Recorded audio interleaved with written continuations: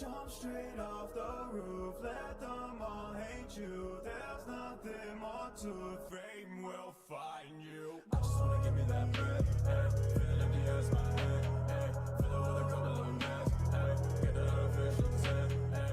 I don't know where I am, hey. Oh my yeah, hey. Fans chillin' down my neck, hey. Oh my yeah, hey. Jump straight off the boy, let them all hate you. I'm such a clown, fame will find you. Jump straight off the boy, let them all hate you. There's nothing more to it, fame will find you. You were picking on a guy weaker than you, weren't you, Jim? I might say it's because you're a loser who's playing to an audience of children. I'd like to join your posse, boys, but first I'm going to sing a little song.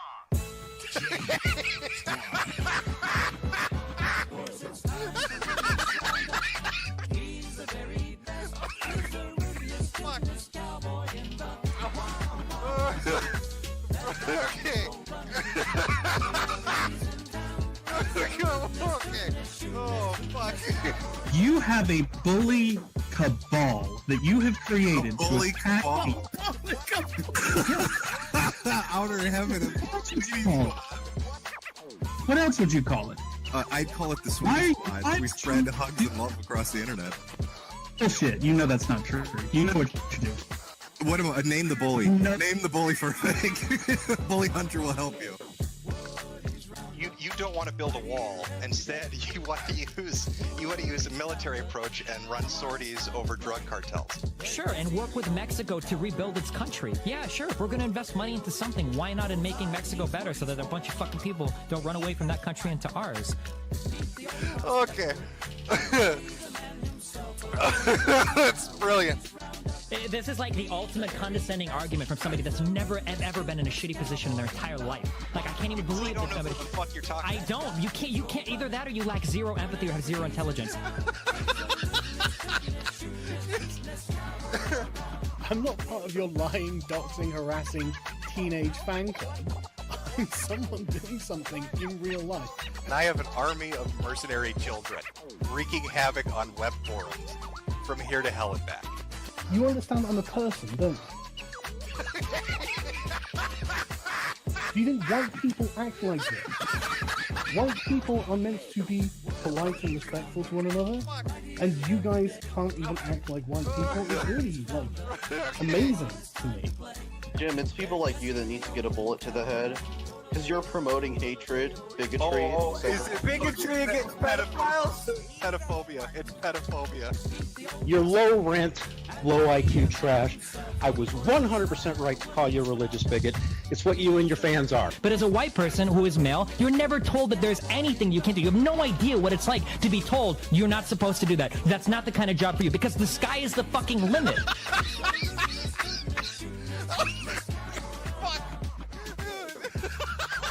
What I was saying was that there's this YouTuber that I admire very much, that I used to admire, but I realized that his game is to punch down. But he always mocks people who are weak, who are small. I can't stand the big guy who bullies me, or tries to bully me. There is a toxicity that has developed among gamers. Okay. All right? It feels somewhat fascist in the way it's working. That's amazing.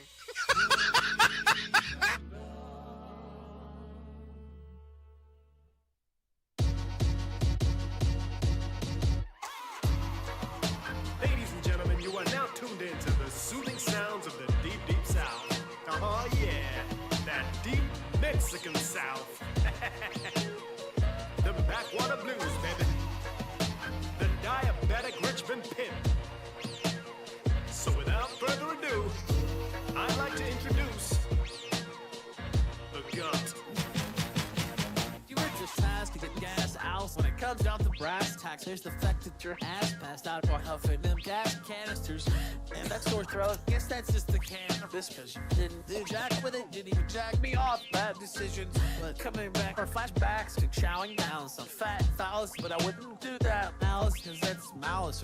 Maybe you lost your balance. Fella landed backwards, and my thumb just happened to be where your ass was. I see this sign on a plaque that says you're dying for some crack. You already got the shakes, might as well be tasting the snacks. Good rats can see what you're charging before they die from the clap. Like I fucked the puss, all these local niggas lined up to tab. Fuck that shit. Now put your face in my lap. Time for a nap.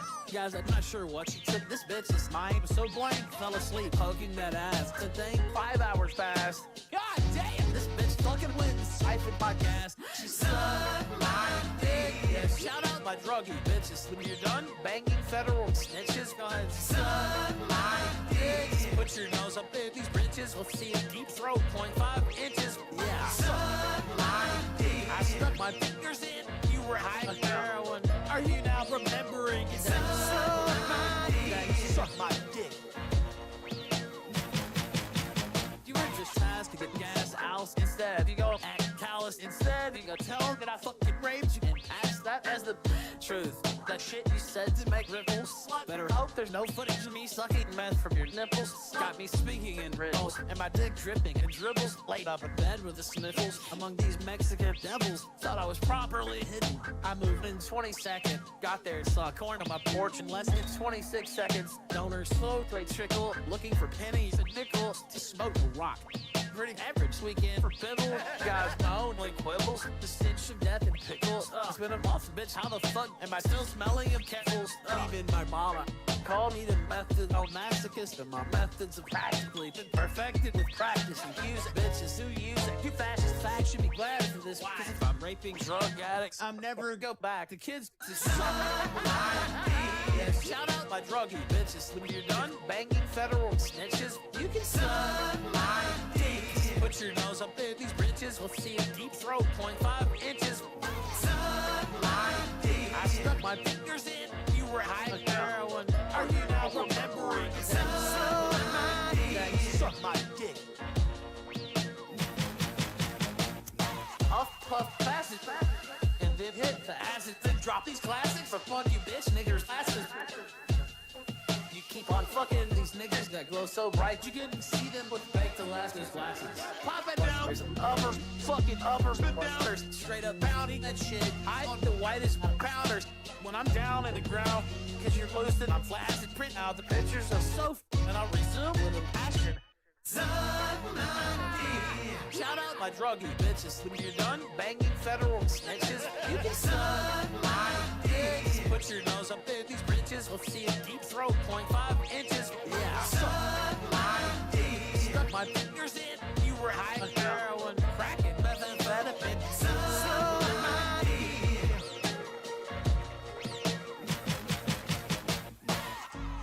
Raped you in this fucking face, didn't I? It's bad, dude. Outside, I don't know what to tell you. I really don't.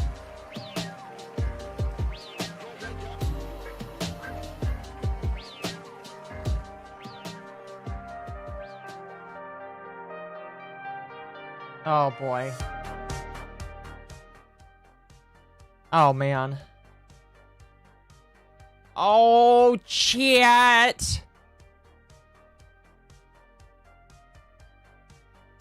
Do I ever think the cartel will turn Ralph into chicharrones? Oh, if he squeals loud enough, maybe. If he squeals loud enough, probably. Probably.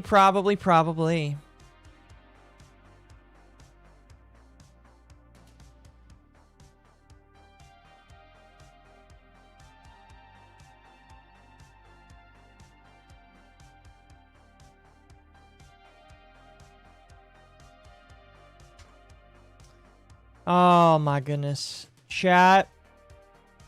I have a confession to make. Number one, let me make sure the model is on. Good. We want to make sure that I can actually, I'm actually moving here. I must repent. I must repent. because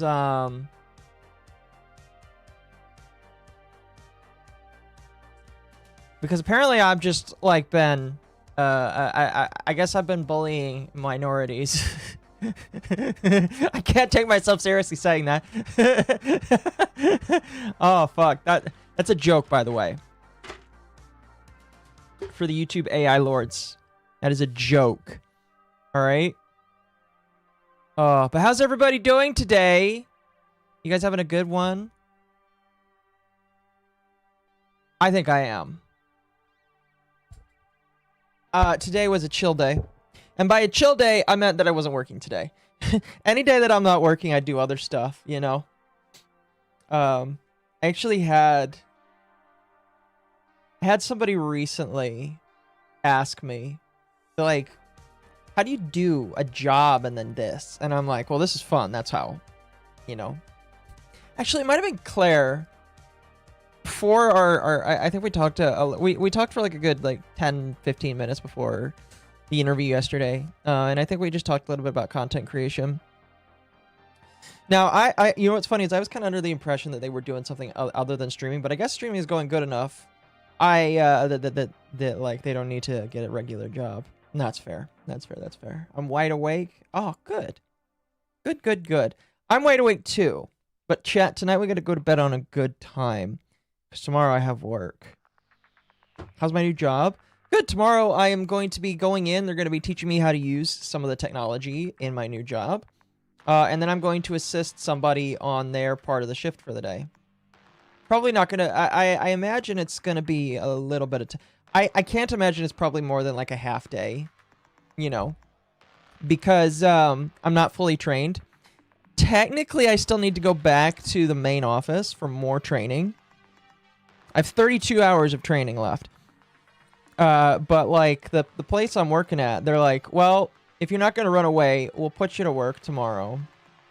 I was like, cool, great, fantastic. Fantastic. By the way, high-key don't know my schedule yet. They told me they'll get it to me eventually, but we don't have it yet. But what I will say is there is a decent likelihood that we have Wednesdays. Not a promise, but there is a decent likelihood that we will have Wednesdays again. Okay. Excited, because that, you know what that means. You know what that means, chat. Now, I may, depending on things, I may occasionally take extra work on some of these days, but we'll see. We'll see. But yeah, the job's doing good so far, I would say. Again, like, the thing, I don't know what it is. I actually talked with my mother about this. And she's like, your generation kind of sucks. And I was like, yeah, I kind of agree with that. I think that, like, there's a lot of factors as to why my generation probably sucks a little bit. But yeah, I would agree with that my generation, you know, kind of sucks just a little bit. I don't disagree with you there. Because she's like, you know, most people your age don't want to work. And I'm like, yeah, I would agree. I would agree. And so we kind of talked about it, and I was like, well, if that's the case, then I should have no issues getting the job I want and getting going and all that other kind of stuff. And she and I both agree that, like, you know, it depends, because circumstances are different for everybody, you know? Holy shit, I can't believe I just read that on Twitter. Wow, that is a crazy message. I'll bring that up as a joke. But yeah, she's like, I'm really excited for you because, you know, you're starting your job. You're doing this big thing, and I'm very happy for you. Very excited. My friend was studying for a blue-collar job. He wanted to get a job in a company despite they don't prefer interns. Interesting. Well, I hope he gets it. The boomers and Gen X are attacking. Oh, my mother is Gen X. She's only a generation above me. She's Gen X. But I mean, like, my mother doesn't like hate millennials or Gen Z people. She just thinks that some of them don't want to work, and I agree, some of them don't want to work. I also think that the economy today is really wonky. I also think you have to look and seek work and figure out who is trying to hire and who is trying to fuck with you. You know. Post 2010 Gen Z is terrible. I would agree. I took someone's gerb. Oh, I'm definitely coming for someone's gerb, chat. Definitely coming for someone's gerb. I am very excited though, because my job, they're like, oh, your performance is very important. Yes, but just do your time here and you'll be just fine. And I'm like, perfect. So I'm excited about that. Anyway, I'll be going back tomorrow for probably a half day. I don't know. I'll see if I can stay longer. If they'll keep me longer. I'll see what they want. And yeah. Anyway, in about an hour we have Warhammer. So until then, I got some drama that I wanted to talk about. There's some stuff that I won't be able to play in the entirety, and maybe if I have time on Wednesday, I'll do it on Wednesday. I also have Monday off, but I don't think I'm going to stream on Monday. As much as I thought about it, I was like, no, we're not going to stream on Monday. We're not going to stream on Monday. There'll be a mess in the workforce after the 60s boomers retire. I agree. However, that's why right now, chat, is the best time to find a gerb. Because if you could find a gerb and get in. Excuse me. If you could find a gerb and get in and do your time, by the time all the boomers are gone, you'll be at the top of the list. All right? They're going to have to depend on you to do stuff. So, get in now, get in early, and start working your ass off, basically. All right? You have to work yourself into boomer mode. Okay? Because you're going to need extra money, because Social Security ain't for you, ain't coming for you when the time comes. Alexa from a day of shoveling and rolling wheelbarrows on the playground. Nice. I'm opening Pow World. Ooh, exciting. Good luck opening Pow World, by the way. Chat, I did a video. It'll come out tomorrow, I think. I think. Can I show you something? Don't worry, I already changed information here. Can I show you something? Let me refresh the page. Let me see. Where are we at right now? Yeah, it's about normal. That's about what I expected. All right, chat. So you guys all know, we talked about it on Under the Tea the other night, that Pow World kind of blew up. And again, I will explain this like in my video tomorrow on my new channel. By the way, a channel that I need to make sure I that I do it properly.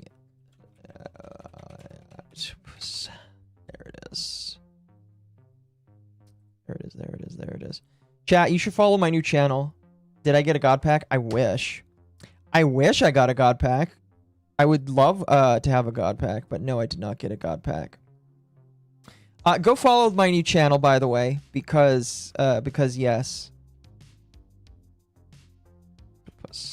That's a channel where I'm going to upload drama specifically for trading card games. Mainly focusing on Magic the Gathering, but other stuff as well. Anyway, I'm uploading a new video about the Power World stuff, but I'll give you kind of a sneak peek of my thoughts of it tonight.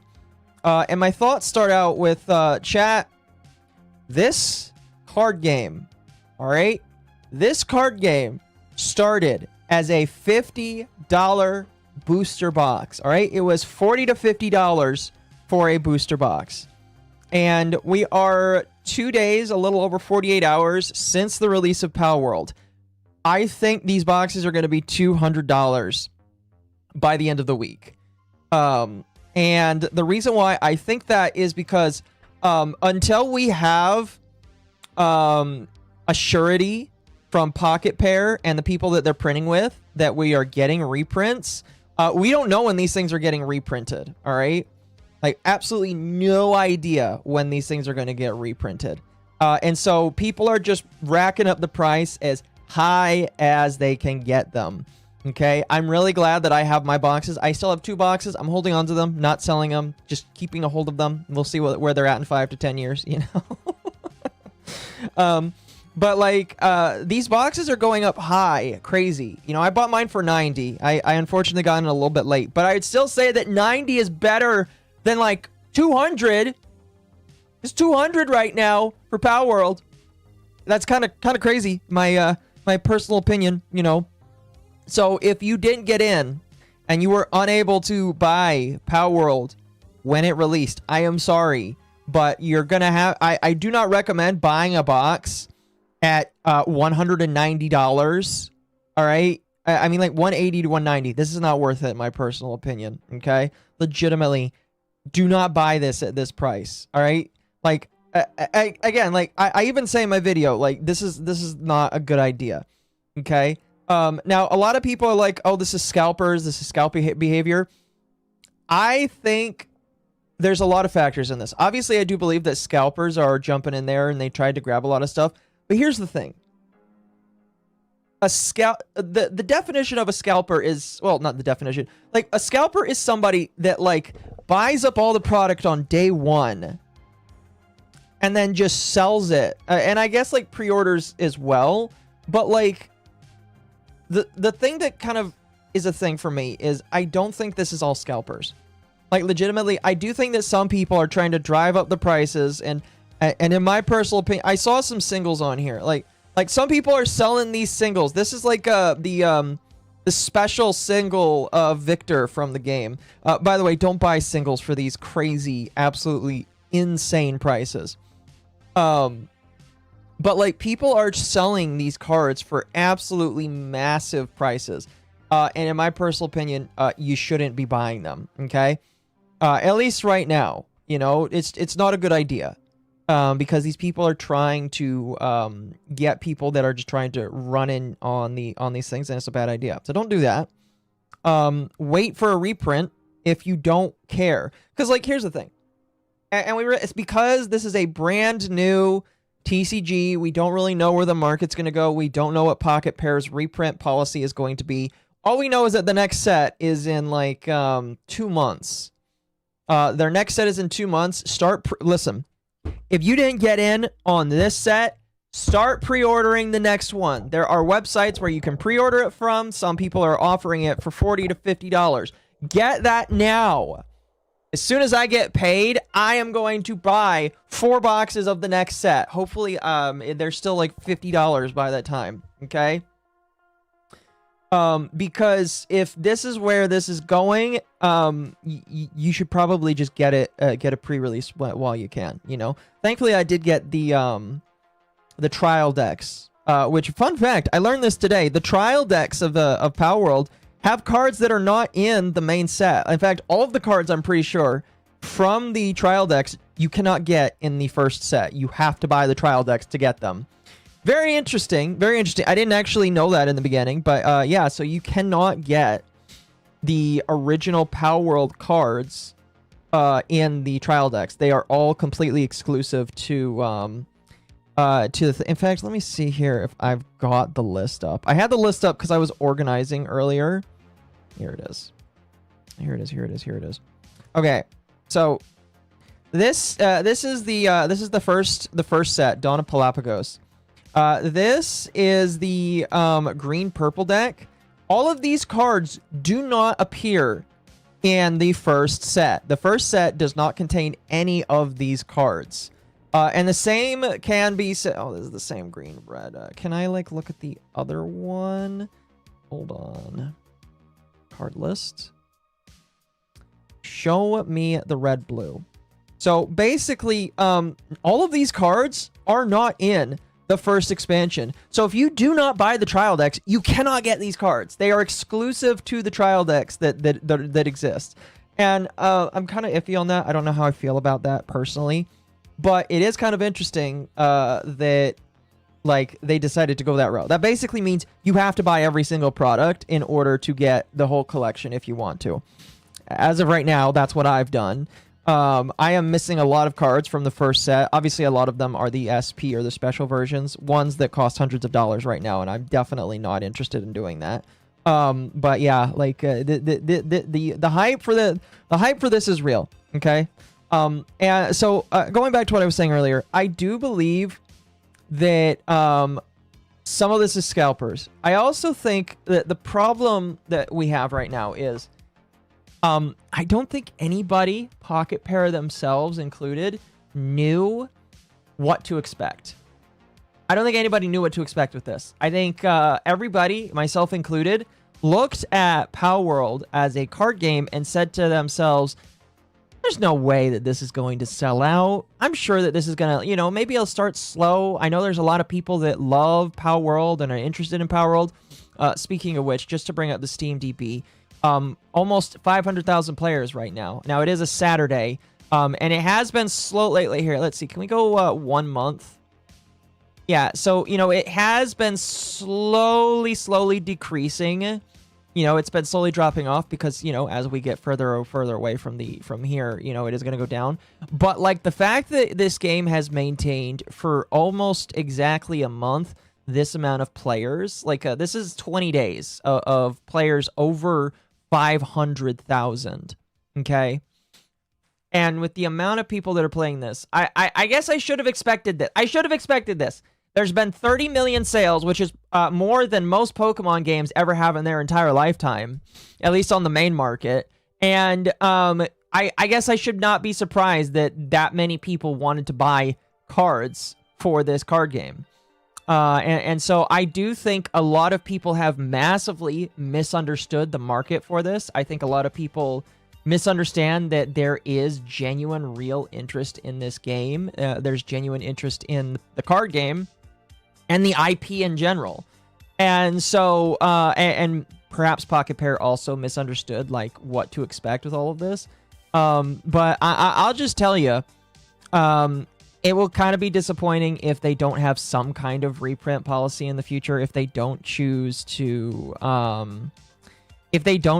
like, you know, print more, because it's obvious that there is way more demand for this than I think anybody, again, themselves included, first realized.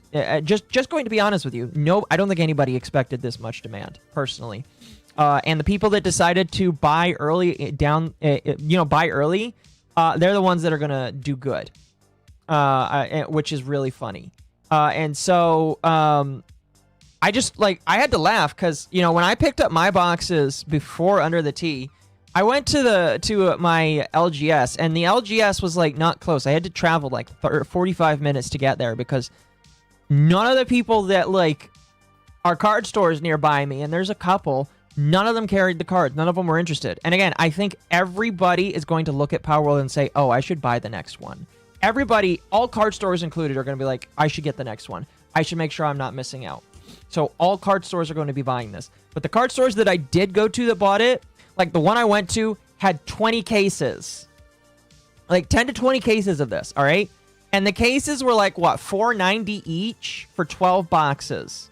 And they bought 12 cases. So they excuse me, not 12. They spent like, they have 10 to 20 cases.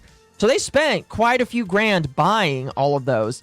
And guess what? They're selling the individual boxes for 90 a piece. They're going to double or triple their money. I expect with how high this has climbed in value, they've probably already upped the prices again. Because unfortunately, LGSs don't like landlock their prices. They will just keep it to where it is. I don't know. I'll call them and see what they think down the line. But it is really, really, really interesting to just see that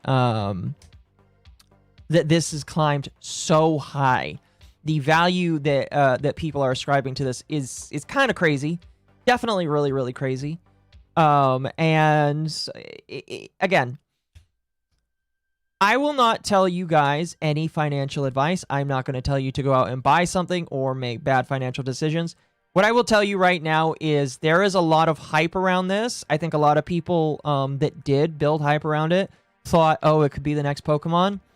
In my personal opinion, you can't really artificially build another Pokemon just based off of the fact that everybody wants to get in on it. You know, if people... basically, the way it works is you can't artificially do that. Pokemon happened because Pokemon happened.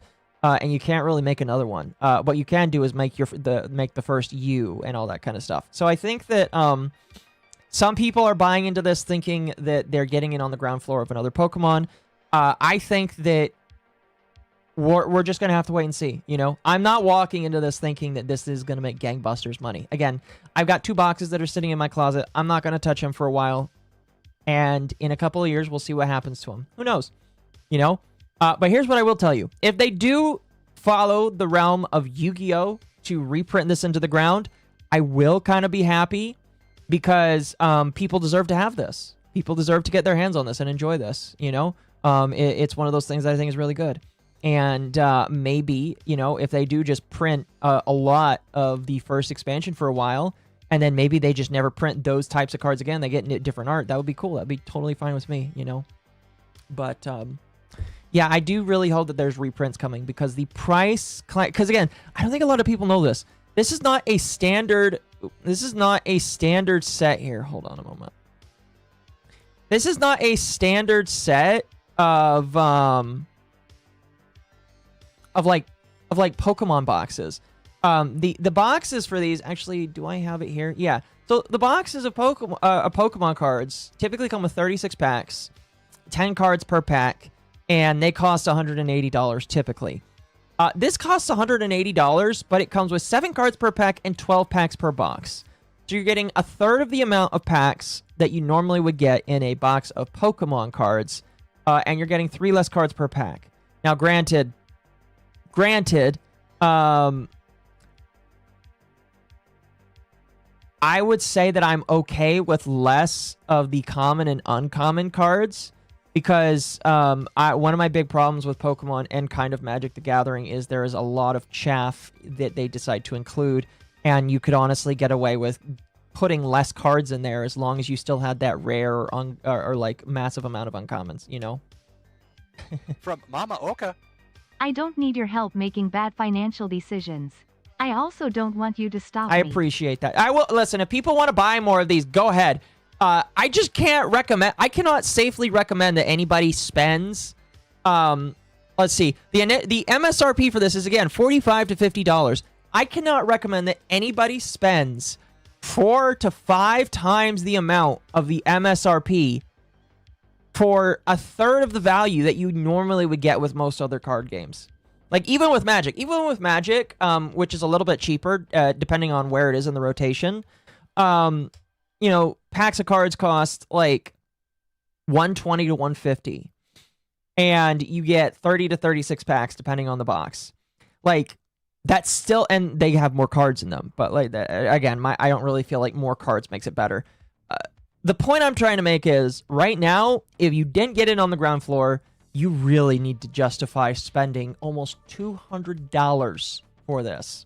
Okay? And by the way, it's $200 because of the chance that you get some of these expensive cards. All right? Some of these really expensive cards in here, people are trying to sell for stupid amounts of money. Like, look, here's a good one. The Relaxosaurus. Now, there's a couple of versions of some of these pals. Like, I got the middle version of the Relaxosaurus, which is apparently $60 right now. And I'm like, okay, sure. But, like, some of these cards are going really expensive. And in my personal opinion, that doesn't justify it. Again, it just doesn't justify it. Again, if these legitimately, if these cards don't get reprinted, I'm gonna be really sad about that because I don't think that should be the case. But like, if they don't get reprinted, I can expect these cards to maintain and unfortunately get worse in value. Keep reading that set as Plapagos. That's fair. That's fair. That's fair. That's fair. That's fair. That's fair. But yeah, a lot of these they're just costing a lot of money. I think some people are trying to take the fact that that like, by the way, it does have an error on it, and some people will value things because of the error. The error actually increases the value for a first edition set here, so that's that does increase its value, which is crazy to me. But you know, is what it is. It is what it is. So in the end, if you didn't get in on the ground floor, wait. All right, wait. Don't waste your money. All right, it's not worth it. All right, just wait a little while, see what's gonna happen. Okay, and cross your fingers that they reprint this box. Because if they don't reprint this box, it's gonna get worse. It's gonna get worse. So I'm just crossing my fingers that they just reprint, that they throw out more and more to people, because this is retarded. Now, obviously, I'm pretty sure I just saw that on here. Somebody is selling their own. No, that's Lightlean. Oh, here we go. This person is selling the SP for $110. Well, this fucking retard is trying to sell it for $10,000. I highly doubt that's going to sell. I highly, highly, highly doubt that's going to sell. I love that he also wants $5 for shipping as well. Again, I don't think that these kinds of things are going to sell. If they do, people are retarded. Don't buy into this. Please. Because I am telling you right now, none of these cards are going to be worth that much in the future. None of them.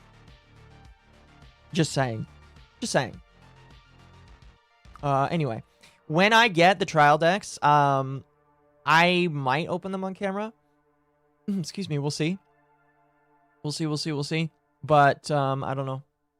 If the structure decks are enough to like play, and you can look up the list online, there's no real need. You know, maybe I'll just save the cards to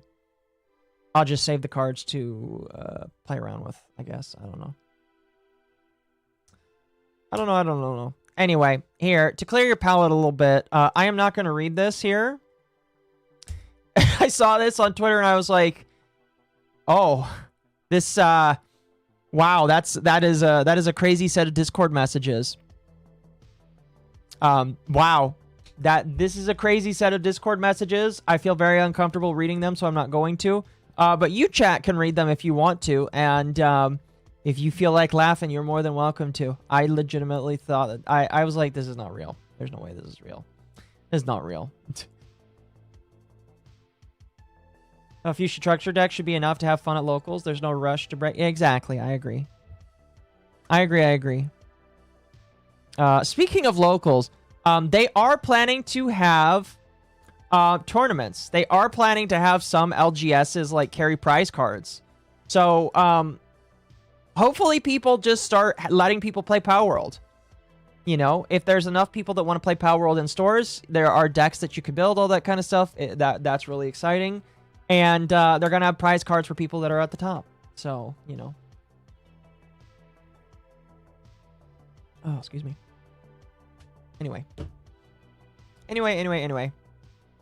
This is a bit of short drama. I talked about this kind of yesterday when I did my interview, but I kind of want to expound on it a little bit more. So Twitch, and by extension Amazon, is planning to use Twitch streams to train their own AI models. I personally am surprised that like now we're hearing about this. I would have thought that this was already the case. I thought they were already doing this kind of stuff. But like this is something that was allegedly disclosed yesterday by Zach Bussey, I believe is his name. And so a lot of people are losing their shit. Over this. Some people are, now what's funny is my comment on this is if you actually hate AI and you actually want to protest AI, you should stop using everything that has AI. Well, guess what? All the people that hate AI and want to protest AI, none of them are going to quit using Twitch. I can tell you that right now. None of them. All of them are going to be like, well, that sucks. And then they're just going to move on. Because guess what? They need Twitch to make money. They have to have Twitch. Because if they don't have Twitch, they don't make money. And you know what? By some extension, I kind of get it. Sometimes your job does shitty stuff. But, like, if you actually want to protest something, stand on fucking principle. You know? You know, I remember... And here's how I know that some people are going to be more ballsy than others. I remember when COVID happened and so many people lost their jobs because they refused to get poked. Okay? They refused to get the poke because they wanted to stand on principle. They didn't believe in it. They thought it was harmful to themselves. We're not going to get into whether or not you think it is or is not. We'll leave that up to the ether to decide. But lots of people either quit their jobs or lost their jobs, myself included, because the poke didn't happen for some of those people. And so I want to see these anti-AI people do the same thing.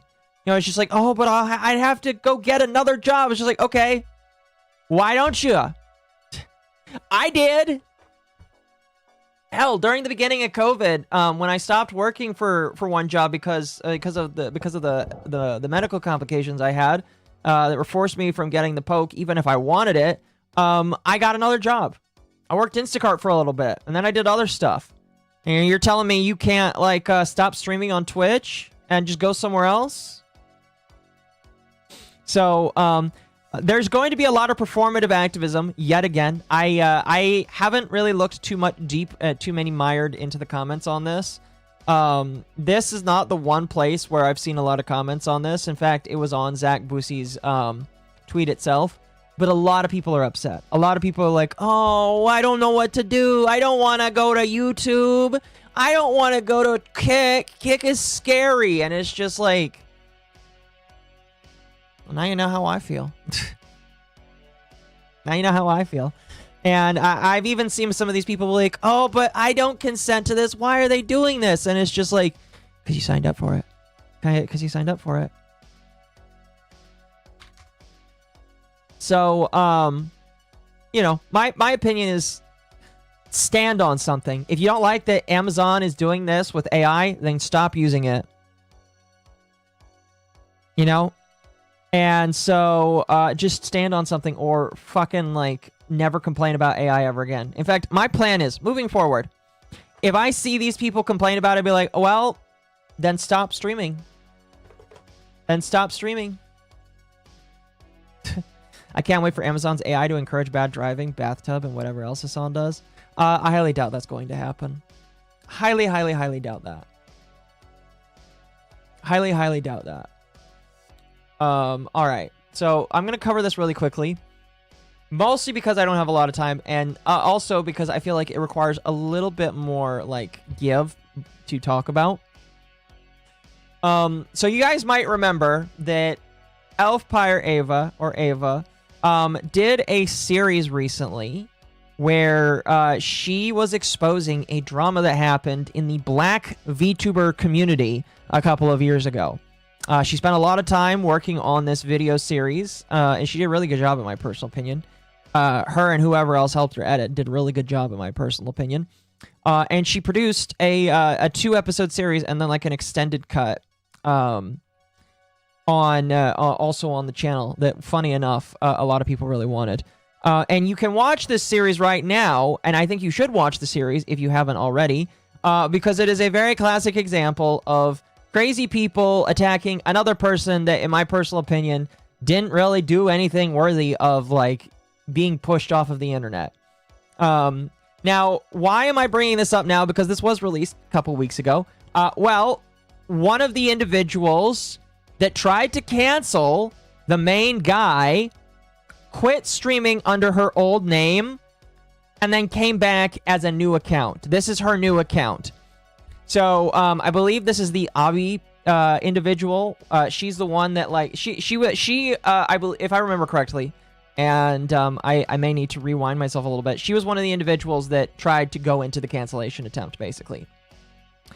And so, she basically, like, quit streaming at some point. I think she like quit streaming in the middle of some event. I have no idea.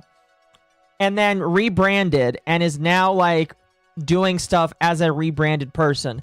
However, the most evil of things happened. Bafa, the guy that was canceled by all of these other black VTubers, is coming back. Okay? Because he left the internet. Quote unquote left the internet. He stopped being a VTuber basically for a while, but now he's coming back. He's making content again. And he is on TikTok, and you know what I think about TikTok. It's garbage, but like he's coming back. And people are scared of him coming back. I mean, if I defamed somebody, made up things about them, and did absolutely horrible shit about them, I'd be kind of afraid of them coming back as well. And so this Talvi woman, otherwise known as Avi, is really not happy that he's coming back. And she even noticed that Ava made those videos and is like, I'm not good. Oh, I'll just read what she says here. It's really funny. She says, also, no, I'm not going to link the videos of his attempted debunk or come back, nor am I going to say his name. I need the say my name clip. I'm going to be honest. I had a say my name clip and I don't have it anymore. Do I have it somewhere on here? I don't think I do. I don't think I do, but I had an old clip where it's just like Walter White and he's like looking down the guy. He's like mean mugging the guy and he's like, say my name. And the guy's like, you're Heisenberg. And he's like, you're gosh damn right I am. It's just like literally I need to like make an edit of Baffa doing this where Baffa like I need a picture of this woman's model here, all right? I need a picture of this woman's model. And then I need to have the clip where it's like Baffa instead, where Baffa's like, say my name. And then Talvi's like, you're Baffa. And he's like, you're gosh damn right I am. That's like literally how I feel about this right now. Because these people tried to cancel him. And if you're wondering why I'm so passionate about this, I followed this situation because like Ava gave me updates because, you know, it was her big project. She was working on it behind the scenes and, you know, like she asked me questions, all that kind of stuff. Sometimes about editing, sometimes about what I thought about stuff. But like, so I followed this really closely. I'm very passionate about it. And I think eventually I do want to do like a go through of going through this situation because it was really crazy. Really crazy, very weird. And I want to go through it because it was amazing. Yeah, this Talvi woman is like afraid to say his name because she knows that if she does, it will invoke evil and terror in the black VTuber community. Specifically in their community. And you know, I kind of say that as well because it's just like the crazy thing about the Black VTuber Awards. For those that don't remember, and this is not the one that happened this year. This was the one that happened last year.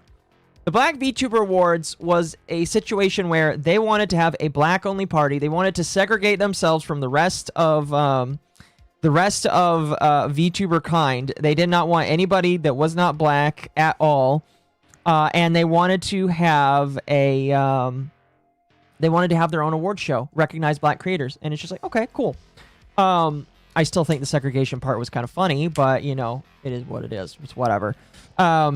Baffa, if I remember correctly, was like one of the ones helping out. He was also somebody that was in the competition, and he won. He won actually a couple of the categories because out of a lot of the other creators, he was one of the more popular black creators in the black VTuber community. And a lot of people voted for him. And a lot of these people got pissy. They got mad. They're like, why did he win? And why did he win so much? And it's just like, well, he had more fans than you. That's why. And like so many of them were like advocating for like equitable ways for people to win. It's like, oh, we need to have a panel of judges and the panel of judges gets to choose. And I just felt like you won too much or you got way too much attention. It's just like, can't you be happy for the guy that won? Like literally, I don't know what it is. I don't know what it is. He's like this community boxed itself out from the rest of the world. Ain't no Whitey around. All right. Whitey was excluded. That's fine. Whatever.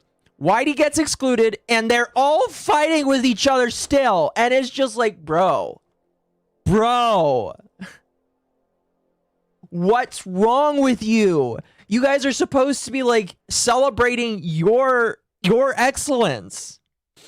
And you're fighting with each other because one of you is more popular. There's more to it as well.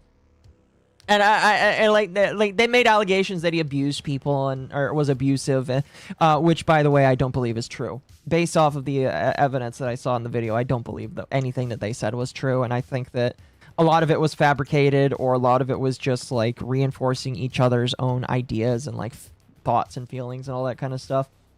And so because of that, like I think genuinely some of these people are afraid of him coming back. And a lot of them are we're kind of hoping he didn't come back, I guess you could say. Excuse me. Now, one of the things I'll add on to this is that one of the individuals that talked about this is a guy that you and I both know, named Static Tokyo. Now, Static Tokyo is a mid-level size content creator on YouTube, is I feel like a fair way to say it. And he makes content just talking about things. Well, I remember back when the Black VTuber Awards happened, he got a lot of shit. And I don't even really remember why he got a lot of shit. I just remember he got a lot of shit, and he kind of tucked tail and ran because of it. Thank you. They're all products of that one joke George Carlin made about how kids never learn to be a loser. So when they lose, they don't know how to handle it. Cause K-12 only raises winners. Probably. But anyway, Static Tokyo gets added onto this here. Because this random VTuber, Echo the Goddess, is upset that Bafa is coming back. Like, legitimately, they're, like, upset that Bafa is coming back and all that kind of shit. He's making TikToks. He's coming around. And she's upset. She's like, oh, I can't believe this man is coming back. I'm gonna be triggered. I'm so triggered that Bafa's coming back. And she tags Static Tokyo. And then Static Tokyo, the whiny guy that he is, likes to run away and tries to not step on anybody's toes unless it's the toes of the right people that he wants to step on. And he's like, not only did I denounce his behavior and told the guy to privately apologize, by the way, apologize for what? Again, after reviewing the totality of the evidence that I saw in the videos, Bafa, I didn't really see a reason for Bafa to need to apologize. And by the way, don't just take my word for it. Go watch Ava's videos. All right, if you don't want to watch the 2.5 hour video, just watch the first two. The first two get everything across. This video has a lot more blood sports in it, in my personal opinion. It's a good one. But watch these videos. Don't just take my word for it. But I don't think he needed to apologize for much, if anything. And this man, this spineless motherfucker that literally will bend to anybody that gives him the least amount of pushback that he feels afraid of offending. All right? Which, by the way, isn't me. I know for a fact. All right? Whenever he gets any pushback to any of these individuals, he bows and he runs away. And he's upset that these people are, like, calling him out. And, you know, they might be wrong for calling you out, man. But you definitely don't stand on business when it came to all this shit. Again, after seeing everything and reading everything and talking to the guy himself, I think you owe him an apology. I think you owe Bafa an apology, Static Tokyo, because you definitely did not stand on business. You acted like a bitch, all right? He was definitely a bitch, Static Tokyo. You know, Mizu, by the way, called him out as well. And you know what's funny? Mizu brings up a good point. Because Static Tokyo is just like, there's quite a few content creators in this sphere that, by the way, are slowly fading out because, in my personal opinion, their relevancy kind of died when... oh, I'm sorry, by the way, chat, if I was turned down a little bit. Let me know if I'm louder or not. But, like, people like Static Tokyo... fuck, I'll show you the other guy's name. I'm trying to think. There's another guy's name that his name eludes me, mostly because he is irrelevant in my personal opinion. But, like, there's certain people in the VTuber space where they are, for some reason, involved in so much drama. And I'm not talking about like me when I report on the drama. I'm talking about they're in it. They're actively in it. They are actively part of it. They are churning the pot, and they are on the front lines. But whenever they're exposed for that, Evanito, yes, Evanito. I am thinking of Evanito. Him and Evanito, both some of the worst cases of this. Evanito's way worse, by the way. But, like, Static Tokyo is another, like, example of just, like, bro, you have zero spine when it matters to you. And you only stand up to the people that you think you can get away with. Anyway, like, legitimately, I just think it's funny that he's like, guys, don't be mean to me like this. I did nothing wrong. And again, looking back on things, did Static Tokyo do anything wrong during the Black VTuber Awards? I personally don't think so. Not that I know of. But he acted like a fucking snake towards Bafa, in my personal opinion. And he's just like, oh, he just needs to apologize. For what? Literally, for what? In fact, here, let me see if I can find my tweet, because here it is. There it is. Like, my opinion here, this is my opinion, and I said, too many people drug Bafa through the mud when he was way more innocent than they want to admit. I'm going to say almost completely innocent, you know? Maybe he got mad or angry. I have yet to see why that wasn't warranted based off of the slander that they did, you know? But I think everybody should, like, if these people want to mauled because Bafa is standing up and saying, I'm done with you guys slandering me, I don't care. You can mauled as much as you fucking want. Have I seen Turkey Tom's last video? No, I have not. Is it about Gideon? If it is, I'd probably have to watch it another time. Definitely don't have time tonight, because we're going to be starting Warhammer here soon. But these people owe him an apology. Static Tokyo included, because Static Tokyo was just a snake, in my personal opinion. You know? Personally. And what's funny is, he starts replying in my mentions. Like, here's the thing that's really funny. The guy is like, I get what you're saying, but since they did feel anxious due to your actions, just apologize. What are you talking about? So you're saying that, like, if I make someone feel bad, even though I'm the one wronged, you're saying I need to apologize because they felt uneasy by my response to them slandering me? Really? Really? Static Tokyo, I will say this.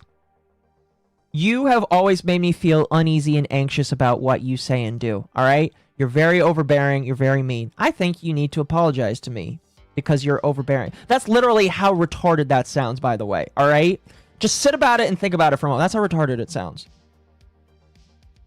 So yeah, I don't know. I want to watch Ava's videos because they're good videos. I want to share them with you guys, do an in-depth analysis, and I want to try and get them more traffic, so you know. But anyway, I wanted to bring that up. Now, I did say that I was pissing off minorities today, chat, so we're going to talk about something else that's been happening recently. And that is this VTuber here. This is Tia Pom Pom. I think it's Pom Pom. Yeah, it's Tia Pom Pom. She is a trans content creator. You know, I'm going to be honest with you. I don't know what gave it away. It might be the hair color. And she is in drama. Well, why is she in drama? Because her model is... Now, I'm going to be honest with you. I believe it's a gyaru, like myself. I believe she's a gyaru like myself. You might not think that, but there is actually gyarus that tan way deeper than I have Occo. I have like got ideas for having a version of Occo where she's an even deeper tan, because like there is like there's a lot of naughty implications behind it, but like there are gyarus that get very deep tanned. Okay, and I believe that's what she is. I could be wrong. Regardless, who fucking cares, you know? She's also, I believe, Portuguese, which means, by the way, she's not black. She's Portuguese. And so because of that, people have, not people, excuse me, the black VTuber community has been tearing her apart because of it, and they've been whining and bitching and getting upset. She's Brazilian? Okay, she's Brazilian. What's wrong with that? Brazilians got a bit of a tan on them. Not all of them, I'm sure. But like, if you're Brazilian, there's a higher chance that you're just in the sun. So who cares what your color?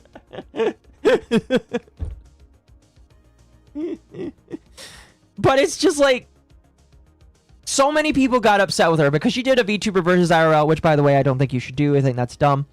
And a lot of black people got upset because like she's like a couple shades lighter than her model, and it's just like, who cares? Who cares that her model is this dark? Personally, I don't think any of these people would bat an eye if she was blue, green, purple, or whatever. Hell, if she was just purely trans flag colored, nobody would bat an eye. But because she's got a darker skin tone, oh, that's a problem. That's a problem to some of these people, and people have been attacking her for it. Some people have been very, very, very mad about it, and I did think it was kind of funny. You know, here, let me, there we go. So, like, you know, you got this one person oh, geez, this person wrote a book here. And they're basically saying they're Brazilian, they're POC, and it's just like, I didn't really need that as an explanation. I don't really care, but it's just like, again, who cares if they have a darker skinned model? Like, legitimately, unless they're like being blatantly racist, your only problem is a skill issue, okay? Skill issue, in my personal opinion, okay? But like, this person says a whole thing about how it doesn't matter because like you can be whatever you want. This retard decides to say you need to write a 40-page essay about why you aren't racist. Okay. Chat, these people are so these people, like, legitimately, I will never ever quit my day job because I need a day job to remind me that retards like this don't exist IRL. All right? I need a day job to remind me that in the real world, people don't act like this. In the real world, people are normal. All right? They go out, they're chill. You know, you're going to have that 1 to 2, maybe 3 or 4% of people that are absolutely deranged, that were shaped by the internet. But for the most part, people don't act like this, you know, because they got more problems to worry about. They got more problems, no money, all right? They're not like this fucking retard, all right? And, you know, that's kind of like my opinion on it, is that she could do whatever she wants because it's a free world. Yeah, exactly. But all of these people have way too many problems on their hands, where they think that a Brazilian VTuber who has a model who is shaded darker than she is a problem. That's like a super duper skill issue in my personal opinion. Now, I do like Savvy's comment here. Savvy, replying to this individual, says, why are you wearing Japanese culture like a costume? In response to this other individual. Anime aesthetics don't belong to you. Please only use African art and African artists. It's a good rebuttal, by the way. You know, if you don't want people to use your culture, don't use Japanese culture. You know? Now, to be fair, as an American, and as mostly Italian, my culture is Italian, and then English, or European, you know? But, like, that is the major issue with these retards, is they, the moment that you shine a mirror, they lose their minds. They lose their minds. It's really funny. By the way, I know Leaflet is on a sabbatical right now, or on a break, but I did say that I need to know how Leaflet, a true Asian, feels about all of this. You know, because Leaflet is Asian slime girl, all right? I want to know what she thinks. Does she feel culturally appropriated by all the people that make VTuber models? You know, because VTubers belong to the East. They belong to Japanese people, you know, and other Asians. So it's just like, you gonna stop using a VTuber model? You gonna stop commissioning people that make anime-esque artwork? No? Okay, then shut the fuck up. Praise the pasta? I'll praise the pasta, yes. Pontius is coming on soon, so we will praise the pasta. Oh, goodness. Now, one last thing to cover for this. And then I think we might be getting close to the time when it's time to start here. I had some other things I wanted to talk about, but we'll probably save those for another day. This individual here. This individual. It's kind of funny. They're getting mad. They're getting mad that this person here retweeted this. I don't care about that. What I care about is this right here. I care about this tweet right here. They say, side note, Europeans invited racism. That's where America learned it from. Now, I'm pretty sure, I don't know this for sure. Pretty sure they meant to say invented. Pretty sure they meant to say that Europeans invented racism. And,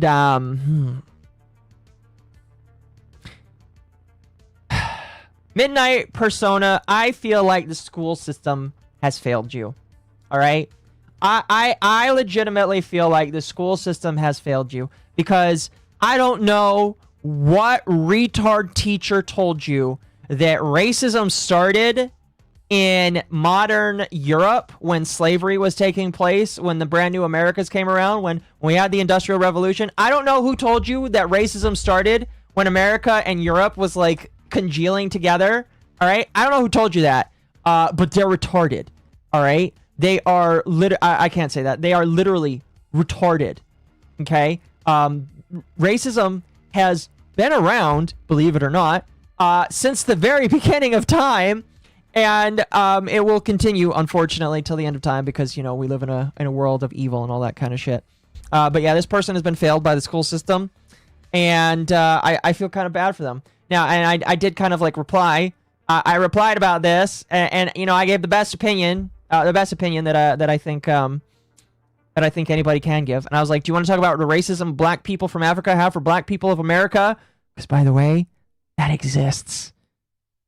Africans hate black people in America so much. It's kind of funny, actually, because they think that black Americans are heavily entitled, or just like... I will just say this. People from Africa don't like people from America, especially black people from America. That's all I'll say. And I bring up a story that I remember hearing back when me and Rosa streamed together. Because I remember this story where Rosa was like playing Destiny with a couple friends, and two of her friends were black. One of her friends was from America, one of her other friends was from Africa, and the one from America was fucking up on the final boss, and the one from Africa was like, my man, there's a reason why my ancestors did what they did to your ancestors, making reference to the fact that in Africa, when slavery was a very big thing in the 17 and 1800s, a lot of people from Africa would sell out their brothers, their sisters, their kinships, or rival tribes in order to get one up on each other. That is literally something that happened back then. No idea if that works now. I know that tribalism still exists in multiple parts of the world, and I bet parts over there as well. So it's just like, do you don't think that racism doesn't exist in other places? So I am being mean, I know, but I'm trying to educate. However, there's a reason why I played Medicare in the beginning of the stream chat. There's a reason. I might have done it again. I might have done it again, chat. We might have gotten to the place where people are referencing the anti-bully in me. They're referencing the anti-bully, chat. Oh my gosh. You're an anti-bully, yet you call me a retard? How can you do that? And you know, my response is, you know, about as apt as anyone can be. I'm like, yes, I'm an anti-bully. I'm the bully hunter. Show me the bullies.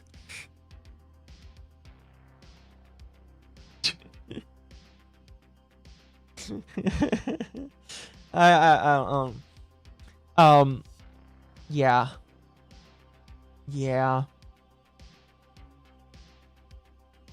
It was kind of funny, you know. It was just kind of funny. Now again, I have other stuff I wanted to kind of talk about, but we don't have time tonight. Because now it's time to get working on now it's time to start working on the Warhammer stuff. So, if you came here just for the drama, I pray that you stay for the Warhammer. All right. Hope that you pray, or I hope that you stay for the Warhammer. All right.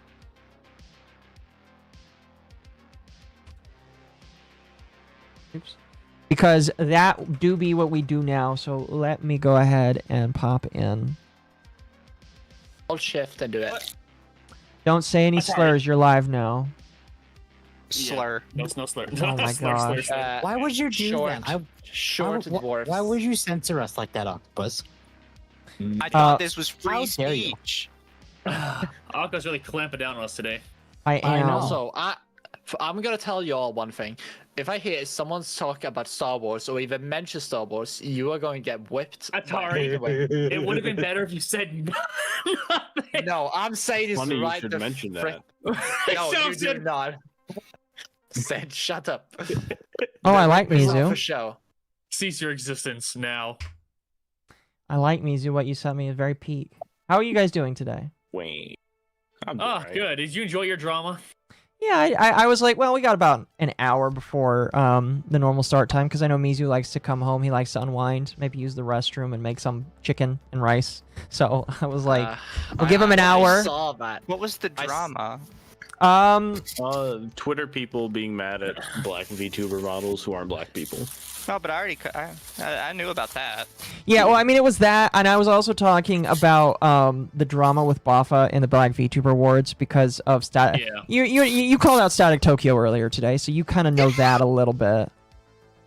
Because he's sitting there like, oh, I didn't say shit. I've never talked about this. Why am I getting dragged into this? Because he literally What the fuck did. you mean? He literally You talk about it did. constantly. He's such a whiny bitch baby. You know what's funny? I didn't show this to chat, but like he made another tweet afterwards saying, "I can't believe these grifters try and come after me," and I'm just like, "Oh, thank you, man, for thinking I'm that Like, cool." oh, I see we're doing this now, are we? Okay. Yep. Ooh, I never said anything. Why do I always get dragged into drama? Yeah. He literally made a Mizu video on it unironically last I has checked. more of a right to say, why the fuck do people keep hating on him half the time? He's just as bad as Evanito.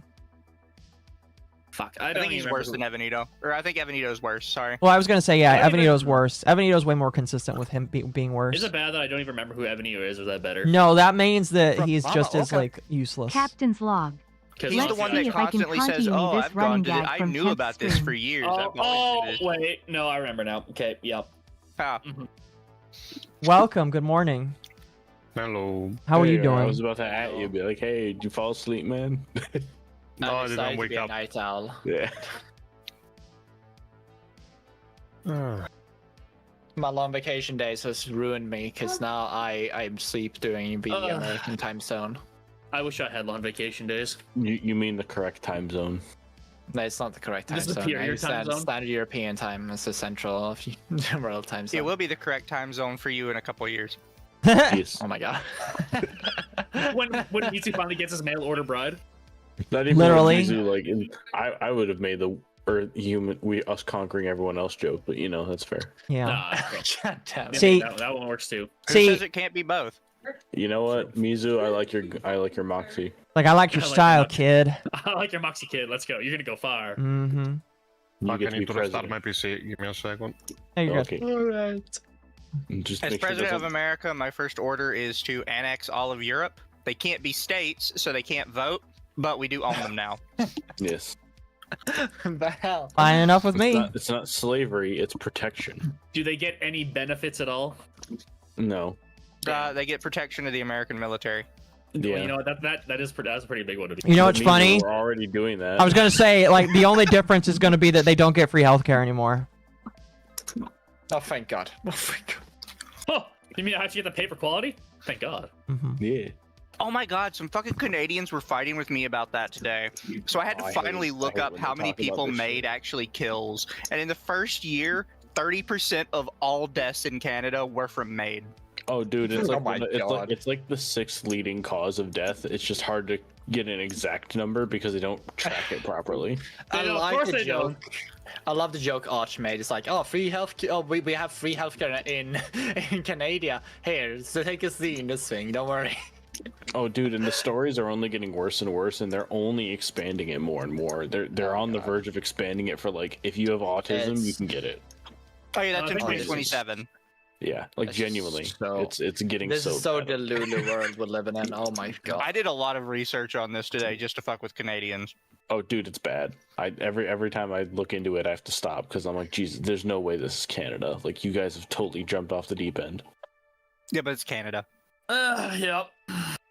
Yeah, I want to be a little hopeful, and then they do. Me too. even You gotta crazier. have them tell you, I'm not your buddy. I'm not your buddy, guy. I'm not your friend, guy. I'm not your guy, friend. I'm not your friend, guy. I'm not your friend, buddy. I'm not your buddy, pal. I'm not your pal. Oh gosh, we're killing his wife in the background. I think that was Attari. Queen heard me doing the fucking MommaOcco. South Park joke, They're and she already heard it and practically just started laughing her protectorates. ass off. Might She was as well drinking make it water. official. Pyro Inferno says we are already protectorates. We should just make it official. I agree. Make it official. Exactly. One world government will have Lord Trump at the head, or Emperor Trump, excuse me. Fuck it. Well, it can't possibly get any worse. Why not? Let's roll the dice. But what were you last The benefit time for on Europe is the protection from Warhammer themselves. Space We Marine? were We were halfway at- through Pontius's video-ish. We left off about on the space poison marines. gland with like the fucking acidic spit. I'm Yeast. gonna be honest with you. I don't have the link for the video anymore. Captain Todd, I wasn't invited to the slur off. I mean, we made so many lore videos. It's Yeah, impossible Pontius to like- find it again. Here, let me resend it. Do you remember roughly where we were at? Yeah, I do. I can scroll through it. It You can might be scroll through timestamped. it?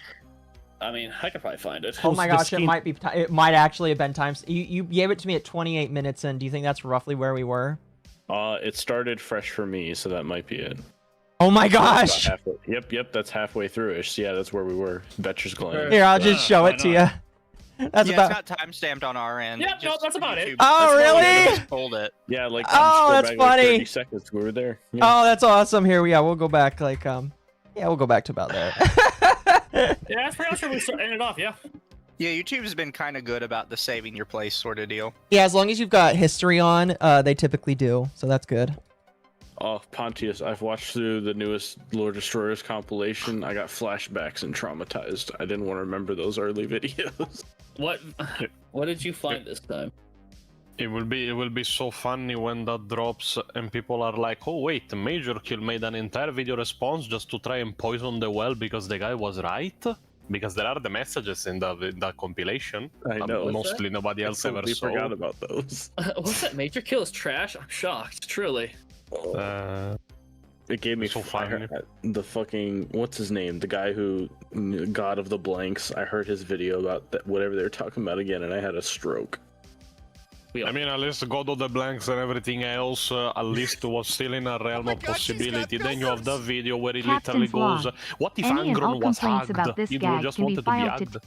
He, maybe he would want to be hugged. Goddamn, he probably could use one. You know, the World Eaters didn't like a war, guys. Thank you for the 5. I might silence it as we think get that started you're here, just so that it doesn't like disrupt our conversation. But I will read them later. Thank you though. I had the whiplash again with Brickies, you know. So I read the Horus Heresy for the first time.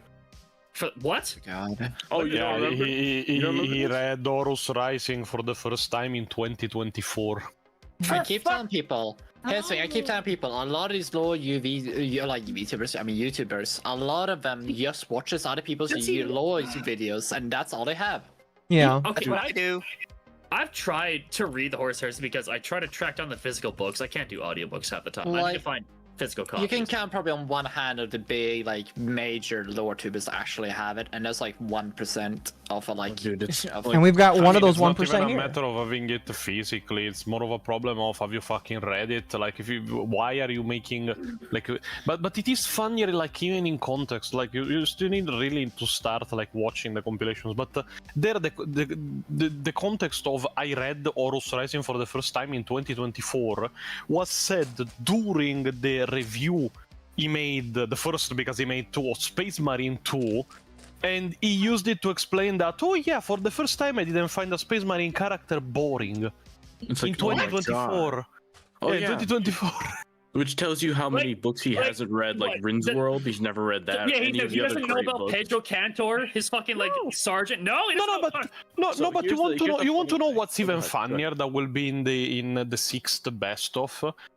The fact that he didn't consider Space Marine characters interesting But his favorite books are the Night Lord trilogy with Sevatar and So Talos. Sevatar isn't like Sevatar Sevatar and Talos aren't fucking interesting. Goddamn. I kind of feel a contradiction there, just a little bit. No, here's the thing. For Sevatar in Here's the thing. particular, and he The doesn't Night know Lord's anything. books are like the ones that were the most easiest to listen through, and I think that's literally what they do. Because every time they read the books, because here's the thing: the only time they read through it was just because they had in their podcast at Episode Ridiculous, they had a book club, and they were forced to read it, and Ricky read it, and that's why he was so in love with it. Yeah, that ended recently. They ended the book club because the guy that was managing it couldn't keep them reading the fucking books, so they were literally not reading them, and they closed the book. Do the book clubs. Oh god, I remember hearing about that. Hold on, I need to find. Wait, which one of them? Which one of them did not read it? Was it all of them? In general. All of the people hosting the book club, including Bricky.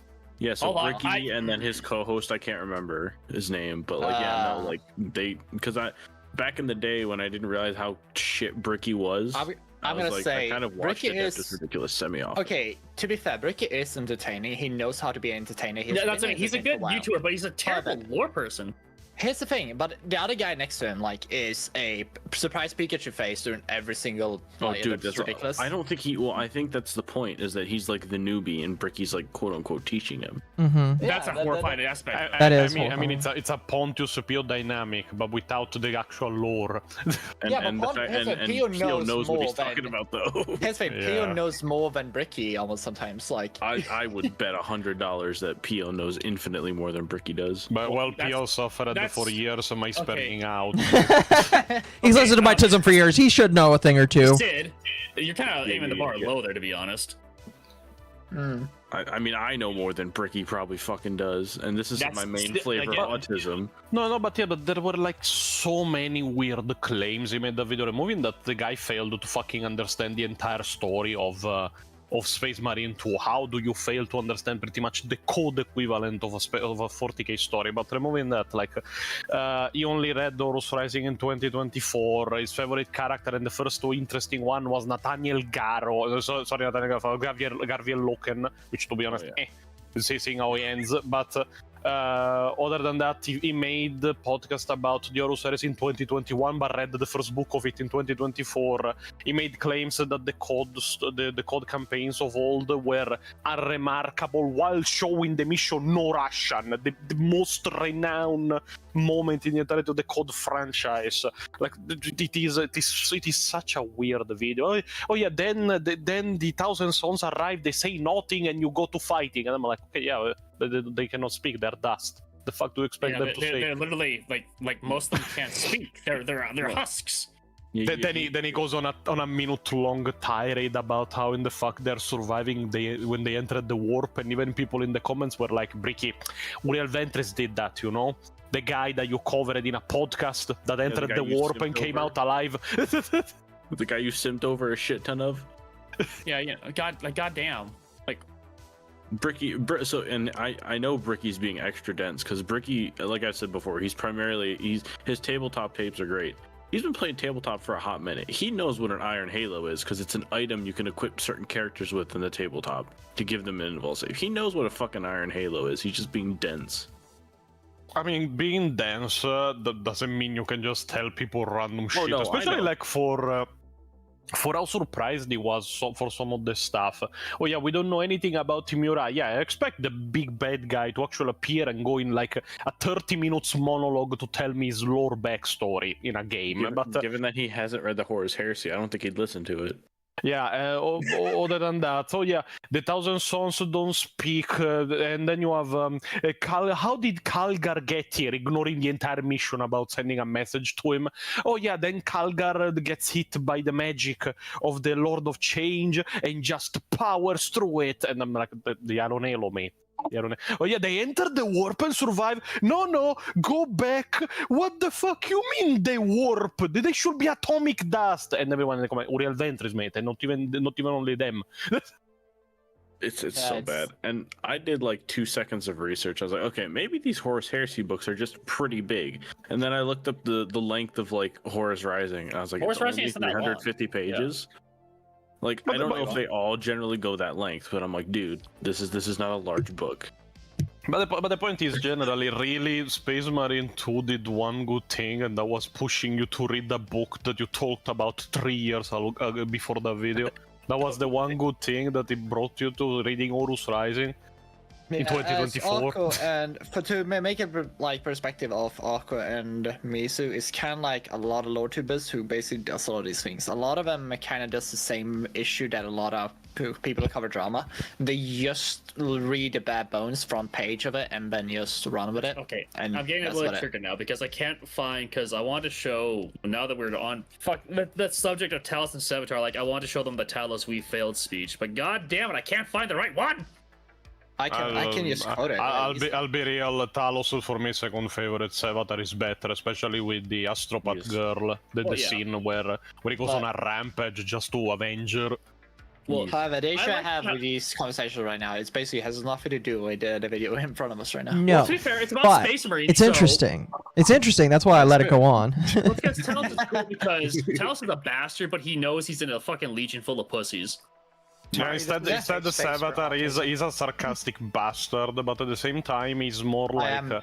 there is a discussion to have about violent justice in that case, because the guy is an evil piece of shit. But when a little girl contacts him while he is in a prison in a White Scar ship, like they start talking because the girl has nobody else, he has nobody else, so he listens and everything, and she starts explaining, oh yeah, I'm actually in the Astropath Choir, but I cannot leave it. And I was like, why? Well, because while I was in training, I kept fucking up, so the master kept beating me, and one time he beat me so violently, I ended up with spine damage, and I'm now paralyzed. The guy broke out of prison and went on a fucking rampage on the ship just to reach the Astropath commander and just kill him. Even like he forced open even the sarcophagus of the girl just like to look on her with his own eyes before killing him. And when he was surrounded by White Scars with bolters, he went on like on a speech. I am Sevatar. I'm a Night Lord. I am the Night. I am Justice, and I surrender. And I surrender. Yeah, well, he was surrounded by people with bolters, and he wasn't even in power armor. So what the fuck do you do? True. It's like, my job here is done. Now take me back to my He broke out to kill the guy, so... Wait, oh, I found it! Oh, okay. This has to be shown now, just because it's actually really good. Are we gonna play this before we jump onto this? Well, it's 2 minutes long, so... Is it the voiceover of it? Yes. Is it from the book or from the guy who did it? Because both are good. It's... Hold on. Send it to me. Pyro says Bricky tourist extraordinaire, and based off of what I've heard, yeah, I would agree. It's like, getting worse and worse the more he talks. The thing is, Bricky knows Warhammer mostly because he reread the codexes more so, but that's most because he needs to know how to play the fucking thing. Here it is. Okay, I'm posting this there we go. It's because it's honestly it's a really good reading. It's really good. No, you said it was a minute. No. It's like 2 minutes. It's like I said 2 minutes. You said 2 minutes. I think there's a better one. I think there's the speech of Sanguinius in front of the Eternity Gate was 10 minutes long. It's okay, but it's a really good speech. It's such a good speech. It's so good. Glorious Hawk. There's a reason why Sanguinius is perfect. Yeah, but I'll be real, they made it a bit too long. I think the enemy would have died of boredom by that point. But how dare you? No, the enemy waits out of respect for the angel. I would just let you all play this one instead, rather, because it's. No, I like this one. No, this one's better. Shut up, Attari. No fighting, please. Internet Zen Master, you should look out for a series called the Xenology Lab. You would enjoy it. Also, that series has gotten a nickname that I didn't program for, which is why the Imperium is actually justified, the series. 100%, I believe they're justified. Oh, every Xenos is like, oh yeah, this one's worse than the last ones. I'm just saying, pick mine, Occo. Don't listen to them. The ones I have are better. Don't give me that shit. We're gonna watch this one, and then we'll move on to the main video. Yeah, sure. And of course, because there's like 6 of us here, 6 or 7, we're gonna stop at intervals and commentate like we normally do. Oh, gosh. All right, get out. Snap the pasta now. I hate it. I cast PO explosive computer. Yes. It already exploded. It cannot explode again. You know, it's random, but like I was gonna ask you, Pontius, do you know where the Italian brain rot memes came from? Because there's Wait, which ones? Yeah. yes, because like my audience is like, oh, there's trading cards, you need to open them. I'm like, what? Why? Yeah, it is a little bit of a weird trend, but pretty much because there were a bunch of stupid fucking memes made with AI, like what was it, Trototino Crocodilo or whatever the fuck it was called.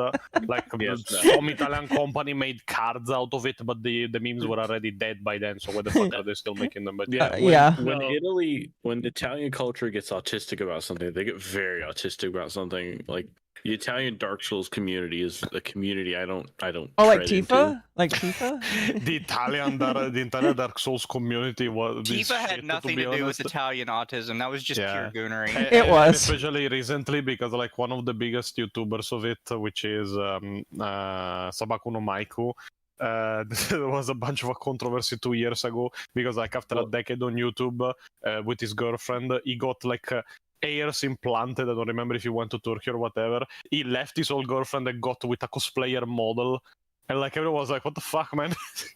Well, like after 10 years, it peaked on Dark Souls 3, and then they kind of went a little crazy. I will be fair.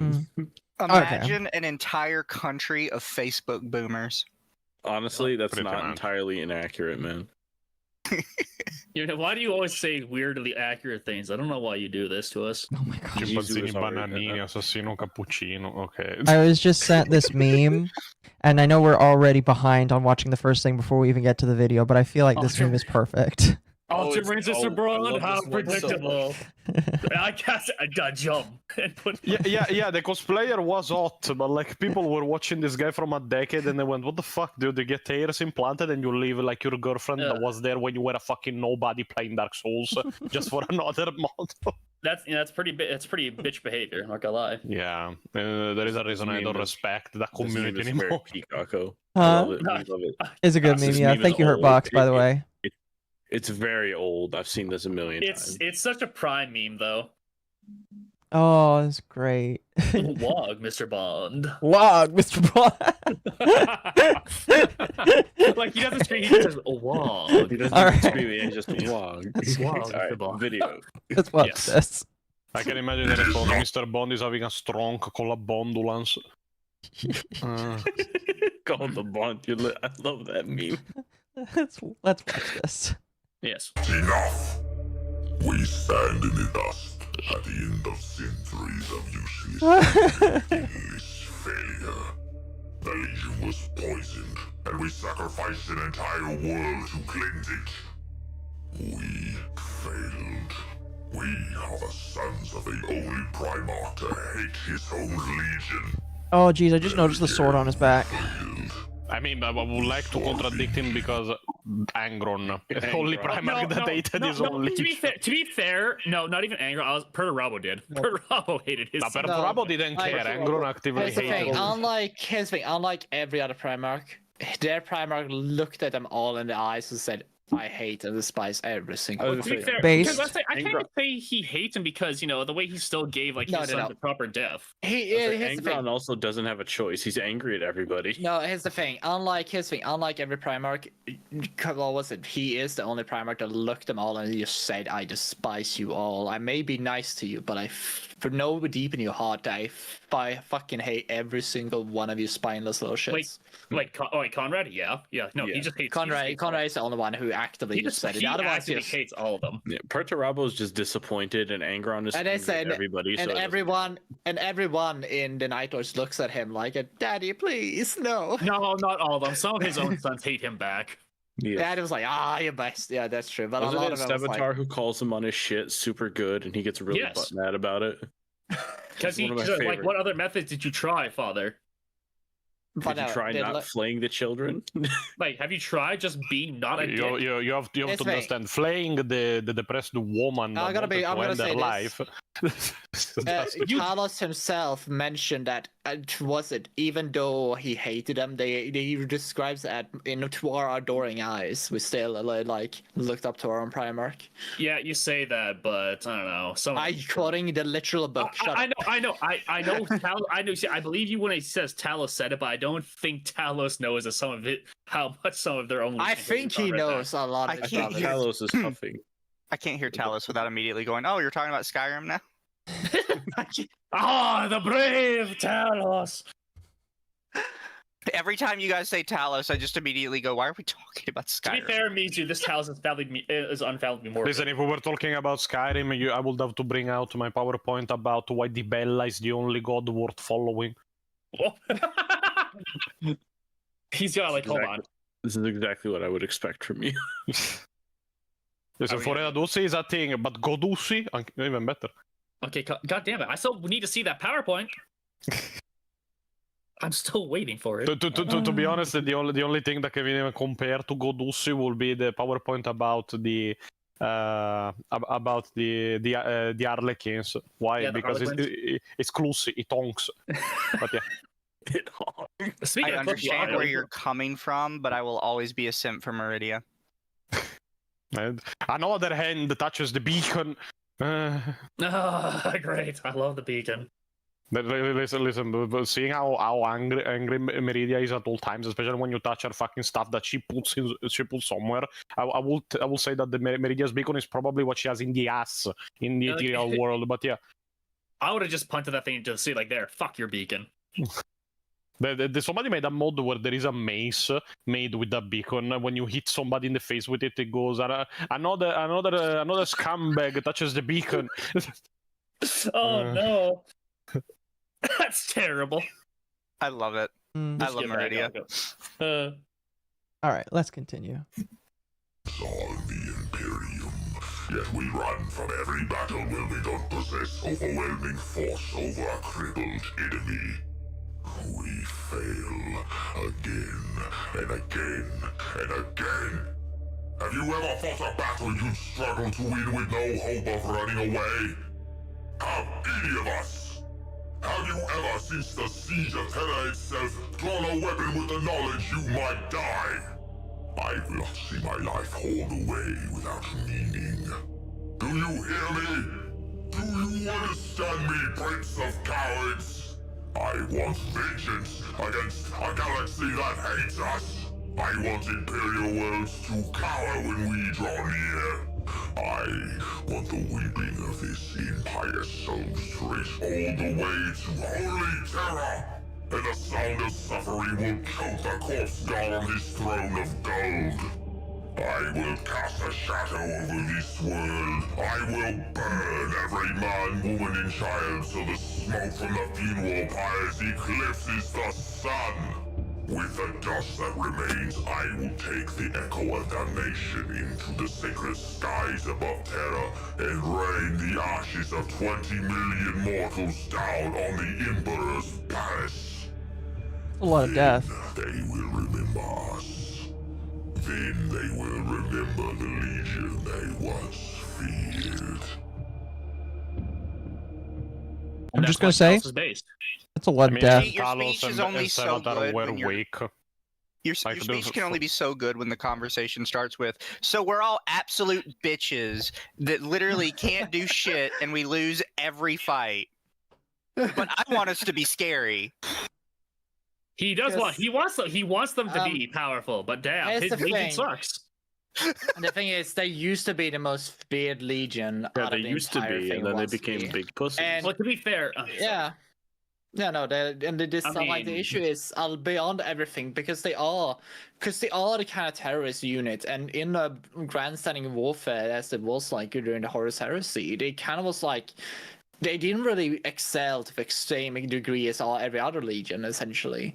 And a lot of times they're doing like the hit and run tactics a lot, which doesn't really work in the main grand scheme of it. And because a lot of them were prisoners and a lot of them were kind of like cowards and kind of like they were all just petty gangers on the fucking I mean, generally, while that is true, there is also to consider something when it comes to the Night Lords, which is their legion was never supposed to be something like the Blood Angels, the Ultramarines, submarines or anything. They were more of a pretty much fear tactic to use on various worlds.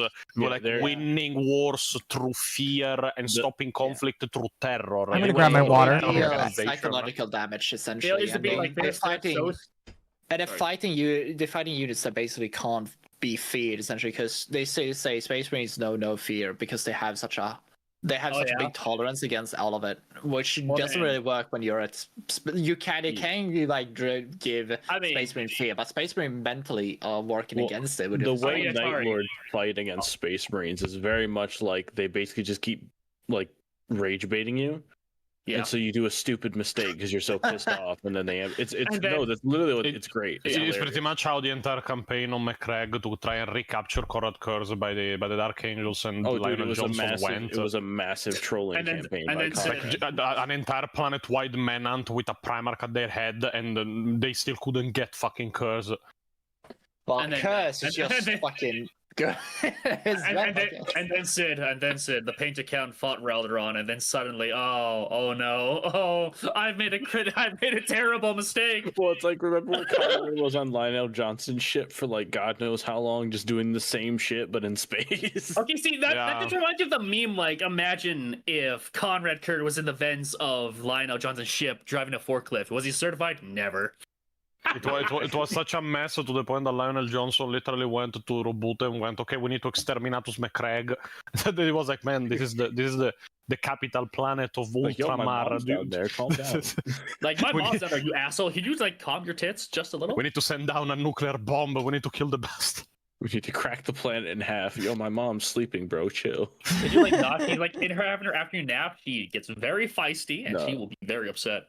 But like the Night Lord, so Arch did a very good description. He's like, the Night Lords were supposed to be like the stick that the Emperor threatens to hit you with, get you to comply. and you surrender before you hit him with it. Like, but the problem is when Conrad took over, what he did is he beat a man to death with the stick and then pointed at the next man and threatened to hit him with the stick, as he was way too over aggressive with it. Yeah, and that's why they kind of fucked up. Well, that and quite frankly, he did not filter who actually got into his legion. He literally took anyone got in, and suddenly it was. I thought it was more of the Emperor looked at what Conrad is like. You're doing your job good, and then just slapped his hand together. No, the Emperor wasn't inherently didn't disapprove, but like the idea was like the Night Lords with a stick that you threatened with Conrad kept hitting people and enjoying. The issue was that Conrad saw his actions be immoral, and then just the Emperor he didn't see any stick slapping from the Emperor. Like the Emperor didn't slap him on the back and saying you did bad. That was the kind of an issue that fucked with Conrad the most, which people don't really talk about too often. The Emperor didn't punish him for it.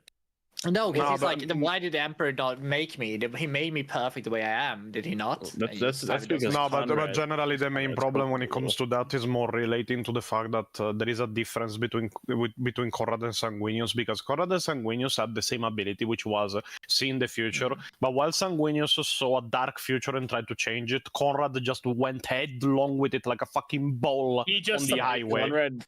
Conrad's always right, Jar. Let's go. He was convinced that his visions were always true, even when they ultimately became impossible to be true. They make no sense. It's because Conrad couldn't accept the fact that he was a bad person, because he wants to be a good person, but he couldn't accept that he was doing bad. He's blaming it all on fate. Like, it's not my fault. It's all fate. Yes, but not in a bitch way. He's like, I don't want this to be fate, but I can't help it.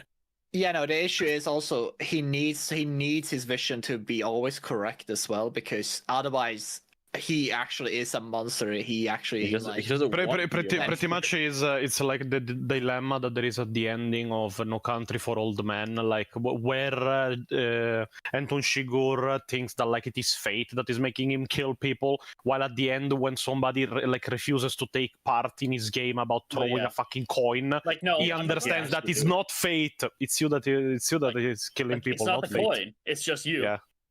Yes. No, I'm seeing the visions. The visions are always right. They're making me do these things because they are always true. And then when confronted with something that cannot be true, no, it cannot be me. Yeah, and I like Conrad because he doesn't do it in a bitch way. Like, he does want to be a good person. Unironically, Conrad is the only traitor Primarch who seems to have a genuine conscience, and it just kind of snaps him near the end of the heresy. He just To be honest, he snapped even the first time he saw the Emperor. When he saw the Emperor the first time, he had pretty much a stroke while having a vision of everything that would happen up until his death. He tried to even clawing his own eyes out, and the Emperor had to restrain him. So yeah, like Conrad is the actual conscience Primarch, which has always been the funniest thing in my opinion. He's supposed to be the perfect judge, so you know. A conscience without pity becomes Conrad. Yeah, I still love the idea. Conrad has still to this day always been right. So it's like no matter what, because in the end, before he dies, he's saying death is nothing compared to vindication, which is one of my favorite lines from him. Yeah, because he saw that his ultimate vision in the end came true. So yeah. Yeah, and then he's like, well, I fulfilled my purpose. I don't need to see any more shit that's done here. But I was right though. Conrad, but I was right. Conrad, but I was right though. Kurt. To be honest, I'm surprised that no demons of the warp or no entities were born from his death, because ultimately his soul went into the fucking warp. Where the fuck is it now? Well, maybe it's a chaos. That's a lot of self-pity for one demon to eat, Pontius. I don't think they could handle it. And that's how Malal was born. They all died from diabetes or something. Like, oh god. That's your next theory video, Pontius. The Malal was created from Conrad Kurz's soul because there's so much pity in his brain. Like, there's just too much here. I can't eat it all. Okay, it's like no, that you're scene, good. You're like good. Homer the donuts. Like he's like more. Before we continue, I did want to catch up on some of these super chats, just so that. Yeah, go ahead. Internet Zen says, me, the guy who lived off of every scrap of Xenos lore for decades and therefore loathes Horus Heresy as Space Marine schlop, has likely read more Space Marine stuff than Bricky. Rin's World for the win. Yeah, Rin's World is so beautiful. Rin's World's so fucking good. And the issue with a lot of for those books is kind of like they feel very stretched out or dragged out. Everyone who read them kind of gets fatigued. So I haven't actually read any of the Heresy books, mainly because there's so fucking many of them. Are they average like 300 to 400 pages, or do they tend to get bigger? No, they're pretty average, like on length. To be honest, I've read like lengthwise, you're looking at like 10 hours per book. Well, it's like because I know Horus Rising is like 350 because I went to look it up to make fun of Bricky, being like, you can't even read a 300-page book, you fucking idiot. But well, he listens through them, so you know. I don't even think he listens to them. Yeah, I don't think he listens. What are you talking about? That was the funniest thing about the Major Killer Spawn. So no, I've read over 100 books, or more than 100 books is fucking nothing. I read the 90 only for the Armageddon video, but like removing that, the like, oh yeah, I read 100 books, and it shows an audiobook library. So you weren't reading them, you were listening to them. I'm gonna be real. I haven't read above 30 books in 40k, and here's the thing: it's not a big amount because a lot of those books were just specific to the series of Caiaphas Cain or some other book series, and like it's continued. So it's kind of like a few books I only listened to or read. At this point, I read only for videos. I don't have time to read for pleasure anymore. Oh no! That's when your love turns into job. That's not good. No, you fool. I mean, doesn't mean I need to make my job shitty. Like the video about the second battle for Hydra Cordatus, I wanted to stop making it halfway through because the story became so fucking stupid in the book. But in the end, I thought, oh yeah, the story is stupid, but at least I can make an entertaining video out of it. Yeah. So, here, I found a picture of Pontius right now. suffering from. I mean, minus the amount of gold, but yeah. Yeah. I believe. Honestly, I'm still waiting for the Siege of Vac Part 3, to be honest. Siege of Vac Part 3 will come soon. Okay, I'm not opening that on my browser because it wants to take me to the website, but that's fine. It's just DJ Khaled meme chat suffering from success. I mean, before Siege of Vac Part 3, there will be Lord Destroyer's Best of 5, the 15th of August. So it's pretty good. Oh, I look forward to that. It made me very upset again. That's why I didn't watch those original Lord Destroyers. It made me angry. We'll watch again. Ricky's getting so bad is I'm waiting for him to actually mix up the Ultramarines, the fucking Night Lords at some point. Like he's gonna do it. Like do it, aren't you? Even Bricky's tabletop takes, which are usually pretty solid, have been kind of shit. To be fair, starting to fall Bricky, I can't say a lot of things about Bricky, but the biggest issue I have is that my Oshi always like did way too much stuff together with him. Is it Matara? Maybe. Yes. Yeah. Okay. Of course it is. I remember. Okay. I remember she was like watching Bricky videos, and I was just like, "Oh, I feel bad for this woman. I feel bad for this commie." She plays games with him. They're all like they play games constantly together. Yeah. No, never mind. I don't feel bad for her. She knows what she's getting into. Yeah. Oh my god. Atari, your waifu is retarded. Yeah, how dare you? A couple It's of actually these annoying. shoujo girls like seem to be on good terms with Bricky. It's weird.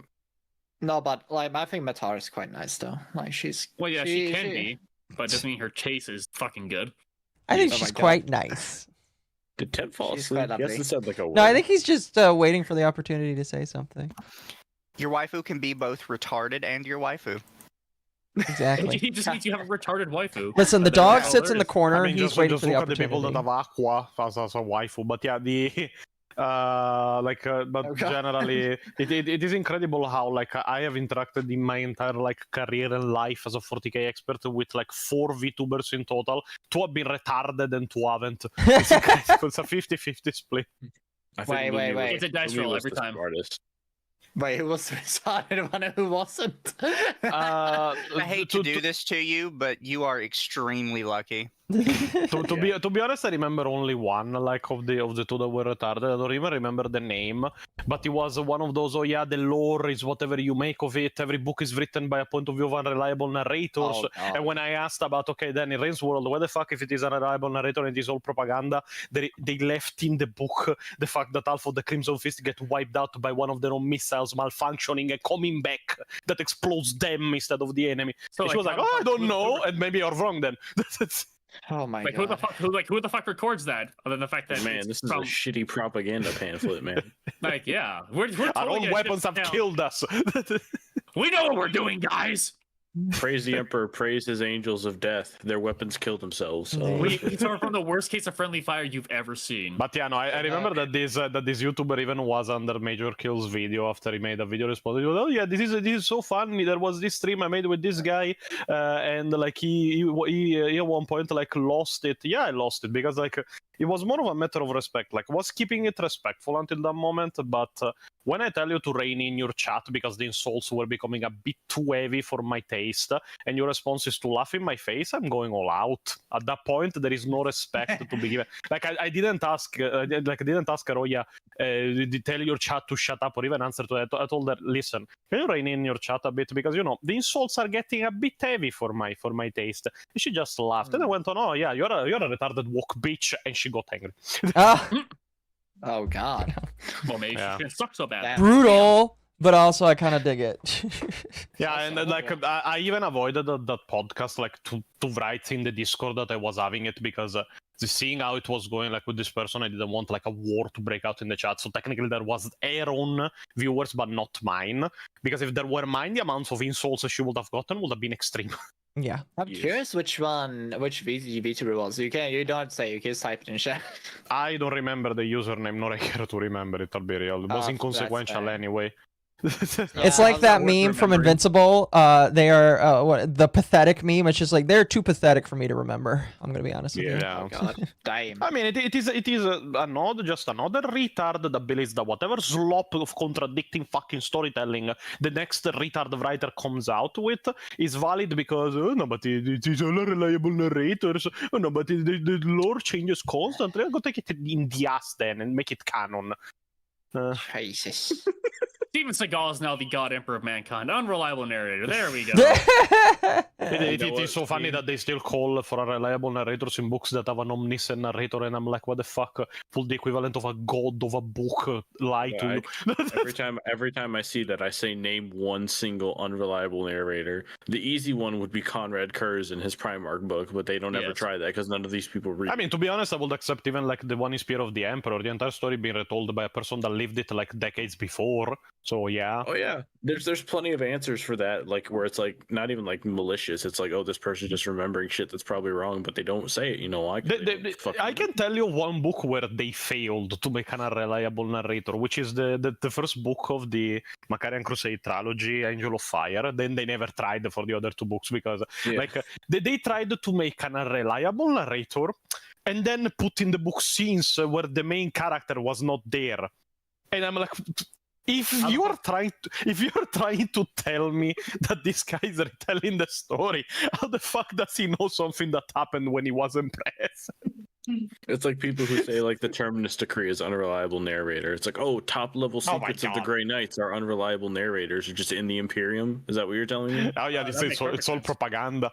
Like, who the fuck codexes knows are about in-universe. it? The codexes are in universe lore. Don't you know high level Grey Knight secrets? Or do people just buy it on the shelf? Yeah, I'm so glad I can just like find out how their doctrines work just by buying a book. Yeah.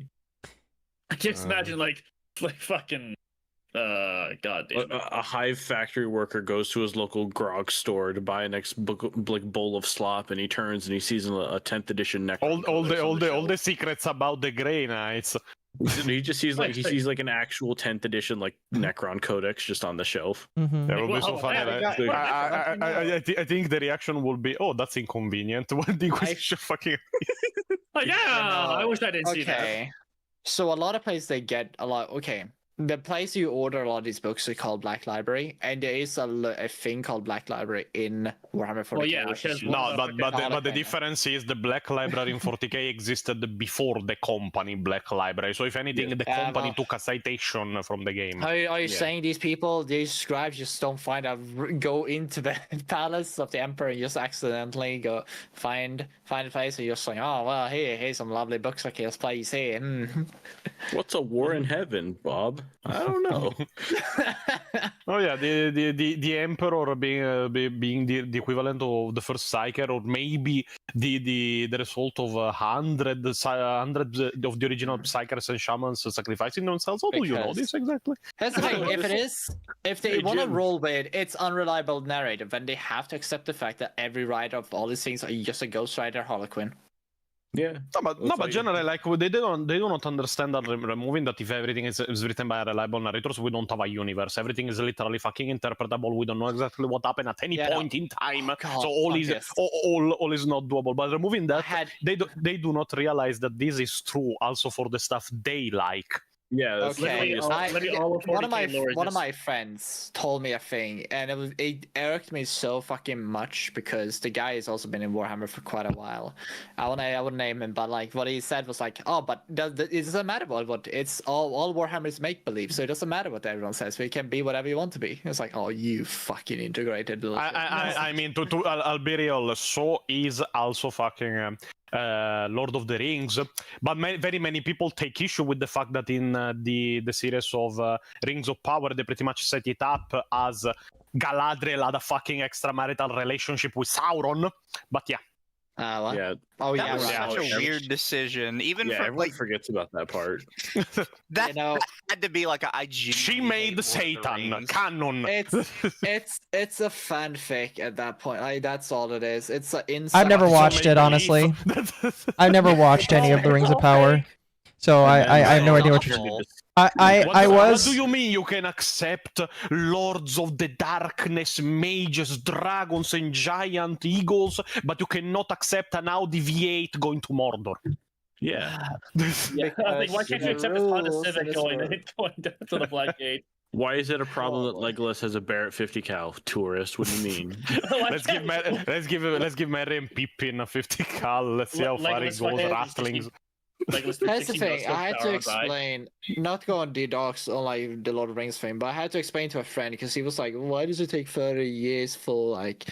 They came to realize it's the ring in like the first book. I was like, yeah, because all the centerpiece that take place in the second and third book has to be explained because Saruman basically has to rebirth his entire army for the second that appears in the second book essentially. Yeah.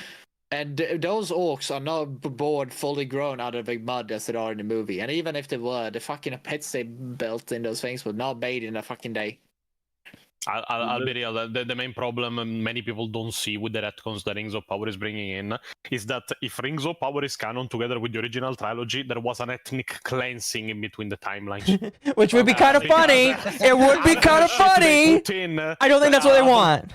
Half of the shit they put in doesn't appear in the Lord of the Rings movies. Oh god. But it's like, it's all of these people who just keep saying like, it's all make-believe, it doesn't really matter. It's like, yeah, but the universe before this little change that you're championing for and saying, it's fine, whatever, it's just make-believe. It's like, he steps on so many other eggshells and he's breaking them all. No, like complete compact and working in this universe. I can give a quote directly to J.R.R. Tolkien that I put in the new Lord Destroyers the best of, because pretty much Arbeitorian tried to make the same point. The quote was, "The story maker proves a successful sub-creator. He makes a secondary world which your mind can enter. Inside it, what he relates is true. It accords with the laws. It accords with the laws of the world.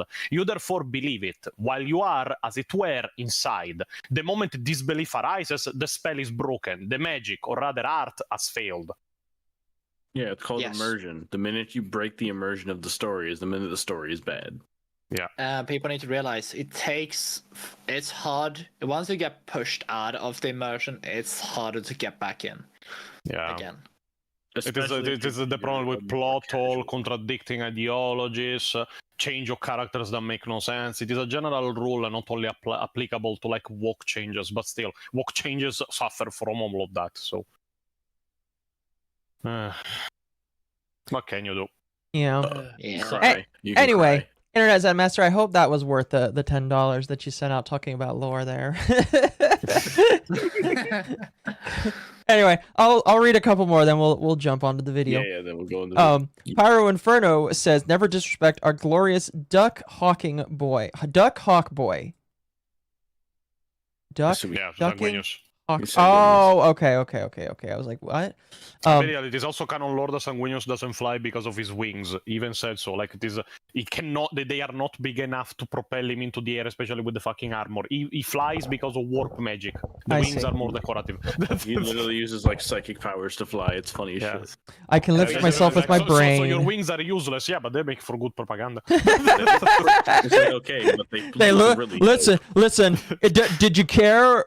Did you like question my authority when I could fly? Why do you care if they help me or not? I can still do it. You know the book cover I'm thinking of where Sanguinius is like has his wings draped across his back down and there's like 100 traders in front of him on like a staircase, right? Yeah. Yeah. Do you remember what that book is? I want to post that art because it's great. I don't remember what it is, but it is when he's defending the Lion's Gate. Yeah, Eternity Gate, sorry. Yeah. It's a book 7, I think. It's very funny because you see there is the equivalent of a space marine looking back at the viewer, and for the face he has, I think that like he's going, "Are we the baddies?" No, it's like, no, that the face is, "Yep, that's me. I bet you're wondering how I got here." I bet you're wondering how I got in this situation. Well, just put on him. "I wish I wasn't here right now" button. Record scratch. Yep, that's me. That's me. I wonder how I got here. I just love what the first one you mentioned. Oh, the wings, they don't do anything, but it just for show. It's like the first thing I had is the Monty Python scale of just the wing ratio and like giving of like the swallow. Oh, the swallow. Oh my gosh. A European or African swallow? I don't think it matters. It is very funny because in that it doesn't matter. But removing that, like, it is very funny because it implies in that scene that the guy wasn't like any kind of guardian of the fucking bridge. He was just there to troll people into getting an answer wrong, so they will be launched away. And when he got an answer wrong, he too got launched away. So. Yeah, like if you only answer something untruthfully or you're unknowing about the answer, that's only when you show it up or you say something wrong. Is the air velocity of an unladen swallow European or African swallow? I don't know. It is very funny because it is historically accurate that like at the time of knights and everything in the medieval ages, they were considered two different things. So his clarification is actually on point, but the guy didn't know what the fuck he wanted to know. No, that's good. That's fair. It's one of those things where if you know, it actually like plays to your sensibilities and your intelligence, and that's why I thought it was funny. Yeah. Oh, good. Here, while I'm reading a couple more of these here, I will just post this image that you shared so that people have something else to look at. Even if, to be honest, I don't like Sanguinius that much in this artwork. It looks like a fucking Marilyn Manson with an hunchback. It's the hair. To be fair, it's written by Aaron Dembski Bowden, so maybe he had some. He doesn't do good writing for the loyalist. Albeit like Elsrich is an exception more than anything. Yes. And it is very funny because he fucked up even that. I didn't know. Yeah. When did they write Hell's Reach? Because I have a theory that he That was like over a decade ago. No, it was around the 2010s. But I found out something extremely funny after I made the Armageddon video, because my assumption for the Armageddon video was Eve wrote Emperor's Gift, the one with the Months of Shame, with the first war for Armageddon against Angron and everything. And after that, Eve wrote Hell's Reach, and we got like the problem with the citation to the Ordinatus Armageddon. He was like, it was used against Angron and everything. I found out after the video that it is the contrary. He wrote Hell's Reach, put in the Ordinatus Armageddon as the weapon that was used against Angron, then wrote Emperor's Gift describing the war against Angron and didn't fucking mention it. Once. Oh my god. He wrote the fucking setup for the backstory, then didn't execute the backstory. Fucking, that's amazing. Yeah, and I was like, he cannot be this fucking stupid. How? How do you... Yeah, but the thing is, like, Adam Damski-Bowden was good as a writer until 2014, and then he deep dived immediately after 2015. Because he caved into fucking politics. The guy spent his time having fucking meltdowns on Twitter about Trump and his fucking English. The thing is, I think because he just got a wife, I think, during that time, so I think that kind of changed it a lot. What pussy does to a motherfucker? It's another iDub situation? No, it's not good. I think it was, actually. Like, unironically. I could be definitely wrong. Don't think... He gets a wife, instantly gets shittier at writing. What did Games Workshop mean by this? They make it like responsible for Horus Heresy. What a GameStop mean? It's like what they did with the custodians, because like, oh yeah, let's introduce female custodians into the lore. In the same fucking codex, they nerf the custodians so hard that they become unusable for competitive playing. What did Games Workshop mean by this? Why do you they add woman, army becomes shit. Why? Mention woman makes Space Marines, the woman's retarded. What the fuck are you implying? I'm still coping about 9th to 10th edition Custodes so bad. I'm coping so hard. Accept it, Sid. I'll be real, the 8th edition codex, artwork and lore-wise, was the best one. I have it like physically. Unfortunately, the physical version I have is also in Italian, but yeah. No, like the rules for 9th we were absolutely fucking cracked. I wonder if I actually have the 8th edition rulebook. Yeah, I'll have to check. Yeah, Eclipse, I'm gonna make you real scared for a second. 6-man bike squads for Custodes. Fuck the shut up! All right, I'll read just a few more. Internet Zen says Daga 3rd did nothing wrong. Also, Falmar had it coming. Also, P. Pellinal, White Straight. My apologies, did not go far enough. Oh, that's like the turbo elf from Elder Scrolls. White Streak, yeah. Oh, okay. And then Pyro says he snapped a kid's neck over a vision that was physically impossible to happen. Yes. Yeah. That was kind of his point of no return, Conrad. That was Conrad Curse when he saw two visions for the first time. He gave into the visions with like the incorrect one at least. Jesus, and he wanted to make sure it was like he had 100% chance of not fucking his own ideals up. Cause yeah, a fucking kid was gonna somehow stab him and get away, and then no, that wasn't gonna happen. Yeah. Okay. I will return to Super Chats later. If you have left a Super Chat, I deeply appreciate it. We'll get to it when we have the time to do so. About an hour into our talk here, let's start listening to the video. We're having fun. It's fine. Oh no, I told Mizu, I was like, hey, there's a chance we might actually not start the video tonight, and I think that's funny. Oh my god. I have a little warning. The guy speaking might be Italian. That's the thing. Mizu is having fun because he's playing Skyrim in the background. Of course he is. He's just exploding more people. He's exploding more people with thunder. Don't worry about it. I knew it. No, can you even say you're playing Skyrim with how many mods you have? That's a different game.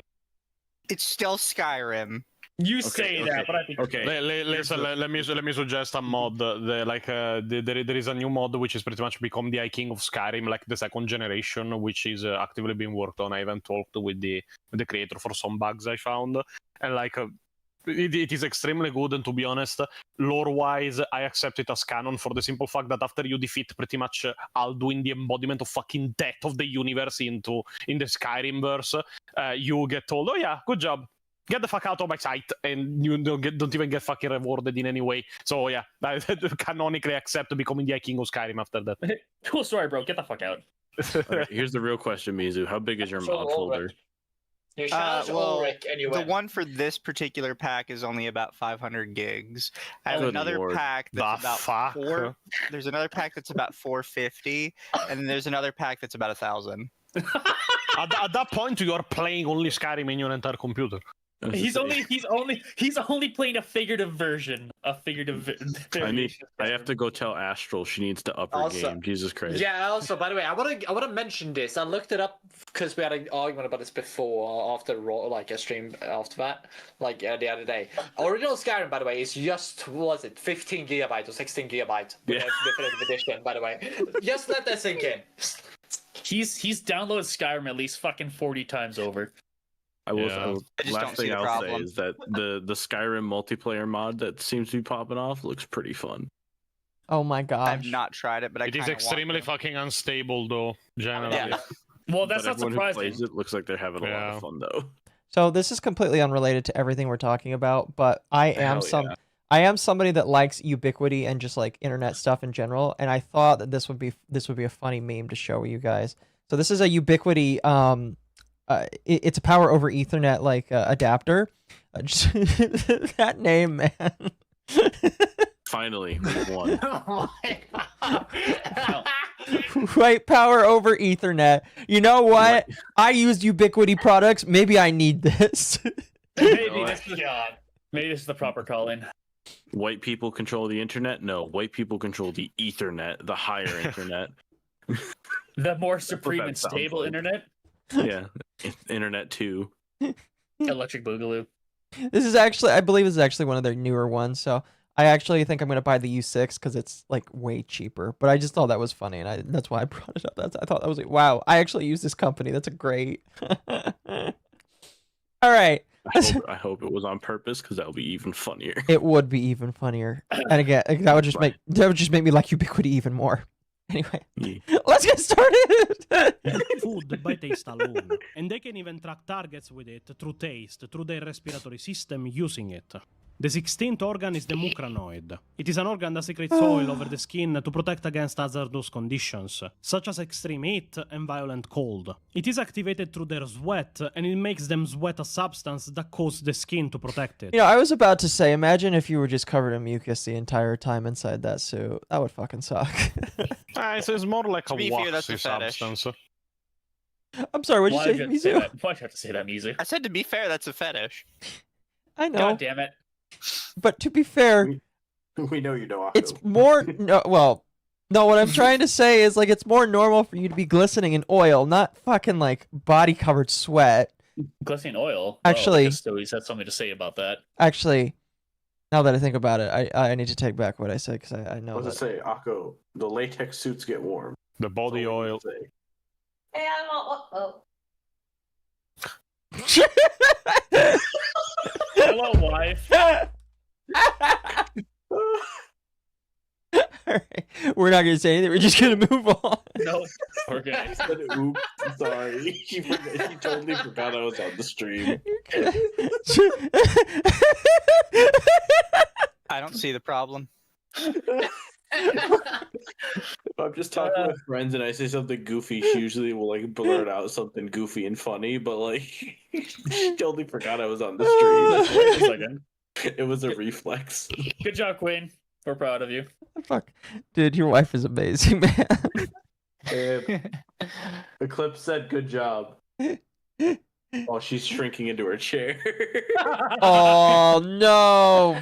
Oh, see now I feel bad. As you should. Damn it. My face is as red as a cherry red today. Oh god. Poor baby. Let's continue. To the point that it can offer some protection for a marine in the vacuum of space, but it can be activated only by outside treatment. Treatment that is common when space marines are expected to fight in a vacuum. The 17th instead is the Betcher's gland. It gives space marines the ability to salivate a corrosive poison. It consists of two identical glands, implanted either into the lower lip, alongside the salivary glands, or into the hard palate. And they work in a similar way to poison glands of venomous reptiles, synthesizing and storing a deadly poison, which Marines themselves are immune to. This allows Marines... Yeah, I'm pretty sure we've talked about this before, but it would be very unfortunate if you were one of the Space Marines that wasn't immune to your own poison. Yeah, speaking of that, Pontius, wasn't there like Space Marines, and specifically also in the Night Lords, that they basically use the saliva to just kill a lot of Space Marines too?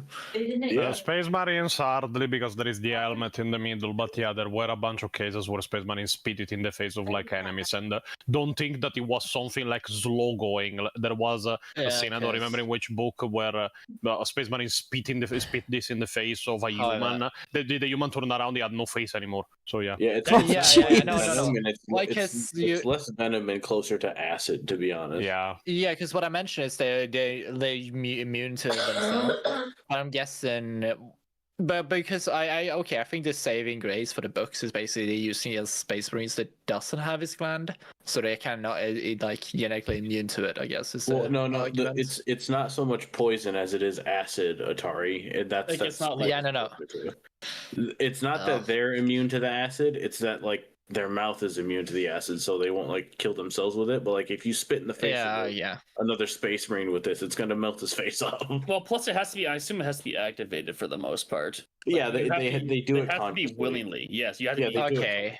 Like it's not something they do subconscious. Like they have to knowingly. Okay, I think the more right line is probably it's immune to their own genetic code. They themselves individually probably. Well, it's not a genetic thing. It's that it doesn't burn their own mouth, but if they spit it in their own face or on their hand, it's gonna burn their hands. It's gonna burn them. It's like an acid. Because their mouth is probably coated in like some sort of saliva or something that makes it like you don't burn through it. I don't know how that works, but sure. It is also not always active. They need to activate it manually. So when they secrete the poison, they can just directly spit it out. Yeah. Well, it's the same way like your stomach doesn't burn through itself. With Another good reason not to have female Space Marines.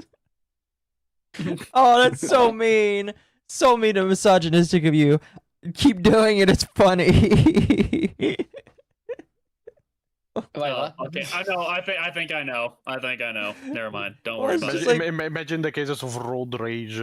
Wait, how does road rage? How does that work in space? Don't worry about it. Don't worry about it. I mean, they have bikes. They have ground vehicles. Artemis is being mean. Not really, but it's funny.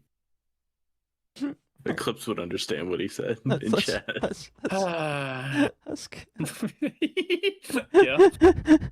continue. To spit a blinding contact poison, and the poison is also corrosive and can even burn through strong metals if given enough time. It is an organ that, at least in my interpretation, is given to a Marine in case of capture by an enemy, to help them in their escape in case they are disarmed. And now we come to the last and most important organs of both Firstborn and Primaris Marines. The 18th organs are the progenoid glands. These organs collect and mature genetic material from the Marine into gene seed for replication in subsequent generations of Space Marines. They are two glands, situated one in the neck and the other within the chest cavity. These glands represent the future of Space Marines, as the only way new gene seed can be produced is by reproducing it within the bodies of Space Marines themselves, meaning that this organ is what is used to create more Space Marines. This is this implant's only purpose, as the glands absorb genetic material from the other implanted organs, and when they have matured, each gland will have developed a single gene seed corresponding to each of the zygotes which have been implanted into the Marine. The organs take correspondingly 5 years in the first case and 10 in the latter to mature into gene seed. The first one, usually the one in the neck, is harvested surgically when it has matured. The second one, situated in the chest, is harvested by apothecaries upon the death of a Space Marine, as it is the only way to harvest it without killing a living Marine before his time on the battlefield. I was gonna ask, like, how the hell you harvest something like that without killing the guy, and the neck one is the only one? That's the neat part. You don't. Yeah, Wow. the neck can be harvested surgically. The second one, though, is directly inside the chest and near the most vital organs of a space marine. And removing that, it cannot be removed because it is still used to regulate part of the biology of a marine. When they die, there is a reason, like the Nartitium or the Apothecary is a drill. They drill into the armor and the chest and take it. Well, they got drilled through like the black hair. They got drilled through the black Also- carapace and everything, like the fucking cheekbones. The problem is not even the black carapace; it's the rib cage. Oh, that's what I mean. the Like, rib cage is that's what fused. I get them mixed up. I call it the fucking rib cage the black carapace sometimes. But yeah, the fucking solid bone chest they have. Yeah. and Okay, they're like Pontius. hyperdense muscles and shit. Yeah. There's something I've been wondering about. Is basically, does the one in the neck regrow like No. No. There is two a marine. After that, you're done. Yeah. Okay. So This basically, is why gene seed is so preciously rare. This is well, why. that also that's why apothecaries are so valuable. Like they literally have to go and harvest like the legacy. Yeah. Yeah. So I think so. This is a- Space Marines multiply. Well, it's not So even this like it's. Oh, sorry. This is a joy toy of an apothecary. So there's a reason. why And it's he not did even the this right one. This one has a change, just as a pretty much a change sword. Yeah, some of them have that, some have drills, but yeah. The Nartitium with a drill makes more sense. Yeah, I think the Biologus may have the drills. Mm-hmm. Well, they should all have drills, I think. Well, yeah. Well, you can cut through the chest plate. Well, I feel Everybody like needs a the drill. drill is more precise than the chain. I feel like the chainsaw has just wrists more fucking Yeah. actually damn Time is Oh, time okay. is precious, bro. Thank you for sending that. Yeah. Yeah. Okay. Wait, I'm gonna post this in below because Gab made this. Oh. God damn it. This is a conversation a Pio would have with another Pio. Yep, Tari, I'm afraid your Oshi is retarded. But Uncle's cute when they're almost retarded. I mean, we just had a demonstration of that. Hold on, so- are you like sitting on? Are you like sitting on a poster of her? What is that Yes, supposed to be? Yeah, no, that's my mouse mat. Oh, it's your mouse mat. Oh, okay. I mean, Yeah, like the only thing I don't have is actually a body pillow, but I do want a body pillow. You need to buy one type of body pillow, the Pio body pillow. That, by the way, is real and is on the shop now. Also, Oh my yes, God, chat. Yes, chat. I said joy toy. They're like a action figure. You know, And yeah, behind it there is the ass of Pio. I'm not Pontius, mentioning. I have an idea. I'm gonna buy it and then give it to my tomboy. Look at the little. I just saw the little Mizu on top of your oh, head. you're right. There is a little Mizu. Mizu up there. I didn't notice that at first. Here's the thing. I'm gonna buy I can buy the PO body pillow, and then I'm gonna give it to a tomboy girl I know. Why is it that Baby, if she likes it, give her also my number. Well, I think she's single at the moment, so maybe I will. Based. Well, be careful though. Apparently she's Canadian, so that's your warning right there. She can be rehabilitated. No. What do you mean Canadian? She's Swedish. Matara? If I Swedish. Wrong woman. Wrong woman. Swiss would have been even better. Listen, women can be fixed. Exactly. Exactly. God damn it. Don't you know that all women follow the lead of the guy that is in His control? wife laugh. I fixed you. You were Californian. You were rehabilitated. I'll be real. I don't want to sell me, but what the fuck do you mean? I am worried for Sid's safety. Nah, Well, he's fine. she lived in Texas before she moved up here. Based. Then yeah, she might be based. Maybe. Oh, yeah, thank you, Gabby, for that meme. Thank you, Gabby. Yeah, so this is the apothecary biologist. He's got better shit. He's got like the saws on his back and shit. Oh, okay. Hold on. I'll bring Yeah, that but up. this is the Primaris version and everything. I can't find many other ones, unfortunately. I'd have to go back and try to find That's the old green. ones. You gotta find one with a drill. You know, Actually, it's. I guess it just never really struck me the idea that I might have a surgeon on top of me that's in like a ton of metal. Literally, like Well, in I 1 mean, ton of so metal. Apothecary, there's they're fairly good fighters typically because sometimes they got to go into the thick of it to fucking yeah. like get the. Well, I'm not- Sometimes they're part of assault squads. Well, like you know what I mean, like sometimes they have to go into like the very thick of it. Yeah. like, in the I'm middle of not. the fight. I'm not Like, saying they're I don't also- expect they're also that. not only like surgeons there to recover your stuff. They're also medics. Yeah, I know So, they're also yeah. battlefield medics. Yeah, but it's like it's always the funny thing of like the medic is the best fighter of our squad. What are you talking about? I mean, like, because he has to keep me safe. I didn't doubt that. I just thought it was funny. It's just like, oh, the dude's got like a, it's not scrubs, but it's just like he's got like a thing in front of him, and it's just like, I swear, if I'm like a soldier and I need an amputee, seeing this guy lean down on me is gonna really stress me the Like, fuck you know out. what? I don't think I need an amputation more. Let me die of gangrene or something. I don't think I need to. To be fair, they do pretty good at like general. Like if they really wouldn't, but if they had to heal, like yeah, they have a ton of fucking combat drugs, anesthetics. It is. Well, here's the believe here's the it. problem though. They have combat drugs, just not something for humans. Oh yeah, like if they Yeah. gave it to a human, it'd probably give you a fucking. Because No, like, that is mainly because of the biology of a space marine. Because with how fast they regenerate and with how fast their bodies function, it will mean that whatever the fuck they take that is not in massively powerful and in massive quantities will pretty much expire in a couple of seconds. Well, so no, it's because That's from a a better book one, I read. thank you. It's from a book I read because I think it's like a Dark Angels book. Like a Dark Angels apothecary was like treating like a PDS soldier. Like, look, I don't got anything that would not kill you, so you're just gonna have to like, I'll work fast, but you're gonna have to like deal with pain.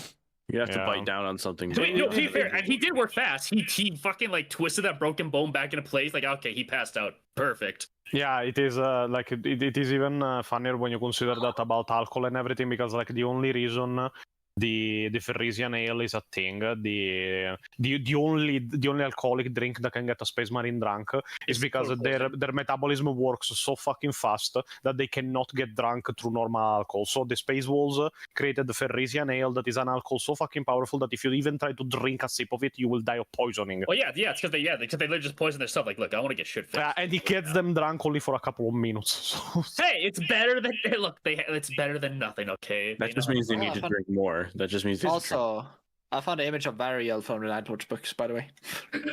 Yeah, a Night Lord's apothecary sounds even scarier. That he is I fucking. don't. love him. You know what? I don't even know why, but for some reason, I never actually computed that in my brain before. Like, So that is what professional in the Chaos Space Marine business look like, by the way. Yeah. Professionals have Yeah. standards. Be polite, be efficient, and have a plan to kill everyone you meet. I love that he just made a surgery on because he's a Red Corsair and he made surgery on a Space Marine, a Corsair Space Marine. And he's like, I can't save you. And then he just took his cut off his face and put on his short pauldron. And then the other brothers came and said, hey, how did the surgery go with that brother? He's like, he's doing fine. Look, I have him on my pauldron. Look, he's doing great. I have him with me right now. As fine as it can go. Say hi to her. Wow. Like, it didn't go very well, but check out this sick shoulder pad. Check out my new deets. I think he killed them afterwards because they tried to kill him in return. All right. Let's finish the video. Sorry. I made a bet with Mizu. I'm not going to say specifically how long, but I made a bet with Mizu that we weren't going to finish the video and we were only going to get a certain amount of time in. We're having fun. I told him if we fell under that bracket, I'd send him money for dinner tomorrow. Nah, the organs part is almost over. Then there is all the philosophical discussion about Space Marines. I doubt there is much to comment there. Basically, chat, there's a possibility that Akko owes me DoorDash. And I get nothing. Fuck. I only made the video, you know. Do you have a Chick-fil-A? I'll send you a Chick-fil-A gift card. No, there isn't any where the fuck I live. Send him a McDonald's gift card. Oh, that just sounds like an insult. For the ice cream machine that's probably broken. Oh, that's mean. No, that probably works outside of America. Okay, If so you I lose, you talked gotta about buy ice the cream peel and body Temp says pillow. the If you first lose, words of the you gotta buy stream. the peel body pillow. That's the rule. The pure body pillow canonically has an ass, so. Oh my god! I know you have to clarify. Like, hold on, we never actually had the same face backwards. You need to draw an ass for this thing somehow. No, ironically, I had to do that. I had to send like the original artist a picture of like the episode of Futurama where Bender like got protection installed for his ass because it was constantly catching on fire. It was just like foam butt cheeks, and I told him, "Oh yeah, can you do this for Pio?" And he did. Foam butt cheeks. Yes. Perfect. And now on the shop there is a body pillow that if you click on it you can see that the back has Pio's ass. So. That's awesome. It's like you had to measure his ass in all dimensions. They asked Pio for his dimension. meaning that every marine created can respectively pave the way to the creation of 2 more. Why must you lie to the newcomers? Are you accusing me of lying on the lore? Yes, everyone knows that Gene City stored in the bolts.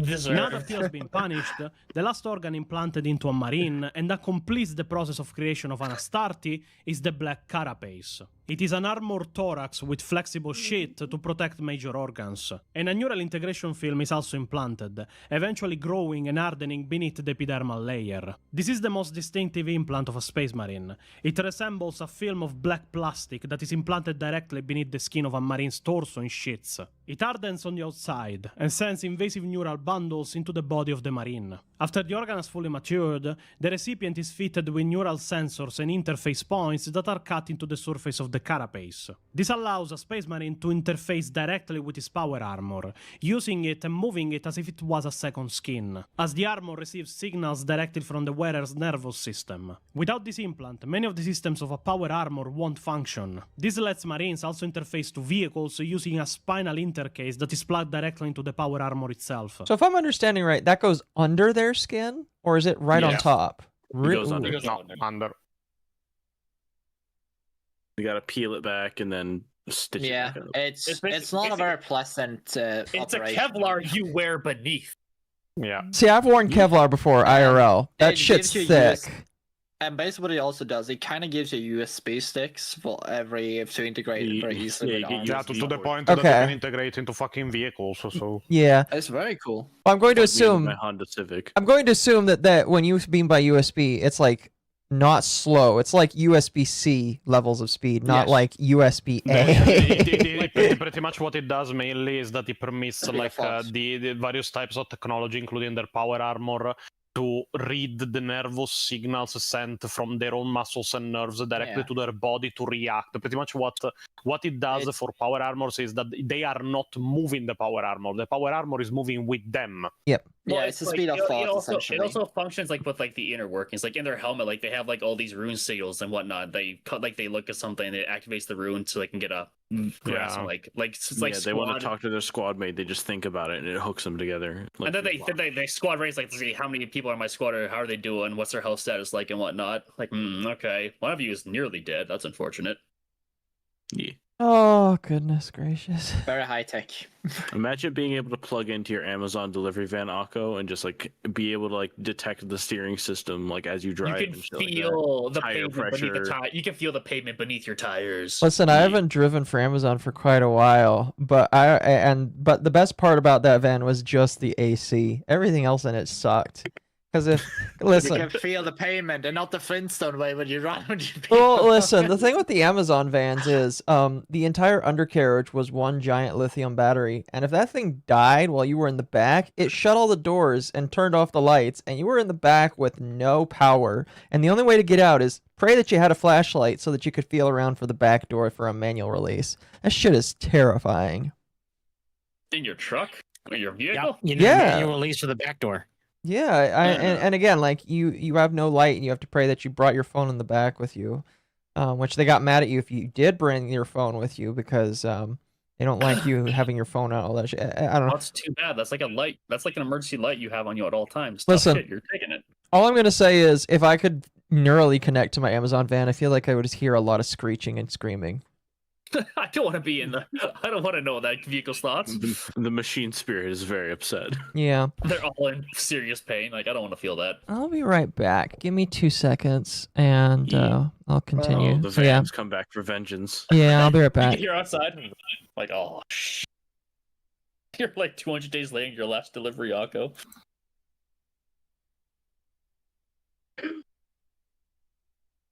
Who left all these piss bottles in here? My God. Oh my lord. That's only because I heard stories about apparently people keep like Amazon drivers like keeping piss bottles with them because they didn't stop to take a piss break. To be fair, that's a lot of CDL type drivers. Horrifying.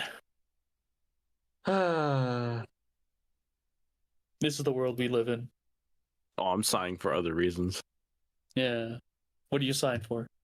Queen's being weird. Look, Just be grateful you have a wife. I dare not repeat what she sent to me. Oh, then you know what? You dare not say it, but you could write it out in DM. I'll send it to Attari because Attari will think it's funny. All right. Damn, just him. Fuck favoritism. Yes, because he'll giggle funny and it'll be good for content. Be good for what? See. How bad could it be? The fucking giggles. There you go. Oh my god!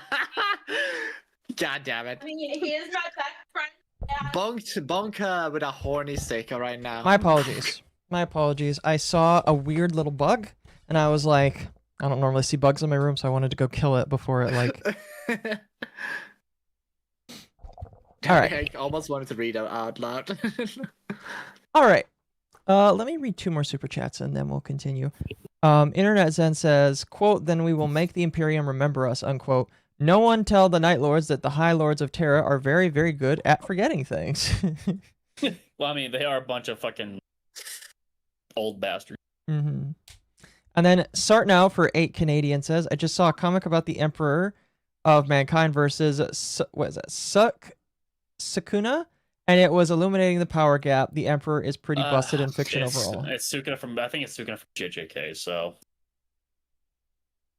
And yes, the Emperor is quite overpowered compared to a lot of things. I don't know why we do these kinds of comparisons. They're actually kind of gay. Mm-hmm.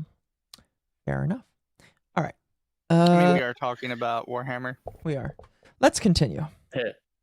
These 19 organs are what forms a fully developed and battle-ready firstborn Space Marine. And now, let's talk about the 2.5 more organs that form what is instead a Primaris Space Marine.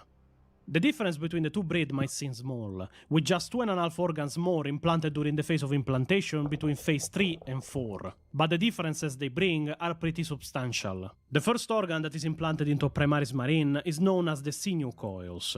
It is the only cybernetic implant that Space Marines receive. The sinews of a Space Marine, so tendons and ligaments, are coated and reinforced with durametallic coil cables that contract with incredible force, magnifying the subject's strength beyond that of a regular Space Marine, and giving them another layer of interior defense. The second organ Primaris receive is known as the Magnificat, also known as the Amplifier. It is a thumbnail-sized lobe inserted into the brain's core. The implant secretes hormones that increase the body's growth functions while also intensifying its advanced systems, especially for the osmodula and biscopea. This is the half organ I was referring to, as it is just the right half of an organ present in the Primarchs known as the Immortis, or the Godmaker.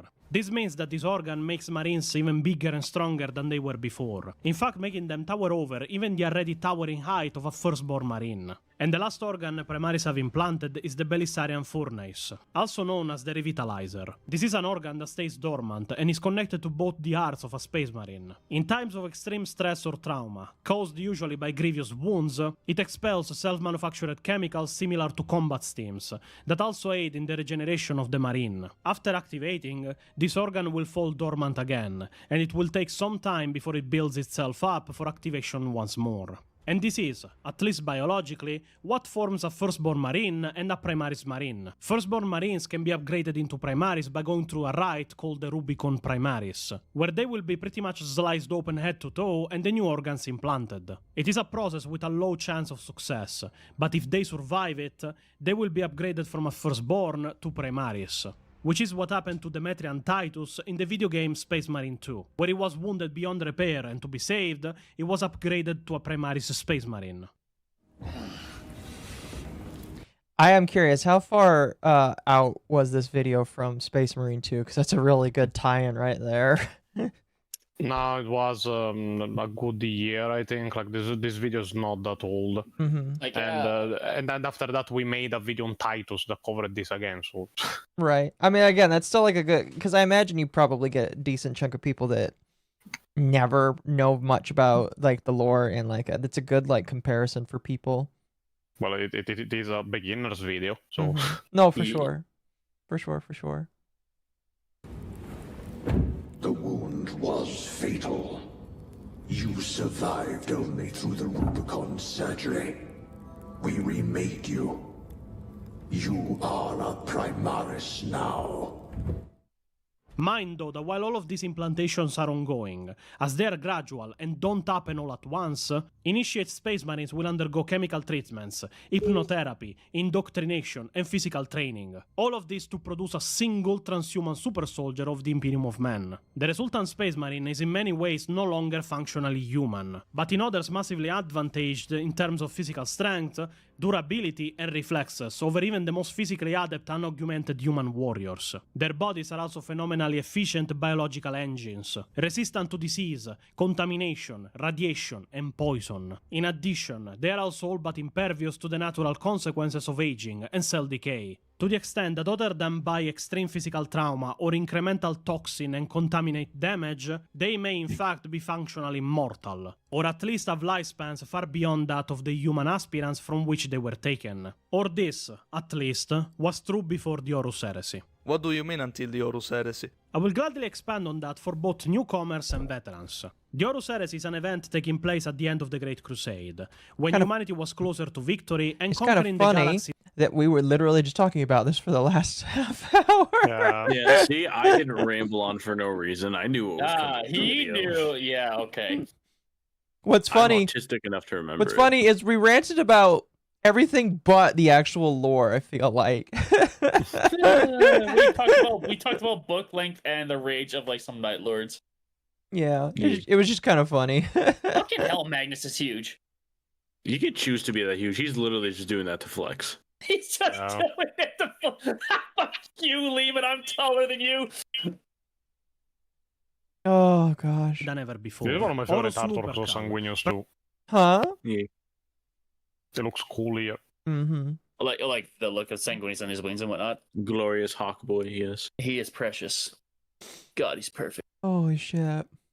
Primarch of the Sons of Horus, previously known as the Luna Wolves, was declared by decree of the Emperor as War Master of the Imperium of Men, making him the supreme commander of all the other 17 legions of Space Marines the Imperium had, as only 18, and if we count Omegon, 19 of the Primarchs were ever found and reunited with their legion. To know more about the missing two, check our video on the Rangdang Xenocide. There is also to keep in mind that the legions by this point has swelled up to having hundreds of thousands of marines each, meaning that in total there were at least 2 million space marines fighting around the galaxy, every marine power armored and armed at the most basic with a bolter. Pretty much a gyrojet weapon that shoots rounds that use missile propellant as propulsion, are armor piercing, and have an explosive charge that activates when the bullet is inside you, to tear you to pieces from the inside out. Just for when you want somebody extra dead. But others had more devastating weapons at their disposal. All was going well. Humanity was on the brink of winning. It was then that the 4 gods of chaos showed their hand. The gods of chaos are entities residing into the warp, a dimension formed of thoughts and emotions of living entities, that doesn't obey any laws that reality is constricted to. It is what the Imperium used and uses for faster than light travel, and it is the realm that psychers, like the Emperor of Mankind, tap in to use their devastating psychic powers. I'm gonna be honest, I love this depiction of all of the Chaos Gods there, but there's one that's distracting me very hard right now, and I don't know why. I wonder which one. We know, Akka, we know what Nurgle does to you. I was gonna say, see, Temp got it. Temp got it. I was gonna say Nurgle's really looks so good, man. That double mouth action right there. He looks like Tom Kench. Oh my god. I prefer Little Boss in this case. It does. That's the worst part. Honestly, I still love Slanesh, even though she is wicked. Yeah, you're a dark elf. We know. Mate, Of course. Well, I would be surprised if you maybe didn't I say think- that. You'd be different. No, I worship Hathati, okay, not You worship Slanesh. Cope. That's what you worship. he loves the Cope god. No, okay. True fantasy fans will know what Hathati is, but Hathati Okay. in the end of the day is just Slanesh because it needed to say, oh, wait a minute, we can't have dark elves worshiping just like I Slanesh. said, you're Wait a minute. worshiping Cope. And, you know, the funny part is, that's kind of true. Don't you, It don't, is, don't that's you why I mean, said don't you mean, it. okay, so do you mean Marathi or I don't know what the... No, know enough Marathi about- worships Slanesh, but in the new, like, later down the line, after a certain, like, the 2000s, they basically renamed it to Hathati instead to be... Yeah, because they kind of written the law that, like, Slanesh eats basically or just a poison to any, like, dark elves, so we kind of, like, they'll stepping too much on each other's foot, so it's like, oh, shit, we kind of wrote ourselves in the corner. Yeah, fantasy is kind of weird. It's kind of bizarre. Yeah, sometimes it is. I know enough to bully Attari, and that's about it.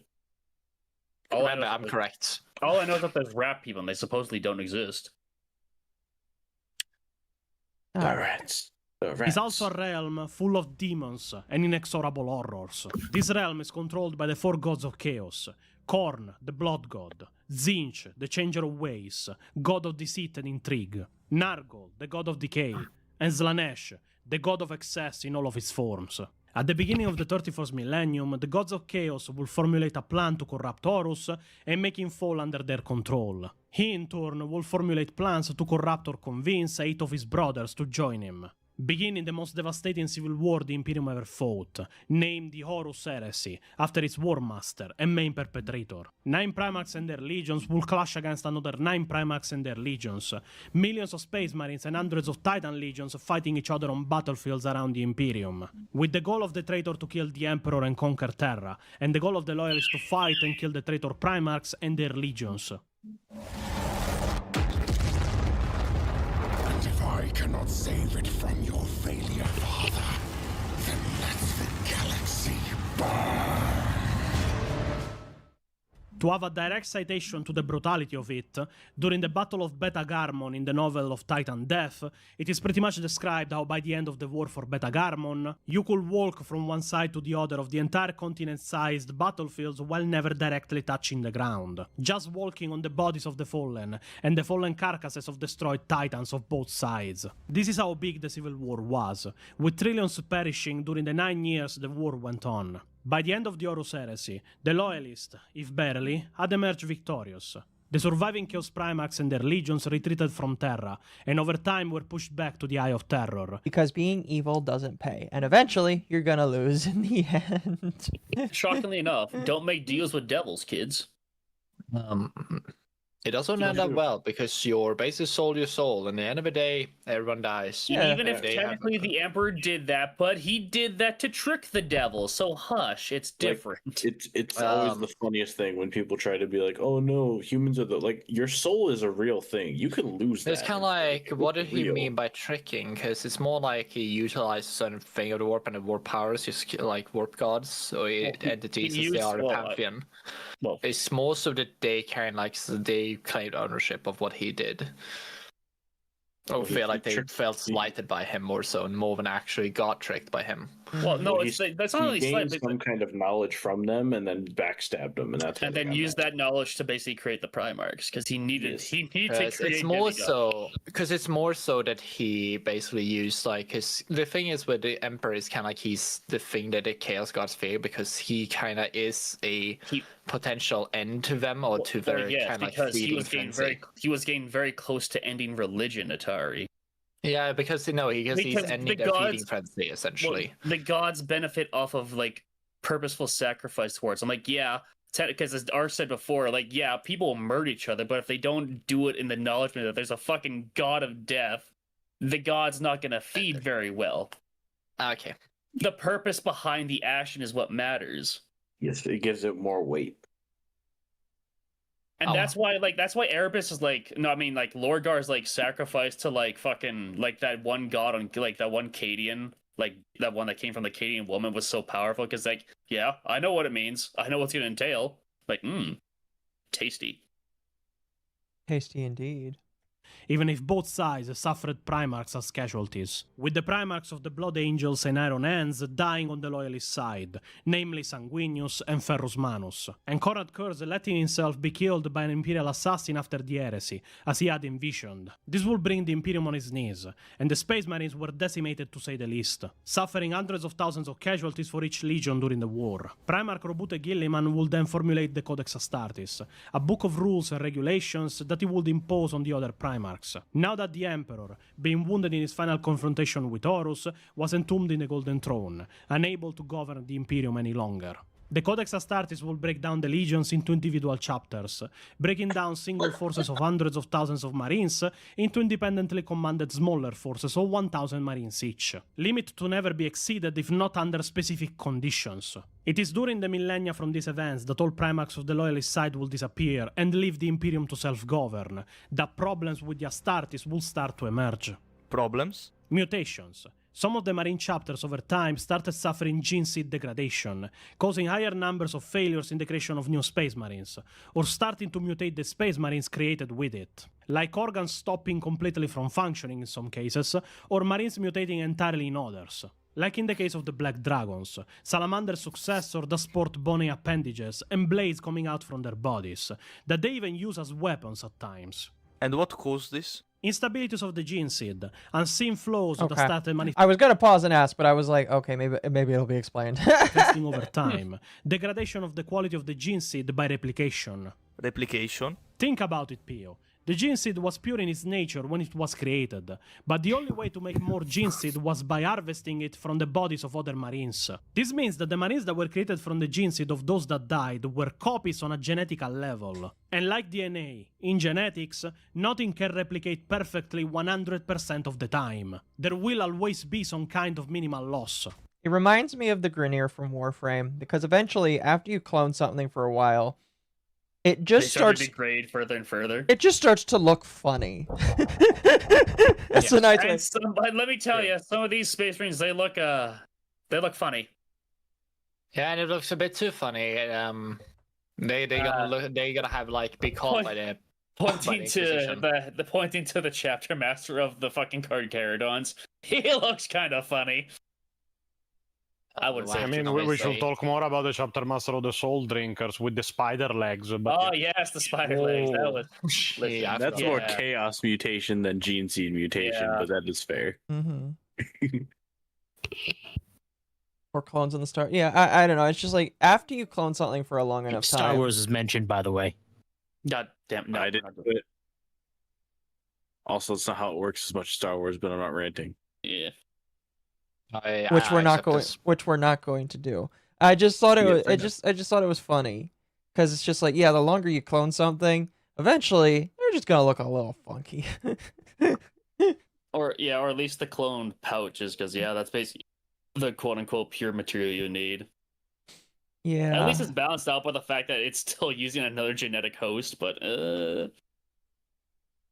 does it do much better though? Well, I mean, you see, the Imperium has done 1-to-1 clones before, and that it has funny outcomes. Oh, really? Oh yeah, no, because here's the thing. Okay, a little bit of a sidetrack, but they've tried cloning like some of the best soldiers that the Imperium had before, and they worked. They were pretty good, but then without fail, every single time something will happen that will cause literally the entire unit to die. Like, not like they drop over from a heart attack, but something happens that, like, no, they have to die now. Let's just say that reality doesn't take well to clones. Yeah, reality is correcting itself, essentially. Yeah. I mean, I would agree with that. That's why you don't clone humans. It's dangerous. That's why, yeah. Yeah. Wait, this means that the Space Marines that were created millennia after millennia from the gene seed of the Fallen are copies of copies of copies of copies. The gene seed used became so degraded after 10,000 years from the Horus Heresy and into the 31st millennium that Marines weren't even virtually mortal anymore. They will start to manifest signs of aging, like white hair, weakened physique, slow down reflexes, and reduced strength. It is one of the reasons, for example, that Dante, chapter master of the Blood Angels, and the oldest space marine still loyal to the Imperium outside of a dreadnought, with, in his current lore, more than 1,500 years of age, each of those years spent in war, looks like a frail old man, and keeps his helmet always on in the presence of his brother Marines, ashamed of the weakness age brings. This was partially fixed with the introduction of the Primaris at the end of the 41st millennium. Introduction that happened after the return of Primarch Gilliman, reawakened and finally partially cured from the demon poison that he contracted when he was wounded in a duel with Demon Primarch Fulgrim. The Primaris gene seed is purer, and this both helped to boost the creation of new Space Marines in the Imperium, and it also helped at least reduce many of the flaws many chapter of Marines were suffering from. Some chapters had their gene seed so degraded they were even unable to reach their full strength of 1,000 Marines. Oof. For example, the Flash Terrors could That's reach a rough. maximum of around 300 and 400 Marines. Their gene seed so prone to failure they couldn't have an higher number. those are indeed very dire circumstances. I'm sure we'll Okay, talk can you more pause for a about it second? Yeah. Now, I'm gonna have to ask the Pontius, is that 300 like sane Marines, or is that including the Nutter Butter ones?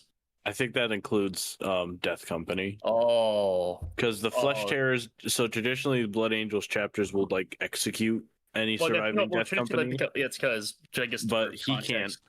Flesh Tearers can't because they have so few numbers. They have to recapture them. He literally cannot afford to get rid of them. They try to recapture them and they like board them. They bind them aboard their ships. Because after Sanguinius died, the Blood Angels suffered a thing called the Black Rage that actually caused them to go batshit.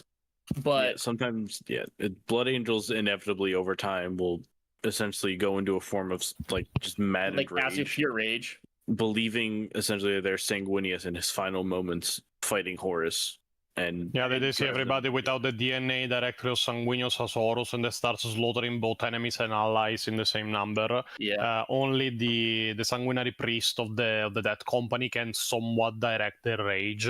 But it is very funny, to be honest, that the Flesh Tearers are the most prone to this, because technically their first chapter master and creator, the first captain of the first company of the Blood Angels Legion, Nasir Amit, was like he never fell to the Black Rage, nor he even showed any sign of being fallen into it. His rage was more internal than anything. And it also, fun fact, that for how violent and fucking batshit insane he was in battle, he's the guy that actually crafted the work of art that is the sarcophagus of Sanguinius. So, well, damn.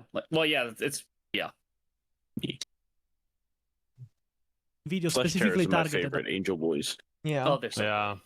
Gabriel Set made it his own mission to avoid, like, for the Flesh Tearers to be exterminated, because by the time he took power as chapter master of the Flesh Tearers, their reputation was so much in the fucking toilet that they were pretty much next to the chopping block by the Inquisition, because they were constantly attacking allies, they were constantly causing irreparable damage to infrastructure, they were constantly turning on each other's and enemies, and like it was a mess. So he made it his own personal mission to like avoid the destruction of the Flesh Tearers at the end of the Inquisition by pretty much isolating them on the battlefields they fight on, so that they cannot kill anything that is not the enemy. First of all, find a big large plane where they can't hurt no one. Do it fast. Leave. To be fair, with Death Company, you could do it fast. Oh yeah, Death Company dreadnoughts are really fun. I bet they are. Those topics. But now we have covered both historical and biological sides of the real nature of a space marine. Just one side left to cover, and it is the most interesting if you ask me. And I want to start it by asking a simple question to both newcomers and veterans of the universe. Have you ever seen a space marine being grateful of being a space marine? Probably not, because most of them probably didn't. I mean, most of them probably weren't that enthused. I mean, it's hard to say. I've seen. It depends on the chapter. The majority, you choose to become a space marine. I mean, You're fair. not forced. Yeah. Yeah, very, very few of them actually, like, unironically kidnap, like, kids. Yeah, a lot of them, like, a lot of them, like, volunteer for this. Or they have some sort of, like, trial on their specific planet. Like, if you pass it, then you get to try out, basically. Mm-hmm. Yeah. I know. I'm not quite sure about being grateful, but I think most of them would say, yeah, it's a huge honor. Like, it's worth doing. They're quite literally glad to sacrifice themselves to keep this empire going. I feel like a lot of times when it's never been like a flat no, but it's been indifference to it in that case. I've never. Well, I guess unlike I guess with like games like blood, like the blood terror, like Flesh Tearers. Like I wouldn't say most of them view like them being a space marine as a curse. Yeah. They're not being emo about it. Yeah. Well, some of them are. Like the fucking Corvus's boys are definitely emo about it. Fair enough. Fair enough. It is rare that I decide that a segment of a video needs a bit more seriousness than usual. If you watched our other videos, you know that we like to keep things light and funny. But I feel that this segment of the video needs seriousness just to represent the tragedy of the life of a human becoming a space marine. A thing that pains me is that whenever space marines are explained to newcomers, they're always regarded as these towering warriors full of pride and honor. These angels that fight for the Imperium and protect its people. War machines created for one thing: war. The most brutal wars the Imperium fights, in fact. During the Great Crusade, being recruited to become a space marine was a big honor. The Crusade was expanding human dominion around the galaxy. The Emperor himself was fighting with Astartes side by side to reunite the lost colonies of humanity and expand the territory our species covered among the stars. There is even marines we could consider alive, for how alive a Dreadnought is at least, that fought side by side with the Emperor himself. We already talked about him, but Bjorn the Fell ended, the Dreadnought of the former... No, it's like Bjorn. Like, yeah, as the Dan just brought up. Yeah, it's fucking Bjorn. This guy's been around since like the actual days of the Emperor. He even said that the Emperor liked him. Oh, that's nice. Well, he says so, but I think he's just being cheeky about it.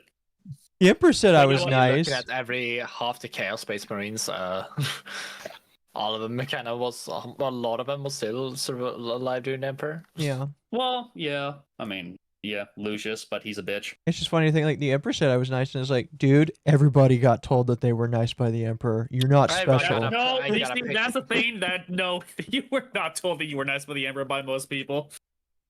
Oh, good. I just think it's funnier to be like, dude, we're all special. Shut up. We'll put your We're all special to our golden dad. Shut up, guys. You're not special. Oh, goodness. First chapter master of the Space Wolves, fought side by side with the Emperor, and even thought that the Emperor took a liking to him. Now, the Great Crusade lasted just 200 years. It was not that big of a period. But as I explained, the Space Marine... In the realm of 40k, it's not a big period. Well, but, of a Space Marine's life, that's not very long. No. For sure, it's not that long. Well, I guess that depends, because it's not exactly like Space Marine lives are exactly... well, safe. So I imagine like a lot don't even last to like, well, in modern 40k, most don't even make it to like 100. Yeah. Now that's why like the thought of like, because we never, as even with like the Space Marines getting old, we never like seen one die of old age. I mean, if one's going to, it's sorry. Yeah, no, you're Dante's on his way to do it. Dante's on his way, but he's still hanging in there pretty good. Barbarous is probably the closest, but his aging is like not normal. That was artificial aging from coming in contact with like, the fucking weird ass Xenos race. Magic aging. Well, it was from a literal alien race that was like that aged you. Mm-hmm. The Hood, yes. Okay. Their powers are getting close to them become old. Right. Yeah. Fucking cheaters. Swelled from a few hundreds marines each to tens of thousands, and eventually hundreds of thousands of marines by the end of the Crusade. The process so fast and perfected later on that a candidate could be trained and augmented into a marine in less than a year. To put into perspective what it was and is required to become a marine, let's start from the beginning, being chosen. Usually during the Great Crusade, the legions would recruit both from human colonies they had conquered or brought into compliance and under the banner of the Imperium, and on specific worlds assigned to them for recruiting. Their main source was usually the worlds where the Primarchs landed and were rediscovered. For example, the large majority of the Iron Warriors Legion, under Primarch Perturabo, were formed from boys coming from Olympia, the world they had landed on, and on which he was the king. Thing that later on brought to a rebellion on the planet, but that is not important right now. Usually when being chosen, you will be scanned for genetical compatibility with the gene seed that needs implantation in your body. After that, you will be considered an aspirant, and taken to be trained and prepared for what was coming. After the boys that were chosen spent months being trained in the hardest of ways, psychologically indoctrinated, and educated on the ways of the legion they were to join, they will move on to the elimination tests. For many legions, there wasn't failing. They wanted only the best of the best, and once you were an initiate, you either made it, or you died trying. Yeah, I imagine you can't go in if like you got a heart problem. Hopefully they turn you away from the door.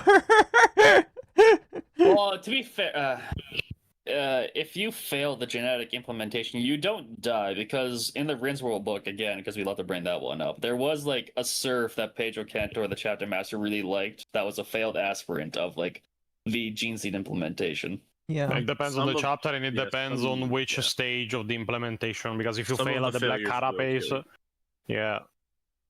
Some failures are worse than others. Yes. Yeah. But generally, it's not like they don't really view you as like you fucked up. It's like, oh, you know. Like it's an unfortunate thing. Like, I'm sorry, son. Like, it's not taking hold. It's not like it's a failing your part. It's like, well, that's just how the dice rolled. It's life. Yeah. Yeah. They don't treat you as for it. Like the serfs are actually genuinely useful. Well, yeah, because like they still need to like because Space Marines like they can't run like their vessels, they can't maintain their shrines all by themselves. They need like armed guards for these. They need helpers, you know. Yeah, which is actually why I kind of like that was like Angels of Death like miniseries because it showed like the Imperial Guard serfs quote unquote on their vessels. Like, oh, that's kind of neat actually. Yeah. Mm-hmm. Some legions and chapters even pit their aspirants against one another. The main example I can bring, and that will be common in the video, is the trials set up by the Blood Angels for their initiates, where they will be divided in squads and told that the only way to advance was to kill and submit the opposite squad of initiates. Usually this will mean that from hundreds or even thousands of aspirants, a very small percentage would advance to the genetical augmentation step. And from here, things only get worse. As you are trained and genetically augmented, you have already forfeited the life you were living on your own worlds. Marines can't reproduce by design, and they are created for one single reason: war.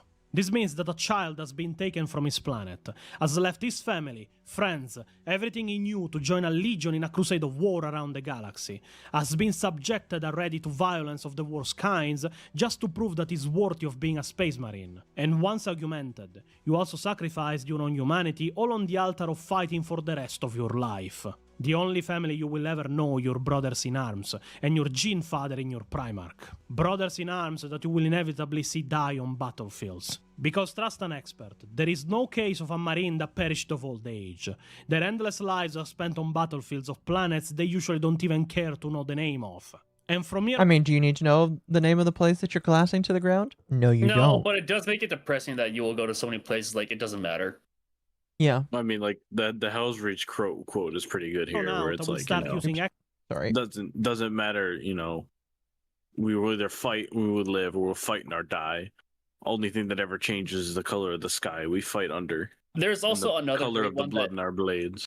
There's also another really good one that was from a Dark Angels battle novel. I think it was like called The Siege of Cadillus or something, where it's literally a space marine talking about how his life is lived compared to like the supposed like planetary defense soldier, which I can talk about later, to be honest, but it's super good. Excerpts of books to prove that it isn't me thinking of their lives like this. It is them that talk of their lives like this. Hey, look at the quote I just said. This is honestly, Occo, we don't have to do this for a stream, but we should watch this series one time. It is we should watch the Hell's so Reach fucking good. I was about to say, are you pre-watching right now? I mean, yes, I have watched this before. No, he has precognition, bro. He sees the future. I remember. He took so many Tylenols for this. I have the superpower of good memory. Oh, do you? Full of shit. He's full of shit. When I like something, if I when don't it's have an convenient interest for him, in he it- remembers. Yes, Don't tell your wife about that.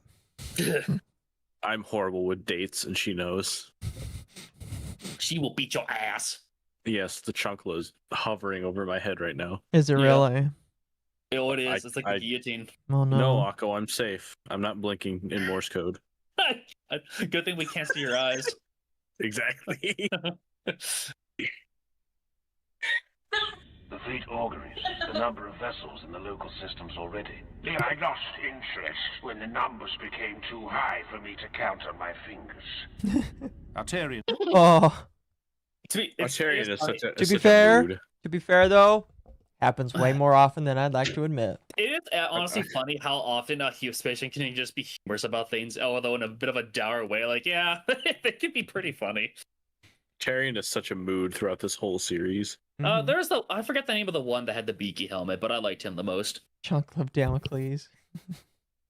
I think it was Kador that had the beaky helmet. Yes, He was my favorite because he was mocking like his younger brother, like not understanding how a salamander fights. Like, do you not get how this works, bro? Like, we're not the same. Chunkle of Damocles is a very funny thing. I'm going to use that, by the way. You're gonna tell your wife about it? Yeah. She's listening. Oh no, she knows already. She's already writing it down. And snorted at his own weak jest. We will fight and win, or fight and die. All that ever changes is the color of the sky we fight under, and the shade of the blood on our blades. And I can already see the most expert of people watching this video recognizing that the clip is taken from a book taking place in the 41st millennium. But believe it or not, while many Marines were naive in the past during the Great Crusade, and thought that war would end at one point and the Space Marines would know an age of peace, others, like Sigismund of the Imperial Fists, had already foreseen what was to come for the Astartes. I approve of your direction. Sigismund told Loken at once. I'm gratified. You are watching from the galleries? Sigismund nodded. Prosecute the foe. Get it over with. Get on. There is still so much to be done. We cannot afford delays or time wasting. There are so many worlds still to be brought to compliance. Loken agreed. One day, we will rest at last. No. Sigismund replied bluntly. The crusade will never end. Don't you know that? Loken shook his head. I wouldn't. Not ever, said Sigismund emphatically. The more we spread, the more we find. World after world. New worlds to conquer. Space is limitless, and so is our appetite to master it. I disagree, Loken said. War will end one day. A rule of peace will be established. That is the very purpose of our efforts. Sigismund grinned. Is it? Perhaps. I believe that we have set ourselves an unending task. The nature of mankind makes it so. There will always be another goal, another prospect. Surely, brother, you can conceive of a time when all worlds have imported to one unity of imperial rule. Isn't that the dream we strive to realize? Sigismund stared into Loken's face. Brother Loken, I have heard much about you. All of it good. I had not imagined I would discover such naivety in you. We will spend our lives fighting to secure this Imperium, and then I fear we will spend the rest of our days fighting to keep it intact. There is such involving darkness amongst the stars. Even when the Imperium is complete, there will be no peace. We will be obliged to fight on to preserve what we have fought to establish. Peace is a vain wish. Our crusade may one day... I mean, yes and no. Because I think peace is kind of what you make of it, even when you're trying to fight. To be fair, though, this is also before they discovered the Necrons. And how many... Necrons, Tyranids... There would actually just be unending war. Yeah. You just gotta destroy the robots first so that they don't come after you. If only it was Which that wasn't easy. even in their mind back then. I know, but it's crazy how, like, right, Sigmund's line was, yeah, because there's stuff that even, like, the Imperium hadn't fought yet. They weren't aware of the Necrons or how the Tyranids existed. To be fair, from Loken's perspective, they have basically, for all intents and purposes, conquered the galaxy. Gotten the orcs. So it's like, I don't blame him for being optimistic. But then these fuckers come back somehow every time. But yeah, like, yeah, they were basically shattered on Ulanor, though. Mm-hmm. Adopt another name, but it will never truly end. In the far future, there will be only war. Now, I can already imagine the question in the mind of many newcomers to the universe that are realizing how much of a nightmare becoming a space marine truly is. Is this sacrifice truly necessary? Is it truly necessary to condemn what are pretty much overgrown child soldiers into a life of war and misery until a violent death on the battlefields takes them? Believe it or not, yes it is. It is. Even with the casualties that the aspirants will take, Space Marines are warriors of a level that no human can ever equate to. Hundreds of Marines are enough to conquer entire star systems. Not alone, I give you that. Obviously they will need to be supported by Imperial Guard regiments and human fighters, but their strength is still something that is worth the sacrifice in suffering and human life. We come to offer you our blades, our service, and the lives of over 900 warriors in the defense of your world. Kurov stood in silence. 900 Astartes. Entire star systems were conquered with a fraction of that. These, though, are the best conditions under which... It's kind of crazy to think that. And if I recall, most of those 900 died. Yeah, the Hell's Reach was rough. Like, literally, I think Grimmalis was the only one left of those 900. No, he wasn't the only one left in Hell's Reach. He survived the penultimate battle. But no, because only one company went to Hell's Reach, so there were 100 Black Templars in Hell's Reach. Oh, okay. So when he says 900, he's talking about like To the more than world. just his. He's talking more. Yeah. Than, okay, so he's talking more than just his chapter. Okay. Yeah, they assigned a company to Hell's Reach and 900 in Oh general. no, he's also talking not only of his chapter. Like during the Third War for Armageddon, there were around 12,000 space marines on the planet. The problem is there were billions of orcs. So Yeah, there's a lot of orcs. Like a lot of orcs. Mm-hmm. Oh yeah. Not enough casings. Not enough of anything. Space Marines existed. After the Horus Heresy, where half of the legions with around 1 million Space Marines at their service turned with their Primarchs against the Emperor and the Imperium, the galaxy was lit aflame. Trillions perished in a giant war that spanned almost a decade, that saw gods of destruction clashing with one another, with the Imperium barely winning in the end. The Astartes had failed their task. They had been the greatest enemy of humanity after the Imperium had formed. The Loyalist Marine legions were pretty much almost annihilated in the heresy, except for the Ultramarines that lost just half of their numbers. They had now learned of chaos, that the Primarchs and even themselves were corruptible, and now the legions were broken down into chapters of maximum 1,000 Marines each, exactly to avoid a situation like the Horus Heresy emerging again. The Primarchs have stopped trusting one another. Amal raid. Oh, Amal, thank you for the raid. Welcome. Woman always seems to Welcome, raid during Amal. the woman always seems to raid during the most unwoman streams. I know. Crazy. I know, Damn, I know, I know. can't believe. The wards aren't working. They're breaking down. Oh my goodness. Thank you. I appreciate it, Amal. As had the Astartes. From this period, things will change. New aspirants wouldn't just be made Marines as fast as possible, but would be relegated to a rank known as Scouts. This rank didn't exist in the beginning.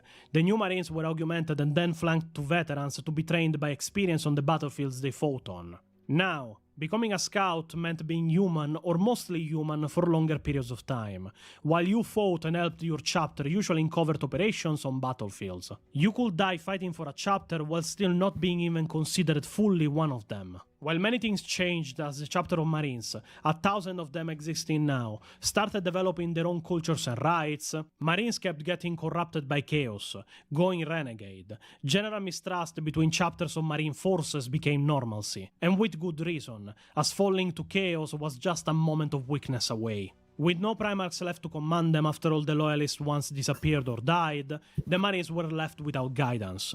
Many would stick to the teaching of their forefathers, like the Salamanders that are objectively the most caring of Marines regarding human life, as they have been taught by their Primarch Vulcan, or the Blood Angels that stick with the teachings of honor and sacrifice taught to them by their Primarch Sanguinius. Others instead slid into not even caring for the humans they defended, like the Black Templars, or the Marines Malevolent, or even a first founding chapter like the Iron Hands. Their duty to kill the enemies of the Imperium and have vengeance against the traitorous dogs that have brought the Imperium into a dark age. We are to remain in orbit. Because with how much it is, I'll just read it right now. Internet Zen says they conquered the orcs and then forgot about them, and we know what happened after that. Sigismund is correct. The orcs will always be a threat, regardless of how well the crusade went. They'd be fighting to keep it intact. I mean, they kind of got distracted. Yeah, a big Sounds like it. Called the Horus Heresy. Sounds like it, you know. Yeah. To be fair, the Great Crusade was the closest the orcs ever came to extinction, even compared to like the War in the Heaven. Oh yeah, like which is the funniest part. Yeah, literal gods and star eaters, and that's not even the closest thing that nearly killed the orcs. Yeah. Here, I'll read a couple more here. We nearly got rid of the mushroom. Pyro says Matara's Canadian, so she's predisposed to that. I'm assuming they're talking about retardation. Oh my god. Can't believe why are you doing this to my woman? The meme that I shared, you agreed with earlier. What do you mean? You were okay with her being retarded, Attari? Yes. But she's my little retard. She may be retarded, but she's not retarded. Yeah. Leave her be. Internet Zen for 10 says, for the sake of the argument, Kindle has an audible function, so I can't believe I'm saying this. Major Code could, in theory, have read the books while listening to the audiobooks. Given how much he gets fucking wrong, no. I'm inclined to disagree because you can't read that much and still be that retarded. It doesn't matter how much he reads if he can't remember any of it. True. He can't even remember fucking. He even gets goddamn Space King lore incorrect. I don't know how you do that. He didn't even get it incorrect. He didn't watch the videos before making the episode about the lore of it. Like, he didn't watch by the time he made our lore videos, there were 3 episodes that even I watched together with Pio. We had a theory in the video. His theory was that Hatemonger was an alien because of the joke of like I know your secret that was made in episode 2, where it was just where it was just Bryce looking up naked picture of female global warriors, and the scene where his globules were dissolving because he was eaten alive by the monster queen of the equivalent of the Blood Angels. Yeah, and then he was like, "Look how weird these globules look. He might be an alien." If you had watched the video, you will know they were being dissolved in acid. You can hear the hissing and dissolving sounds. But he didn't watch, so why would he hear the hissing? It's okay. He's too busy trying to sell porn, like fucking calendars or something. Like he was so like I was having a little bit of a meltdown when we watched that episode, that video for Lord Destroyers. Not because he was getting stuff wrong, but because I was like, this guy believes himself better than us, and he couldn't watch 30 minutes of funny videos for a lore video. He is actually the biggest tourist. He's bigger than Bricky. Yeah. Yes. And that's a sin. Yeah. Internet None of Zen those words are. Oh, go ahead. also says high level in-universe propaganda. The Tau would be horrified. The Eldar would be disgusted. The Necrons confused. The Orcs would find it hilarious. The Nids would nom on the books. Yeah, that's some good genetic material in those books. Indeed. Mercenary says, I finally gave in and got into Plastic Crack. No, I don't like Warhammer for the prices. So I got Timu Warhammer, aka Halo Flashpoint. I mean, it's not the worst thing to get into. Yeah, try. like there's so many good ways of just getting you just 3D print your stuff now. Like it's so much cheaper. You bring that up. I went to a local card shop that also does Warhammer, and I asked them, and they said you will be banned if you try and bring 3D printed models to our shop. That is incredibly gay. Wow, that's very. Yeah, okay. I will tell them. Okay, I will bring them to another shop. I'll bring them. Yeah, fuck yourself. Yeah, no, like the thing is, if they tell you that, it's kind of like I see what you're doing, but okay, like it's the difference between tournament rules rules say no custom models versus like just bringing them in general. If a store says that is beyond the pale a bit in my book. Yeah. Wow, you really are you're lost, aren't you? Like unless there's thing, if you go into a GW store, then you are a little bit pissed at doing it. But like if it's like if it's just a local game shop, then no, GW's not gonna give you a hand. Like, good boy, you did such a good thing for us. No, like you don't need to. You don't get paid extra for sucking a dick more, okay? Like, you're not gonna get a free Titan model.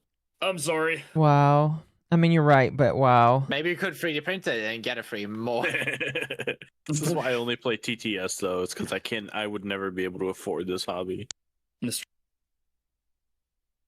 Yeah, I just thought it was kind of crazy. Because again, like, I thought the shop was nice because they do pre-releases for Magic and stuff. But I was thinking about getting into Warhammer. What do you think? And I was like, oh, by the way, I have a 3D printer. What do you think? He's like, if you bring them in, we won't let you come back. And I'm like, okay. That's nice talking to you. Fucking hell. You really know how to keep customers. Well, in my head, I was like, I guess I will never touch Warhammer in this shop then because I kind of refuse to touch it. It's so expensive. Yeah. It is really expensive. And it's also, it comes from the idea. Thank you, Spider-Bo, for the raid. Welcome. If you bring in 3D printed figures, you are technically not paying them money. You can still buy and they probably don't charge to play in tournaments. Yeah, that's probably the only tournament thing. play is different, but like if you just can't even bring them in the store, like I could have bought them from a different store. Like, I could sound like he wasn't allowed back in the store. Period. If you ever had them. Yeah, that's kind of the impression I got is that if you bring him in the store, you're basically going to get ostracized from the store. You're going to get banned from the store. Like, wow, okay. It's kind of like okay, then I won't show up. Then I guess because I refuse to pay the price for this thing. Well, that's the thing is like, I don't see 3D printing minis as a problem. If all you're doing is like, I'm gonna come in, I'm gonna play a couple games, I'm gonna leave. If it was a tourney that you're hosting, that's different. Yeah, that is different. It's the thing. Piracy is a service issue, not a. Mm-hmm. No, like it always is. Quoted by Gabe himself. You've quoted our actual God Emperor Lord Gavin. Yes. Yeah. We need to get Gaben on a golden throne like we yesterday. do need to get him on. Like 10 years I ago, think- we need him on that throne now. I think he would do it just because it's funny.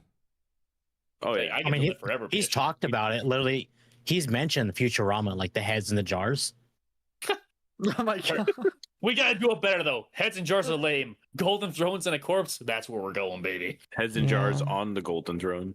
Hell yes. No, like as decorations. The main body still has to remain whole. Yeah. All right, one more and then we'll I think continue. Gavin would be more partial to becoming like GLaDOS. He no. he probably would. I hope not, because that means he'd be lying to me. I think he's also mentioned that too, actually. Gavin, you're not gonna lie to me about cake, are you? Inrezen then also says, Oil, when did this turn into Emperor has a text-to-speech device and where are the custodies? Ha, I get it. All right. I think we got about 18 more minutes. We're doing pretty good. We could actually make it through this almost. We'll see. We got Sorry, 40. Mizu. We got 45. Well, no, we passed the 10-minute mark for because like the goal was to get 10 minutes into the episode, and I was like, "There's no way we're gonna do that." We got there, so. But we gotta be quick because I need to go to bed in 45 minutes, and I will go to bed in 45 minutes. Yeah. We got this. We are the obvious choice to command the Astartes elements in the orbital battles. I was wrong. I will not die in futility on this world. High Marshal, we can slaughter the Greenskin Tyrant before he even sets foot on the world below us. I have already spoken with the other marshals, my brother. We must leave a contingent on the surface to defend one of the hive cities that yet remains ungarrisoned by Astartes. That is not our duty, my liege. And yet, a commander must remain.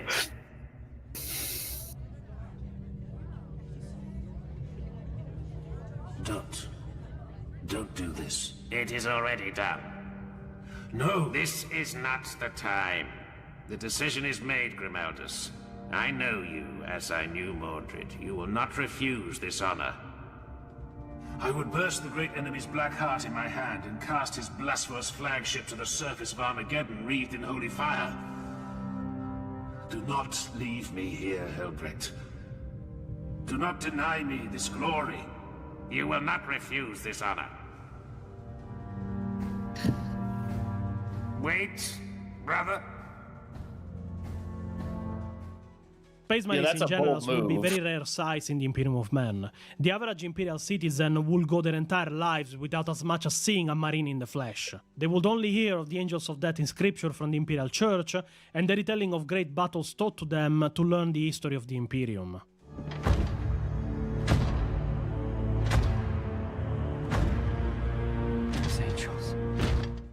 This will bring Space Marines at large to be considered by humans as almost mythical figures. Real angels created from the Emperor that would appear at the time of need to fix things and slay the enemies of mankind. But for Marines themselves, the perspective is completely different. We get a glimpse of this in the Book of Rings world, where the captain of a company of Marines is reaching a hive city of their own home planet to prepare to defend it by an orc invasion that was arriving to the planet.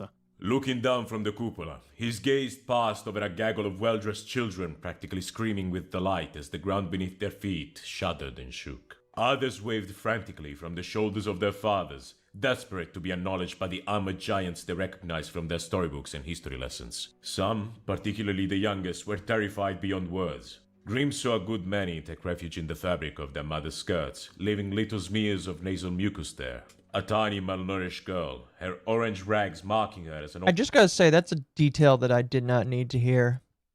What, the mucus stains? Yeah, it's just like, ooh, that's very... It's like, I took writing classes. And like, that's one of those details where it's just like, okay, you're describing the thing that's happening in the next room over, and I don't care about what's happening in the next room over. It's one of those details. I think it helps to emphasize like just how perspective like a Marine is, because yeah, they would notice. You think A they human would? wouldn't. Oh yeah, no, they would. They break down details to such quite frankly, autistic degrees, it's kind of scary. You know, I was about to say I was about to I was about to say our Marines just autistic then, because that's They something. are made autistic. They all have to know this shit. They all have to know, recognize, and describe.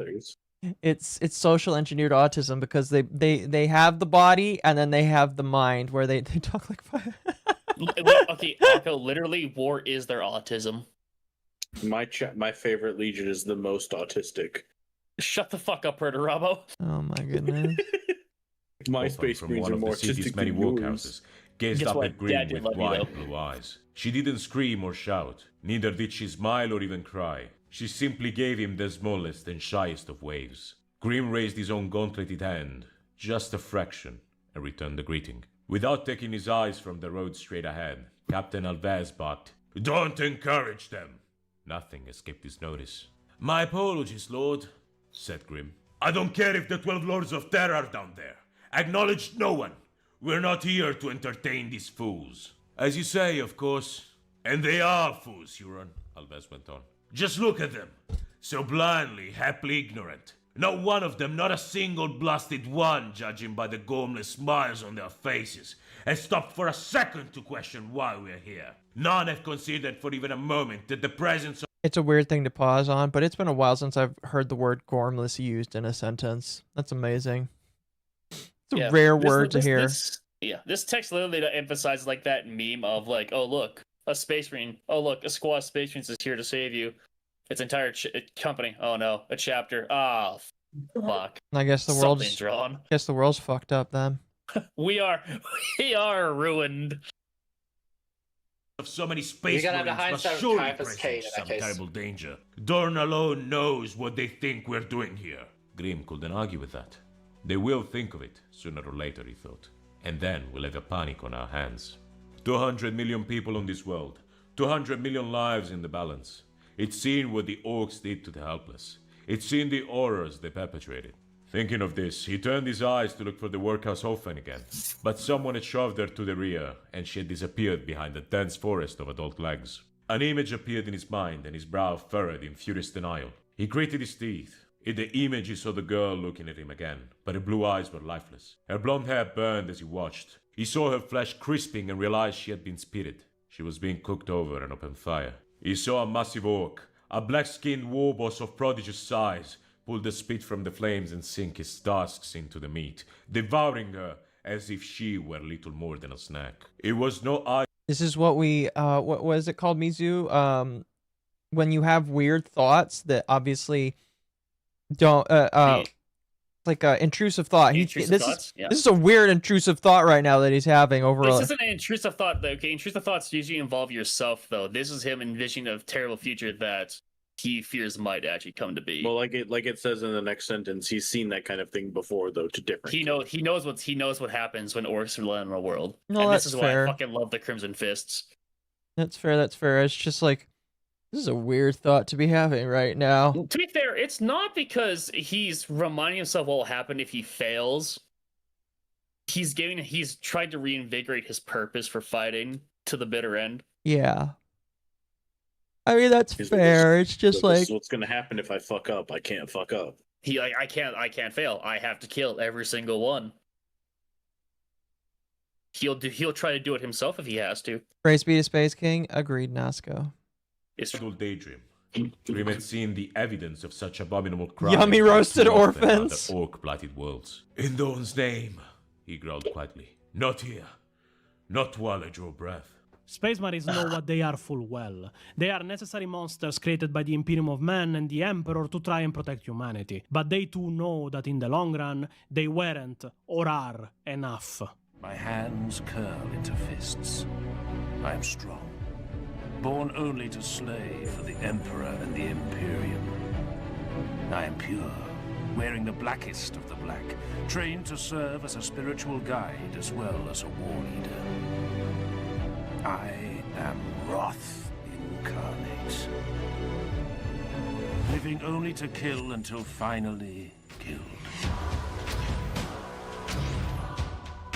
I am a weapon in the eternal crusade to forge humanity's mastership of the stars.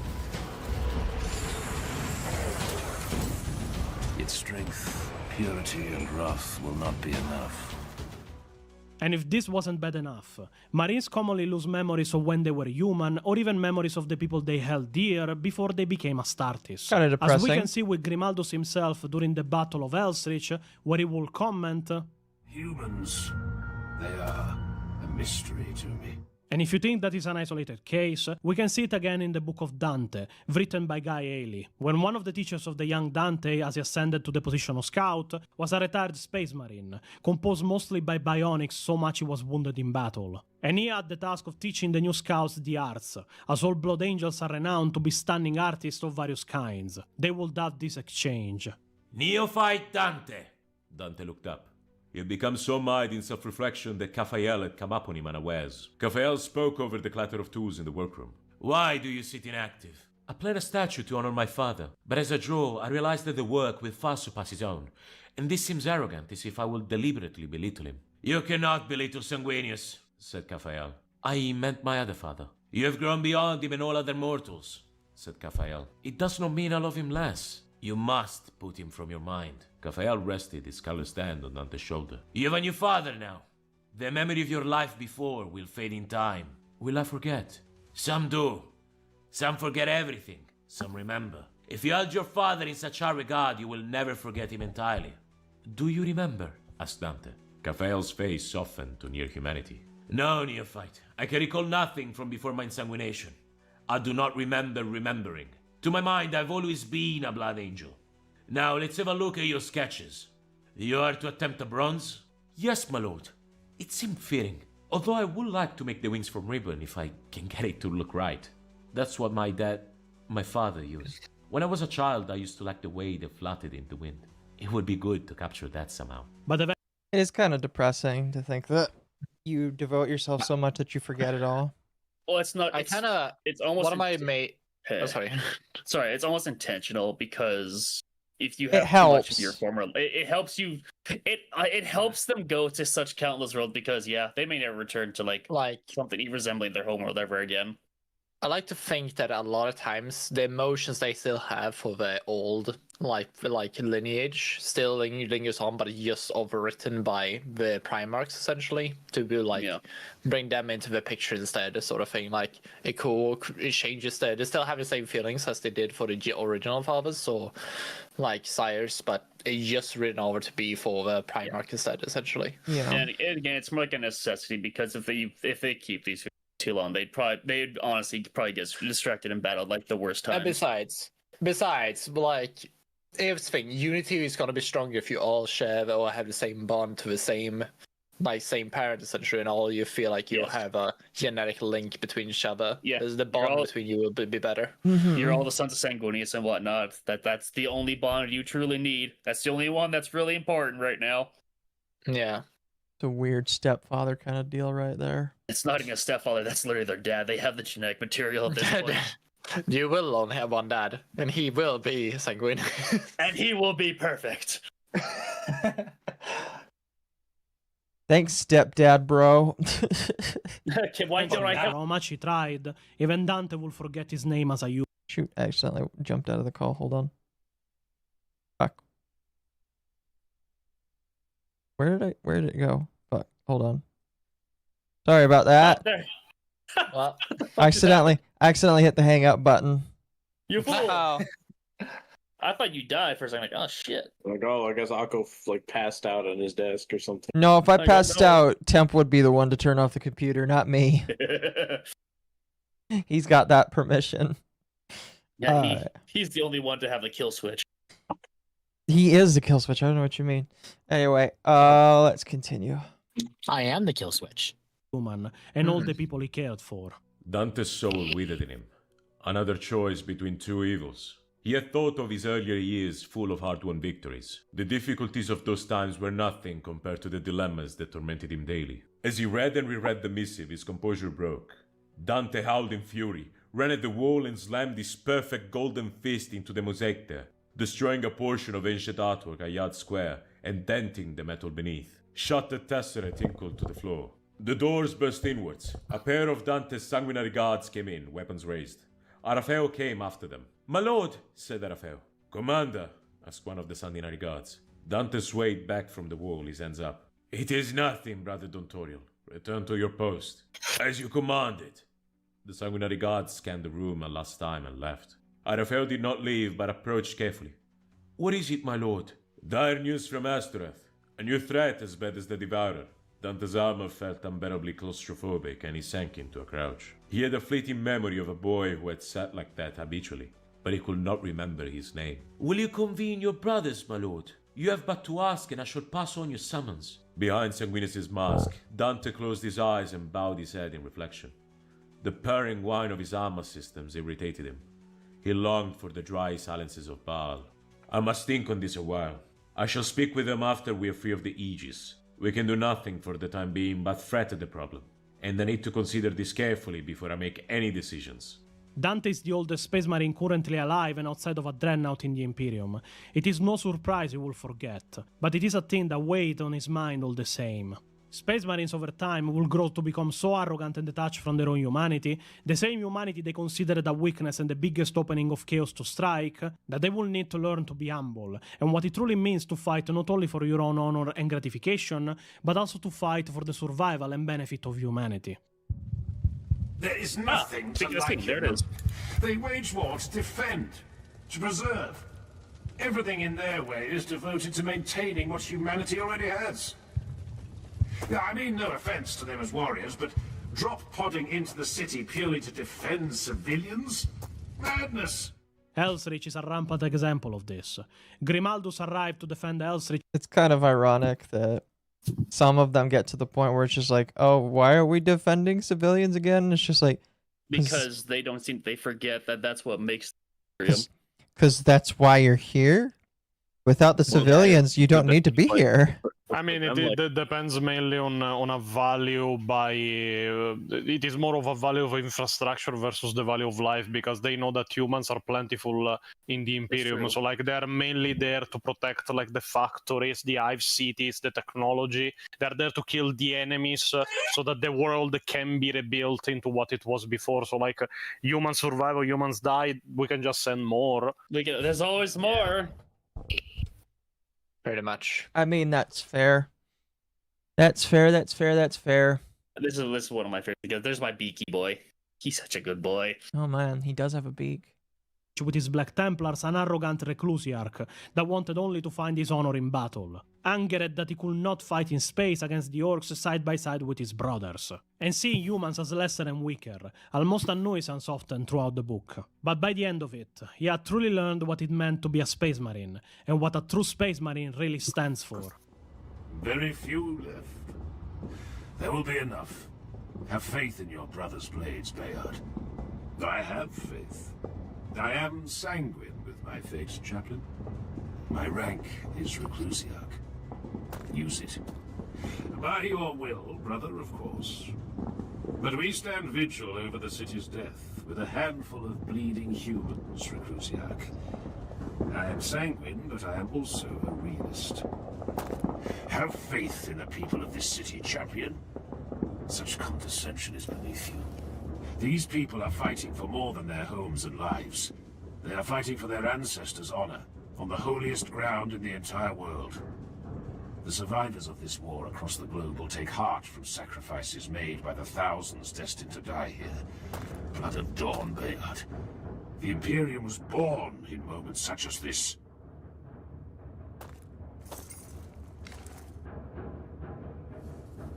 My voice was one of the few that spoke against your ascension to Mordred's rank. I would have said the same in your place.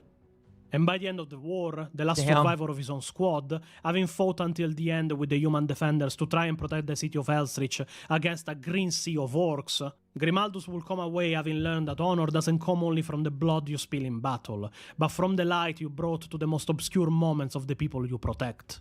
We are judged in life for the evil we destroy. It is a bleak truth that there is nothing but blood awaiting us in the spaces between the stars. But the Emperor sees all that transpires in his domain, and we are judged equally for the illumination we bring to the blackest nights. We are judged in life for those moments we spill light into the darkest reaches of his Imperium. Your world taught me this. Your world and the war that brought me here. And to show you to what level being an Astarte truly is a sacrifice, and not the giant honor and great destiny that many think it is, I want to focus more on the character of Chapter Master Dante for a moment longer, to show you the perspective he has for the life he lives as a Marine. Dante, with his more than 1,500 years of service, is by this point an old man, that has fought in every corner of the galaxy in countless wars. So many, in fact, he doesn't remember all of them. Dante is depressed. Dante also wants to die. He's not seeking death, don't get me wrong. He will not charge against an enemy gun just to end his own life. He wants to fall in battle honorably, being bested by an enemy. The amount of wars he has seen endless. The amount of people he saw die in battle even more endless. He feels that he has not made a difference in this galaxy. For every war that ends, 2 more start in its place. But he feels like he has earned his rest, and is just waiting to fall on a battlefield so that he can truly find peace. Dante also suffers from an identity crisis. The helmet he wears a death mask sculpted to the visage of Sanguinius, not only to hide his age in shame, but to bring hope to the battlefields he fights on. But this, over time, started making him question his own identity. Is he Dante, or is he Sanguinius? Is he, as a space marine, enough to bring hope to the hopeless, or he needs to be a facsimile of his Primarch, so that the poor people in the wars of the Imperium have a sliver of hope that they will live to see another day? This conflict will be resolved when he will face death during the Book of Devastation of Baal.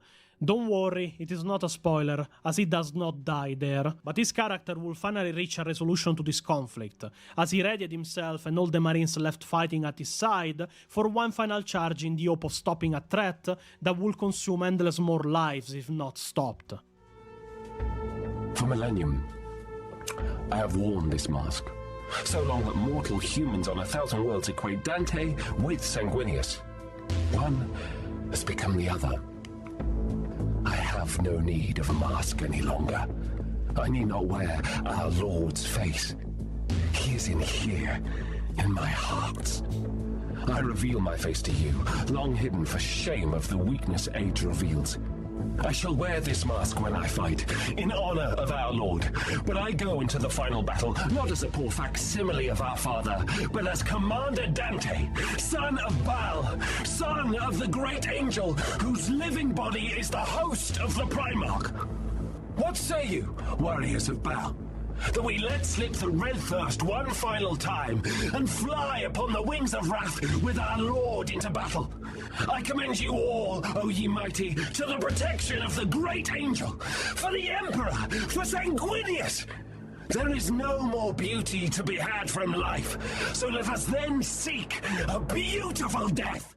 But what if I told you that man really knows how to throw emotion in there? Pretty sure. Oh yeah, Joe goes I'm hard. pretty sure that man voices the fucking Inquisitor in Rogue Trader. Yes, it's the voice of Hendrix from Rogue Trader. Yeah, but yeah, the speech was a lot longer in the Book of Devastation of Baal. This was just the most relevant part of the video. Yes. It is called We Are All Dead Company, so...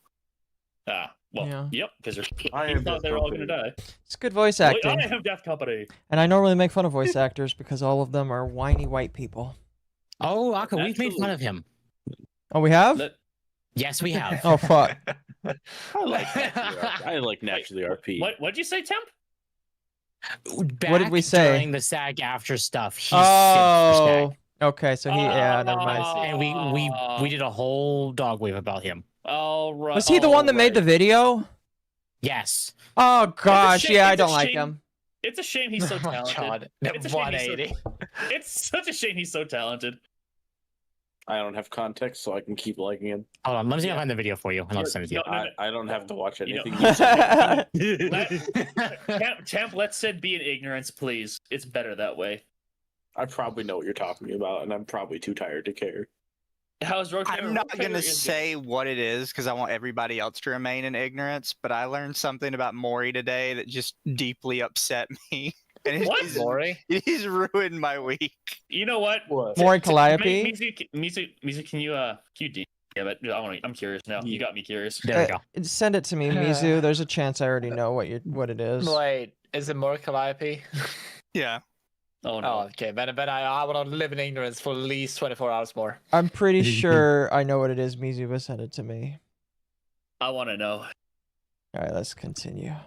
The same Marine that is preparing to die in battle in the defense of the Imperium, that embodies all the valors of a first founding chapter, and is regarded as the greatest son of his Primarch, and a warrior without any rival, also had this in his mind before this battle. He stared through the glass. I did not know that, Mizu. When did that happen? It was on one of their live streams with Bay and Iris. Now I really need to know. Yeah. We just gotta keep it close to his chest, I feel like, for a bit longer. Oh, come on. You know, that's not what I thought. That's not what I thought you were gonna say. I don't know how confirmed it is, but somebody claimed that she actually has a child. I don't think so. I mean, Oh. I'll be real. Who cares? Oh, that. Oh. See, when the person told it to me, I was like, and they explained the way it was explained to me. I was like, listen, I can't believe you on principle because of one, the person you're claiming that she had a child with, and two, the kind of account you are that's telling me this information. So I just don't believe it on principle. But yeah, Let's continue. His lined face superimposed over. So yeah, it doesn't really matter. It's just like one of those things where, yeah, it's just something that people are claiming, and I'm just like, nah. Sanguinius's ageless mask of gold.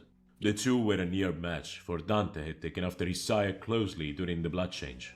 He blinked as Sanguinius's golden mask never could. The Primarch's mouth remained open in a howl of righteous fury. It was such a shame, Dante thought, that this most thoughtful and dutiful of the Emperor's sons should be remembered by his image of wrath. There were thousands of representations of Sanguinius throughout the Blood Angels' fleet and their fortress monastery on Baal. But this was the one most new, a roaring fury descending from the heavens to mete out death and spill blood. If only there was space for his Jane father's gentler nature to be celebrated. If only there were not such an endless need for battle. If Dante could have any wish granted, he would have chosen to be made obsolete by peace, to become a museum piece himself. He wished this not only for the sake of others, but also for himself. With peace will come rest from his labors. Peace will never come. War was without end. The only rest he would ever know would be death. That was how Arizon had said it all those years ago. That was what the sanguinary priests still said at the time of choosing. How bitter it was that he should come to know this better than any other. His fingers caressed the touchpad. The case opened, and his servants emerged from the shadows. He must become his Lord Sanguinius once again. Being a space marine is a curse. To have your human form and human soul ripped from you to become a sentient weapon that will fight until it can't fight any longer. That will lose all of its human feelings and experiences in the process of fighting endless wars in the protection of the people of the Imperium. So to all the people that until now thought that being a marine was an honor and a privilege, that fighting as one of the Imperium's angels of death was a life worth living, that dying in battle as your final fate was a worthy death, I want to ask, is it worth it to sacrifice everything that made you human to protect humanity? I would say that if you love humanity, yes. Yeah. I still think that humanity is better than everybody else out in the universe, so, you know, yeah. I don't know. What do you guys think? Look at that. We actually made it to the end of the video, though. We did, yeah. We did. It's impressive. And no Star Wars was brought up. That's also... That's not true. You did, Temp. You brought it up. See, this. Listen, we just won't invite Temp next time because his only contributions is bringing up Star Wars twice. But yeah, very many people enjoyed this part on the look of like the main mentality and like sacrifices that went behind becoming a space marine, because like I don't think any other YouTuber ever approached it from that side, like the mental sacrifice other than the physical one of choosing an existence of war.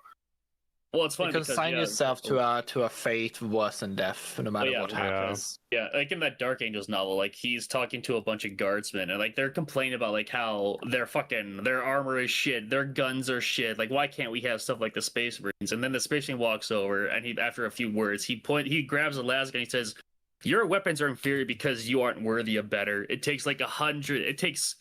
It would cost like the making of 100 lasguns to make a single bolt like round from my bolter. Would you trust that one shot to such an unworthy person?"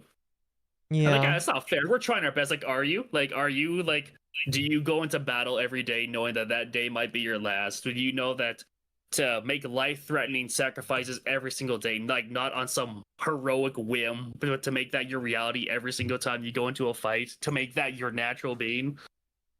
And he says, you can't answer that, so you don't know what it's like to be Astartes. Yeah.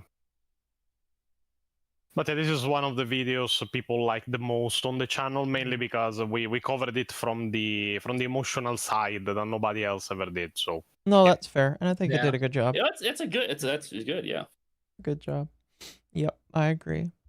I think at the end of the day, though, you know, if somebody asked me if I would join the army, I'd be like, well, probably not. I think I've reached the point where I'm too old to want to do something like that. And I also think that my heart is too broken to qualify for something like that. But if they asked me for Italy, I will laugh in their face. My government despises Italians. What the fuck will they fight for? Yeah. I feel the same way in Sweden, to be honest. Who would you be fighting is the question. America? Good luck. Southern Italy, probably. Because Italy's track record with war is so good. I remember some some politicians in Sweden like, oh, you should join the army so you can also help Ukraine fight Russia. I'm like, fuck off. Dude. Did you hear that apparently Hassan is now coming out and saying that Ukraine is like trying to create World War III? And I'm just like, hold on a minute, Hassan. Who invaded? He's always okay. So here's the fun thing: Hassan's always been a Russia simp. He has, yes. It's just Hassan funny. Is a literal there is a reason. There is the meme of the communist with a Gucci bag. Like even recently has been in a controversy because because he went to Cuba. I think it was. Yeah, it was Cuba. He went to Cuba. And he was like, oh no, it's not so bad over here. And he was streaming from like a super luxurious hotel, which is on private generators, while the rest of the country was off because of a blackout. Yeah. Yeah, well, some people died. Just like the bolter. Oh, do you feel like you're worthy to listen to this electricity? Do you think you're worthy? Do you think you're worthy of the fucking electricity to run your life support, loser? My Gucci sunglasses need to be glistening in the light, don't you know? Yeah, removing that with the amount of calls for violence he has done, how in the fuck isn't he banned off from Twitch? How in the fuck isn't he in jail? Well, he has openly called for violence on so many people. Well, here's the thing. Dan Clancy is the emperor on the throne, essentially. Dan Clancy loves Hassan, and here's the thing. And Dan Clancy needs his psychers to do, AKAs like media, like he needs his women to be surrounded by him. And Hassan, I think, provides it for him. That's why. I mean, with the allegations of what he constantly gets in his DMs from women, I'm pretty sure he. It's kind of like I don't want to touch on it. I only get PO memes in DMs. I chose the shitty life. You only get PO memes? Damn, well, I could have had so much more. Man, you usually get photoshopped in everything I'm fucking doing. Like, because a few days ago I went on, after I was done with the editing of Lord Destroyers 5, I went on a voice chat and like streamed a bit a game I love, which is Blood West, which is like a survival horror, Lovecraftian horror inspired game in the Old West. Somebody took a screenshot of my game while I was cleaning like an entire like Native American cemetery off from spirits and photoshopped the PO with a cowboy hat in it. Perfect.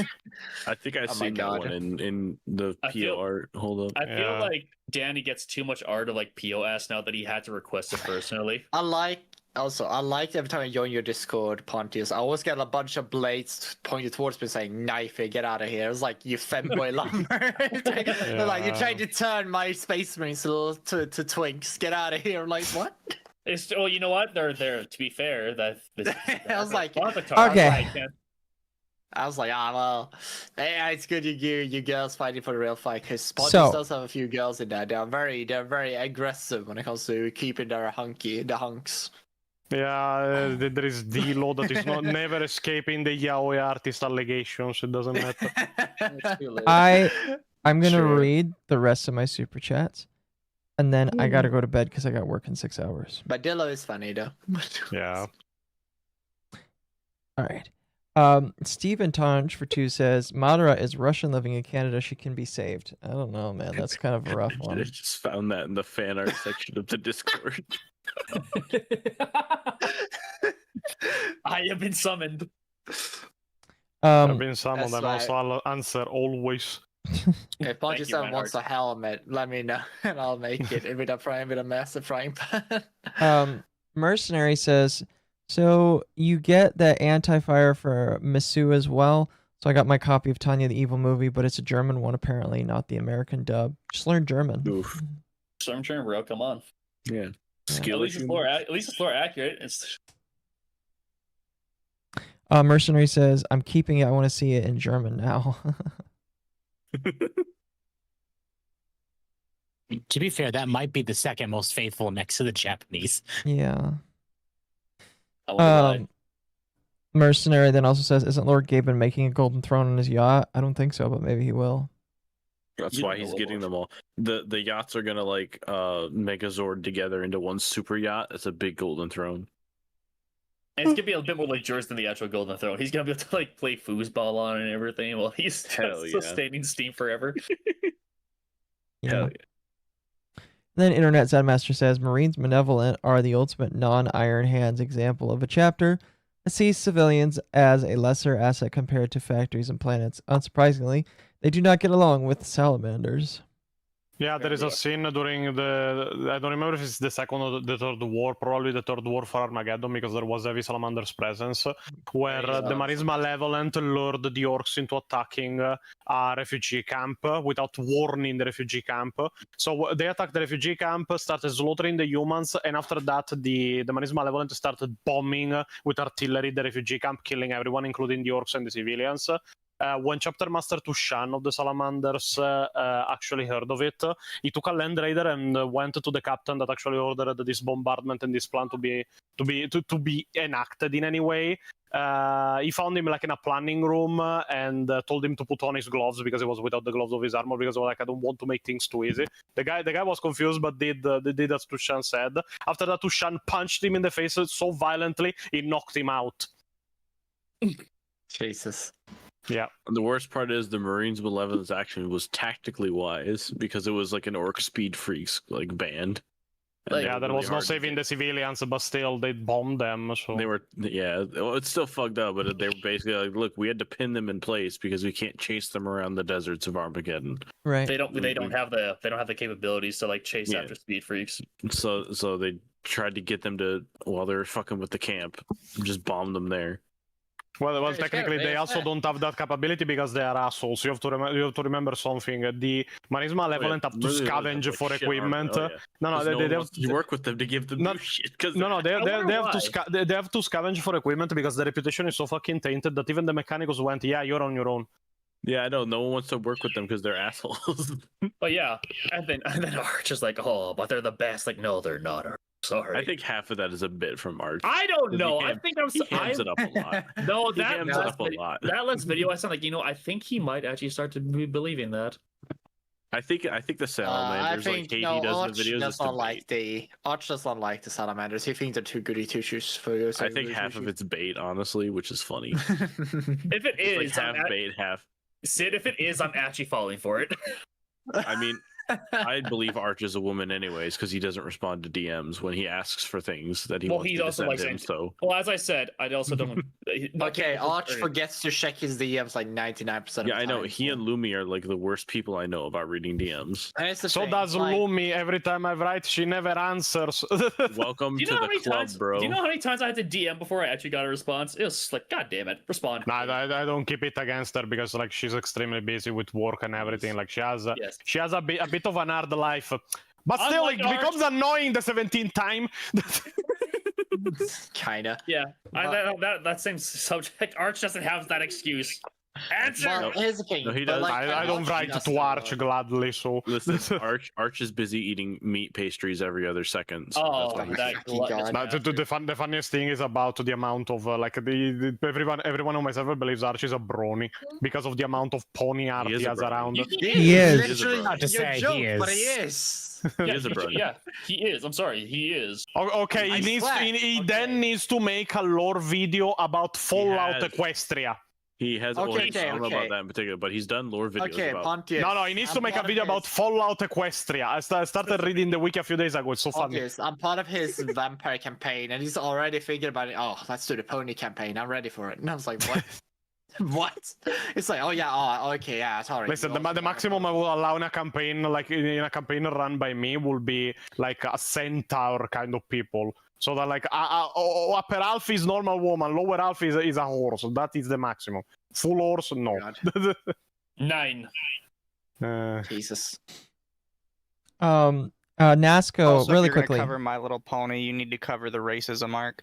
Yes. Best arc in my personal It is very funny opinion. because the closing joke of the other Accordatus video is me taunting Pio with the joke that there was at the beginning where I told him, oh yeah, it could be worse, we could be covering My Little Pony lore, and he was like terrified for a second. And I went, oh yeah, you will be pink if we did that. And at the end of the video there is a Photoshop with Pio pink, and over it there is My Little with the pony removed, so it is My Little Pio. My Little Oh my god. Really quickly, Nasco says, what about Mori got Mizu upset? Mizu doesn't want to have to say if he doesn't want to. Because it will ruin it for everybody else. I don't care about follow, so. DM it to me. Yeah, I told him clips, and you can hear clips. He's like, yeah. Yeah, don't say it. Send it to me. No, but you can't say it out loud then, Sid. You have to, I won't. I just won't. say I it. won't. I just Remember, won't hear it. don't. I'll leave it up to Mizu's hand, probably just Breaking let me people's off to the thing. souls. Yeah, that's a Because bit like, sends me after. I don't trust myself. Oh, like, no, that's not good. Yeah. But I think that since I am currently in the middle of falling asleep in my chair, we're going to end it off here. As always, thank you everybody for coming on. You all are amazing. No, my brain just Arco did fall asleep probably. No, I didn't fall asleep. I'm getting there though. Queen so interrupted. Queen also interrupted.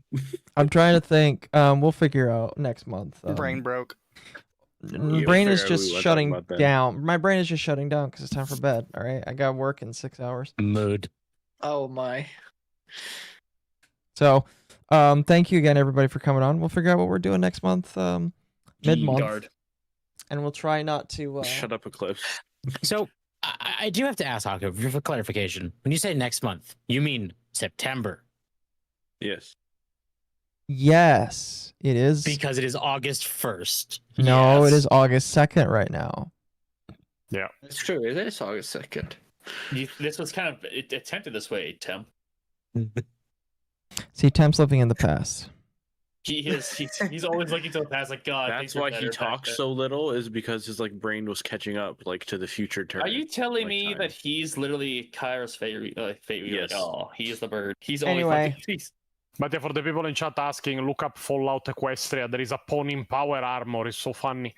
No, yeah, there is. It's interesting. Why do you know this? Because somebody told me, because I was like, oh no, yeah, I'm a big fan of Fallout, but the good ones, not the shitty Bethesda ones. I like 3, but not 4 and 76 and everything that good, especially the fucking series I cannot stand.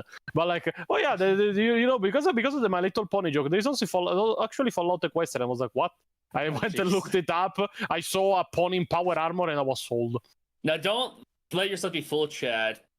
Danny X oblivious, but I think he's secretly a brony. No, I'm not. I don't like My Little Pony. I don't like this kind of stuff, especially knowing what the fuck the kind of community is, especially knowing Rule 34. But yeah, Arch started out in the exact same way. The first My Little Pony lore video was an April. It was just a joke. Nah, listen, I will never do something like that. But I do want, at some point, if the channel becomes big enough, to start doing some lore videos on Cyberpunk lore. That I would enjoy from time to time. That'd be neat. Yeah. Anyway. In fact, I'm already in love with one of the new characters of the second season of Edge Runners. I don't remember how she's called, but the one that is a Latino maelstrom, the maelstrom woman. Fuck, what is her name? It is. There it is. Talia. I'm already in love with Talia from the new series, and it's not even out. I just met you, and I already want to marry you. Yeah, well, it is a Latina with pink long hair. Her body is for the majority bionics, and she's a former corpo that became a Maelstrom gang member, so she's heavily modified. And why how come your wife and this thing you almost sound like Italian? It could work. It was meant to be. Anyway, even if Rebecca always first place, it doesn't matter. It's like, hey, baby, we almost speak the same language. Anyway, I'm gonna send you guys off to the wife, Ryan, and I won't be streaming tonight since it's Dogwave, but I'll be there for Dogwave. Goodbye, everybody. I will be streaming tonight. Oh, do you have anything special tonight? I will sleep tonight. You will sleep tonight. It's anime audits. Right? Do you have a special episode tonight? No. Fair. All episodes are special. They're all Fair. special. All right, chat. You guys have a good night. Peace and love. Peace and love.